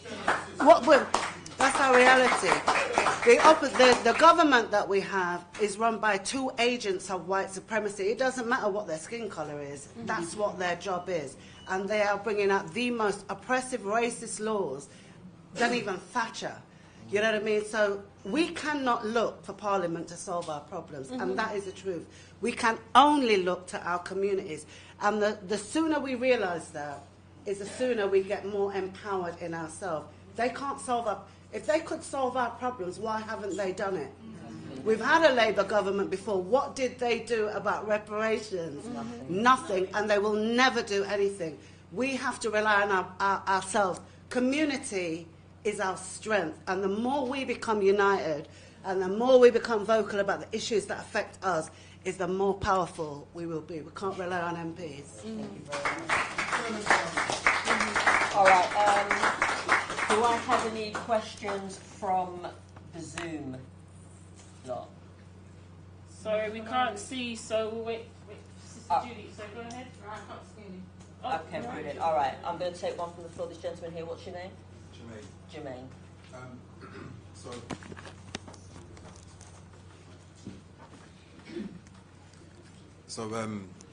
Thank you for sharing. I wanted to ask a question about debt cancellation, the conversation around debt cancellation. I attended an event just under 2 months ago at Portcullis House, and it was really refreshing to hear John McDonnell MP leading a conversation with Heidi Chow from Debt Justice and Dr. Adrian Roberts from Manchester Uni, who's involved in some mess at the moment. But I just wanted to know if there's any conversations between Switzerland and Britain. About debt cancellation? About debt cancellation, yeah. No. We're neutral. We have no debt. We never created any debt. Why would we be having a conversation with England about debt cancellation? But that's what I'm trying to say, you know. It is up to us to show them that we see the dots, because all the wealth from most of our African presidents are stored in Switzerland. Yes. Okay? Yeah. So yes, Switzerland should be having this conversation. Yes. But we barely got to a point where there is a part of the banking laws that are now open. We were very famous in Switzerland for not telling anything to not even your family members, your wife, your God knows what about the bank account that you have. So the president would die of some African country and nobody could get to his wealth because nobody knew it was there and nobody was signed in. So yes, Switzerland should be having this conversation with a lot of other countries. But if the pressure and this is my personal experience in Switzerland, if the pressure doesn't come from outside, and if nobody outside is talking about it, then we don't know that you know. And if you don't know, we don't know. So this is what I'm trying to say. It doesn't have to be working with parliamentarians, but find international, transnational organizations that can put the pressure. The UN, the African Union, ECOWAS. Find those organizations, and we, all of us, put the pressure on them, and then they have to talk. Yeah, Thank you. Just to say, many of the fortune from the South American and also Central American ex-presidents own the money I saw in Switzerland banks. So I think, to be honest, sister, I'm very glad you are there, you exist there, and also you can represent us. Because that is another chapter. We need to open that door and talk about that. Because those monies, I'm talking about my own country, the money of the ex-presidents and ex-ministers, so on and on, and those who has the power of the economic in Brazil, they money I store in the banks in Switzerland. And we need to have someone there to start that conversation to make sure that it's open to the entire world, because they benefit from the slave trade. Their money was built also on that. And then Switzerland protect them. That's why the money there, because Switzerland, they have that policy to protect the name and the amount of fortune of those who store the money there on that country. But we are in 2023. This needs to broken down, and the entire world need to know exactly. We are not living 20 years ago. So this needs to come clear, and everyone needs to know. So saying that Central America, North America, and South America, they have a lot of money built up on the slave trade, and they are all stored in Switzerland. Thank you very much. Thank you. Right, okay, so Glenroy, and then, in actual fact, before I go to Glenroy, Cesar, did you want to say something? Do you have anything to say? I think it's just to reinforce the need to work in a multi-frontal approach, that we utilize the information that we share to maximize and increase the strength of our voice. Thank you. Thank you very much. All right, so no one on Zoom, so we'll go to Glenroy. I think the comrade's question really, Yvonne, is about the role that Switzerland is notoriously known for within the IMF, etc., etc. So there is a question about it. But I really want people to say this. There is no debt. It's a lie.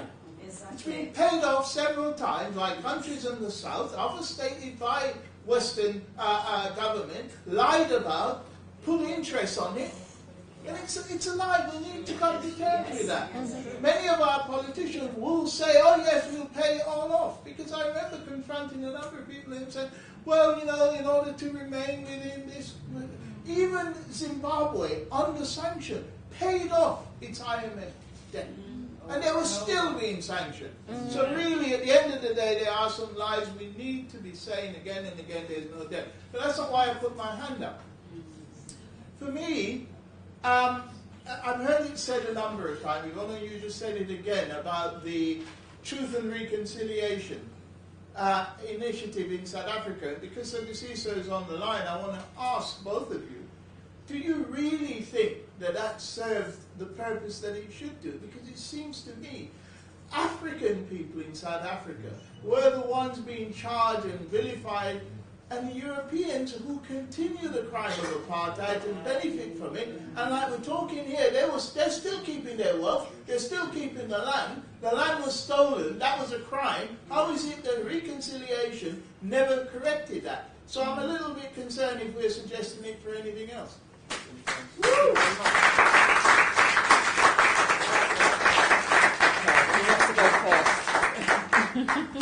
So do you want to go first with that? Yes, if I can go first. Yes. Thank you very much. In the Truth and Reconciliation Commission in South Africa, there was no truth and there was no reconciliation. It was a whitewash you find that the struggle of the oppressed, those who were struggling against apartheid and colonialism, were put on a lower pedestal than those who were fighting and killing the freedom fighters and the rest of the population. We did not move forward. Even the reparation of less than 1,500 pounds that was proposed was not paid. So there is nothing except freedom fighters being released from prison after the so-called full confession, which were never received from the apartheid agents. They only confessed when they felt that they were about to be arrested by their friends because they double-crossed each other. Thank you. Thank you very much. Nice. Yes. Yes, I mentioned it as one of the things we can do, and I gave South Africa as an example because there are two examples I know, but it was the quickest one I could think of while I was going through my points. I didn't mean we should do exactly what South Africa has done because, like Siso has said, that was a failure. But the idea itself is amazing. And actually, I read somewhere that in June 2020, the Prime Minister here said something about doing something similar about a truth and reconciliation, where he was going to establish a new commission that would look into ethnic disparities, with examining all aspects of racial and ethnic equalities in England. Now, I usually say the shoe hurts the wearer. So, if the truth and reconciliation part of it is something that sounds good and sounds like something we could use, why don't we start our own truth and reconciliation commission? Why are we waiting? We need experts. We have those. We need some resources, some money. I think our allies could provide some.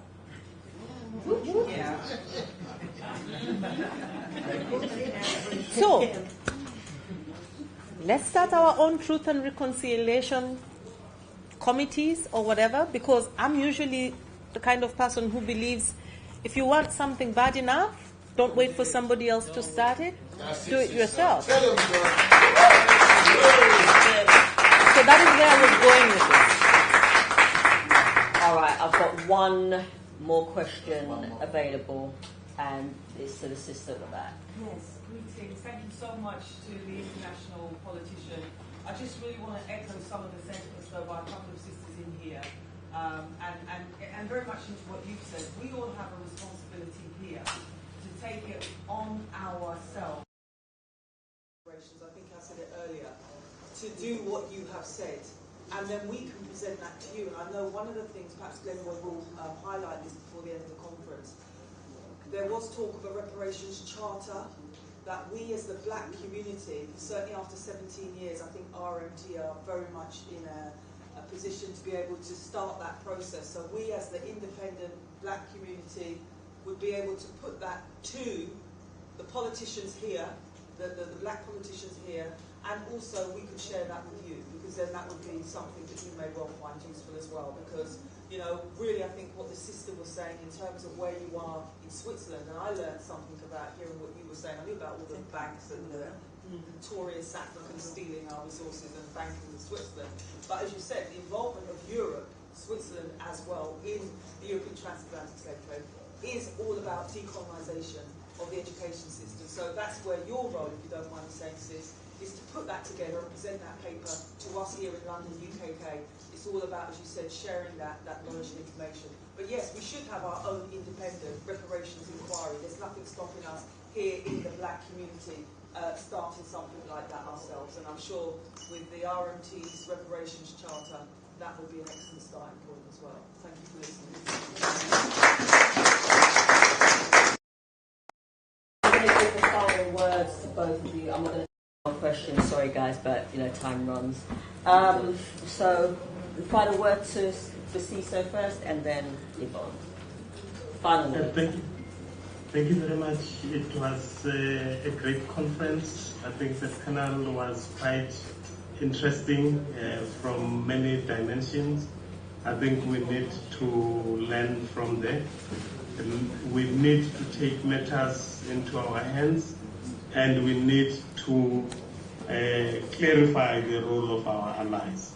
As already said in the panel, and as already highlighted in my presentation, that they've got a specific role to play in all those 5 areas that need to assure reparations for African people. And lastly, let's not separate the pain that happened on the continent and off the continent. I think that what has happened in the continent has not been fully accounted for.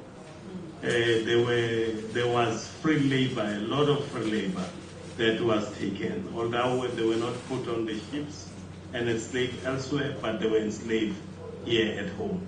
And that needs to be raised quite strongly. Thank you. Thank you very much.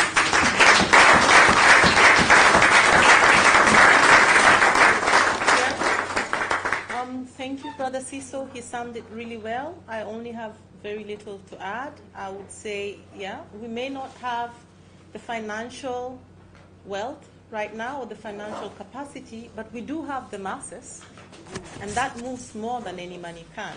So we probably need to learn to live together as brothers, like Martin Luther King would say, or perish together as fools. What's the choice?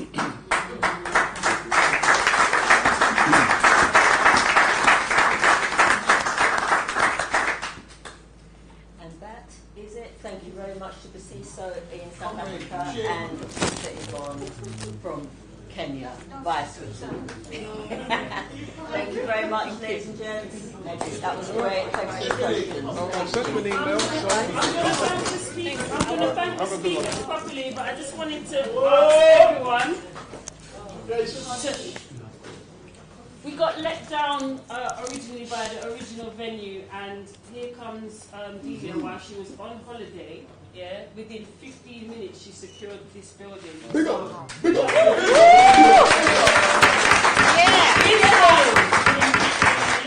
And also to thank Sharon for staying behind for us.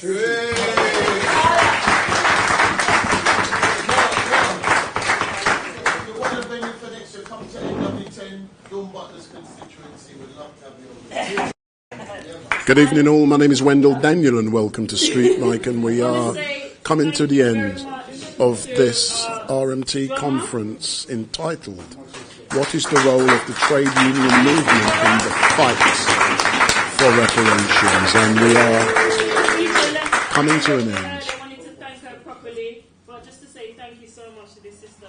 You were fantastic. Thank you. So all I can say is thank you very much for watching. We will be back live and direct on Sunday 9:30 to about 6 o'clock in the evening from the Notting Hill Carnival. So we will be there for 2 days. So we will be at the Notting Hill Carnival from on Sunday and also on Monday from 9:30 in the morning. Let me get what has been said. It was just going to be Glenn or going to surprise Judy. So Judy is also one of my mentors, yeah? Somebody who's put a lot of faith in me. I don't know why, by the way. She's passed on a mantle to me, right? She's going to have the rest that you're prescribing, Glenroy, right? No, she want to dish it out, but she don't want to take it, yeah? I wanted to just thank Judy for her years and years of service. She can quote every single paragraph and subsection of the Bridgetown Protocols and the Constitution and bylaws, and it's going to be absolutely massive shoes to fill, but I'm going to try my best. But this is just a very, very small token to thank you so much for everything.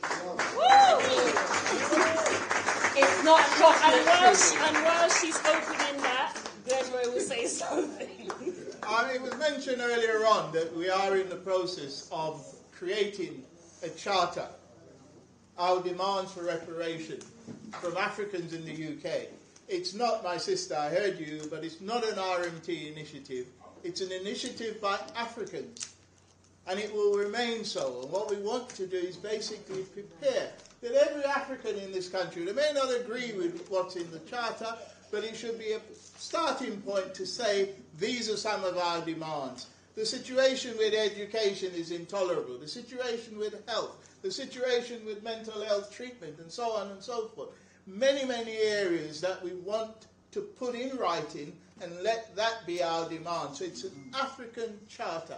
I was hoping we'd finish it by this week, but it's a continued process, and we're going to continue to do that. So we want everybody's input. And it says at the outset, this is not the beginning of the process and this is not the end of the process, so it will continue. I don't know if that's what you want me to say because I had forgotten to mention it earlier on. Okay? And thank you. No, I think to close it because, yes, quickly. Okay. I'm not people say I am people said we're all spiritual, so it's difficult to deny or work around that. I'm not a preacher, I'm not any of that sort, but I do believe that our ancestors guide us and are with us and make sure that we deliver. I believe when I get up in the morning, I am approached and counted to by what the ancestors wanted me. And I believe that fundamentally. So it will not be in the spirit that Sister Nzinga did it. I was on my way here, I was listening to it on the radio. I can't do it like that. But I will say, at parts of what I have to say, I ask you to acknowledge with the word ashe. It's where Europeans and others got amen from. To the days of Kemet. So I ask of the ancestors that they guide us in our journey from here on. Ashe. Ashe. We ask that the ancestors guide those who are not here and on the technological assistance on Zoom in their journey, in the rest of their time, and we know we are in an international time zone, so not everybody is on the same place at the same time. Ashe. Ashe. We want to acknowledge those who have gone ahead of us, who have made sacrifice, whose shoulders we stand on. But we also want to acknowledge those who have not yet arrived. They are also to become our ancestors. And so we say, Ashe, Ashe, Ashe, Ashe, Ashe, Thank you. And thank you to Sister Yvonne, and thank you to Brother Sisu. Thank you so much, and to everyone on Zoom. Thank you, thank you, thank you. So for all of you who are watching, all I can say is thank you very much. We're now coming to an end of this live stream, and we will be back at 09:30 on Sunday and also on Monday. I tell them it's on YouTube and Facebook on StreetMic LiveStream. StreetMic LiveStream. Big up. So we're back. Thank you, my darling. You're good. I'll see you next time. I'll be at Carnival on Sunday and Monday. You're not jam just on Saturday. I'll see you. I like jamming for justice, just like what I tell Cole. The problem with it, because they play copyrighted music, you get worldwide bans on YouTube. It's copyright. That's how they stop you. Yeah, you get banned worldwide, so no one can watch it. So you got the camera. The Domino's match on Saturday, yeah, big thing. They started playing music. By the time I finished, worldwide ban. Because they look after the copyright owners. And the music, they got technology that can identify it.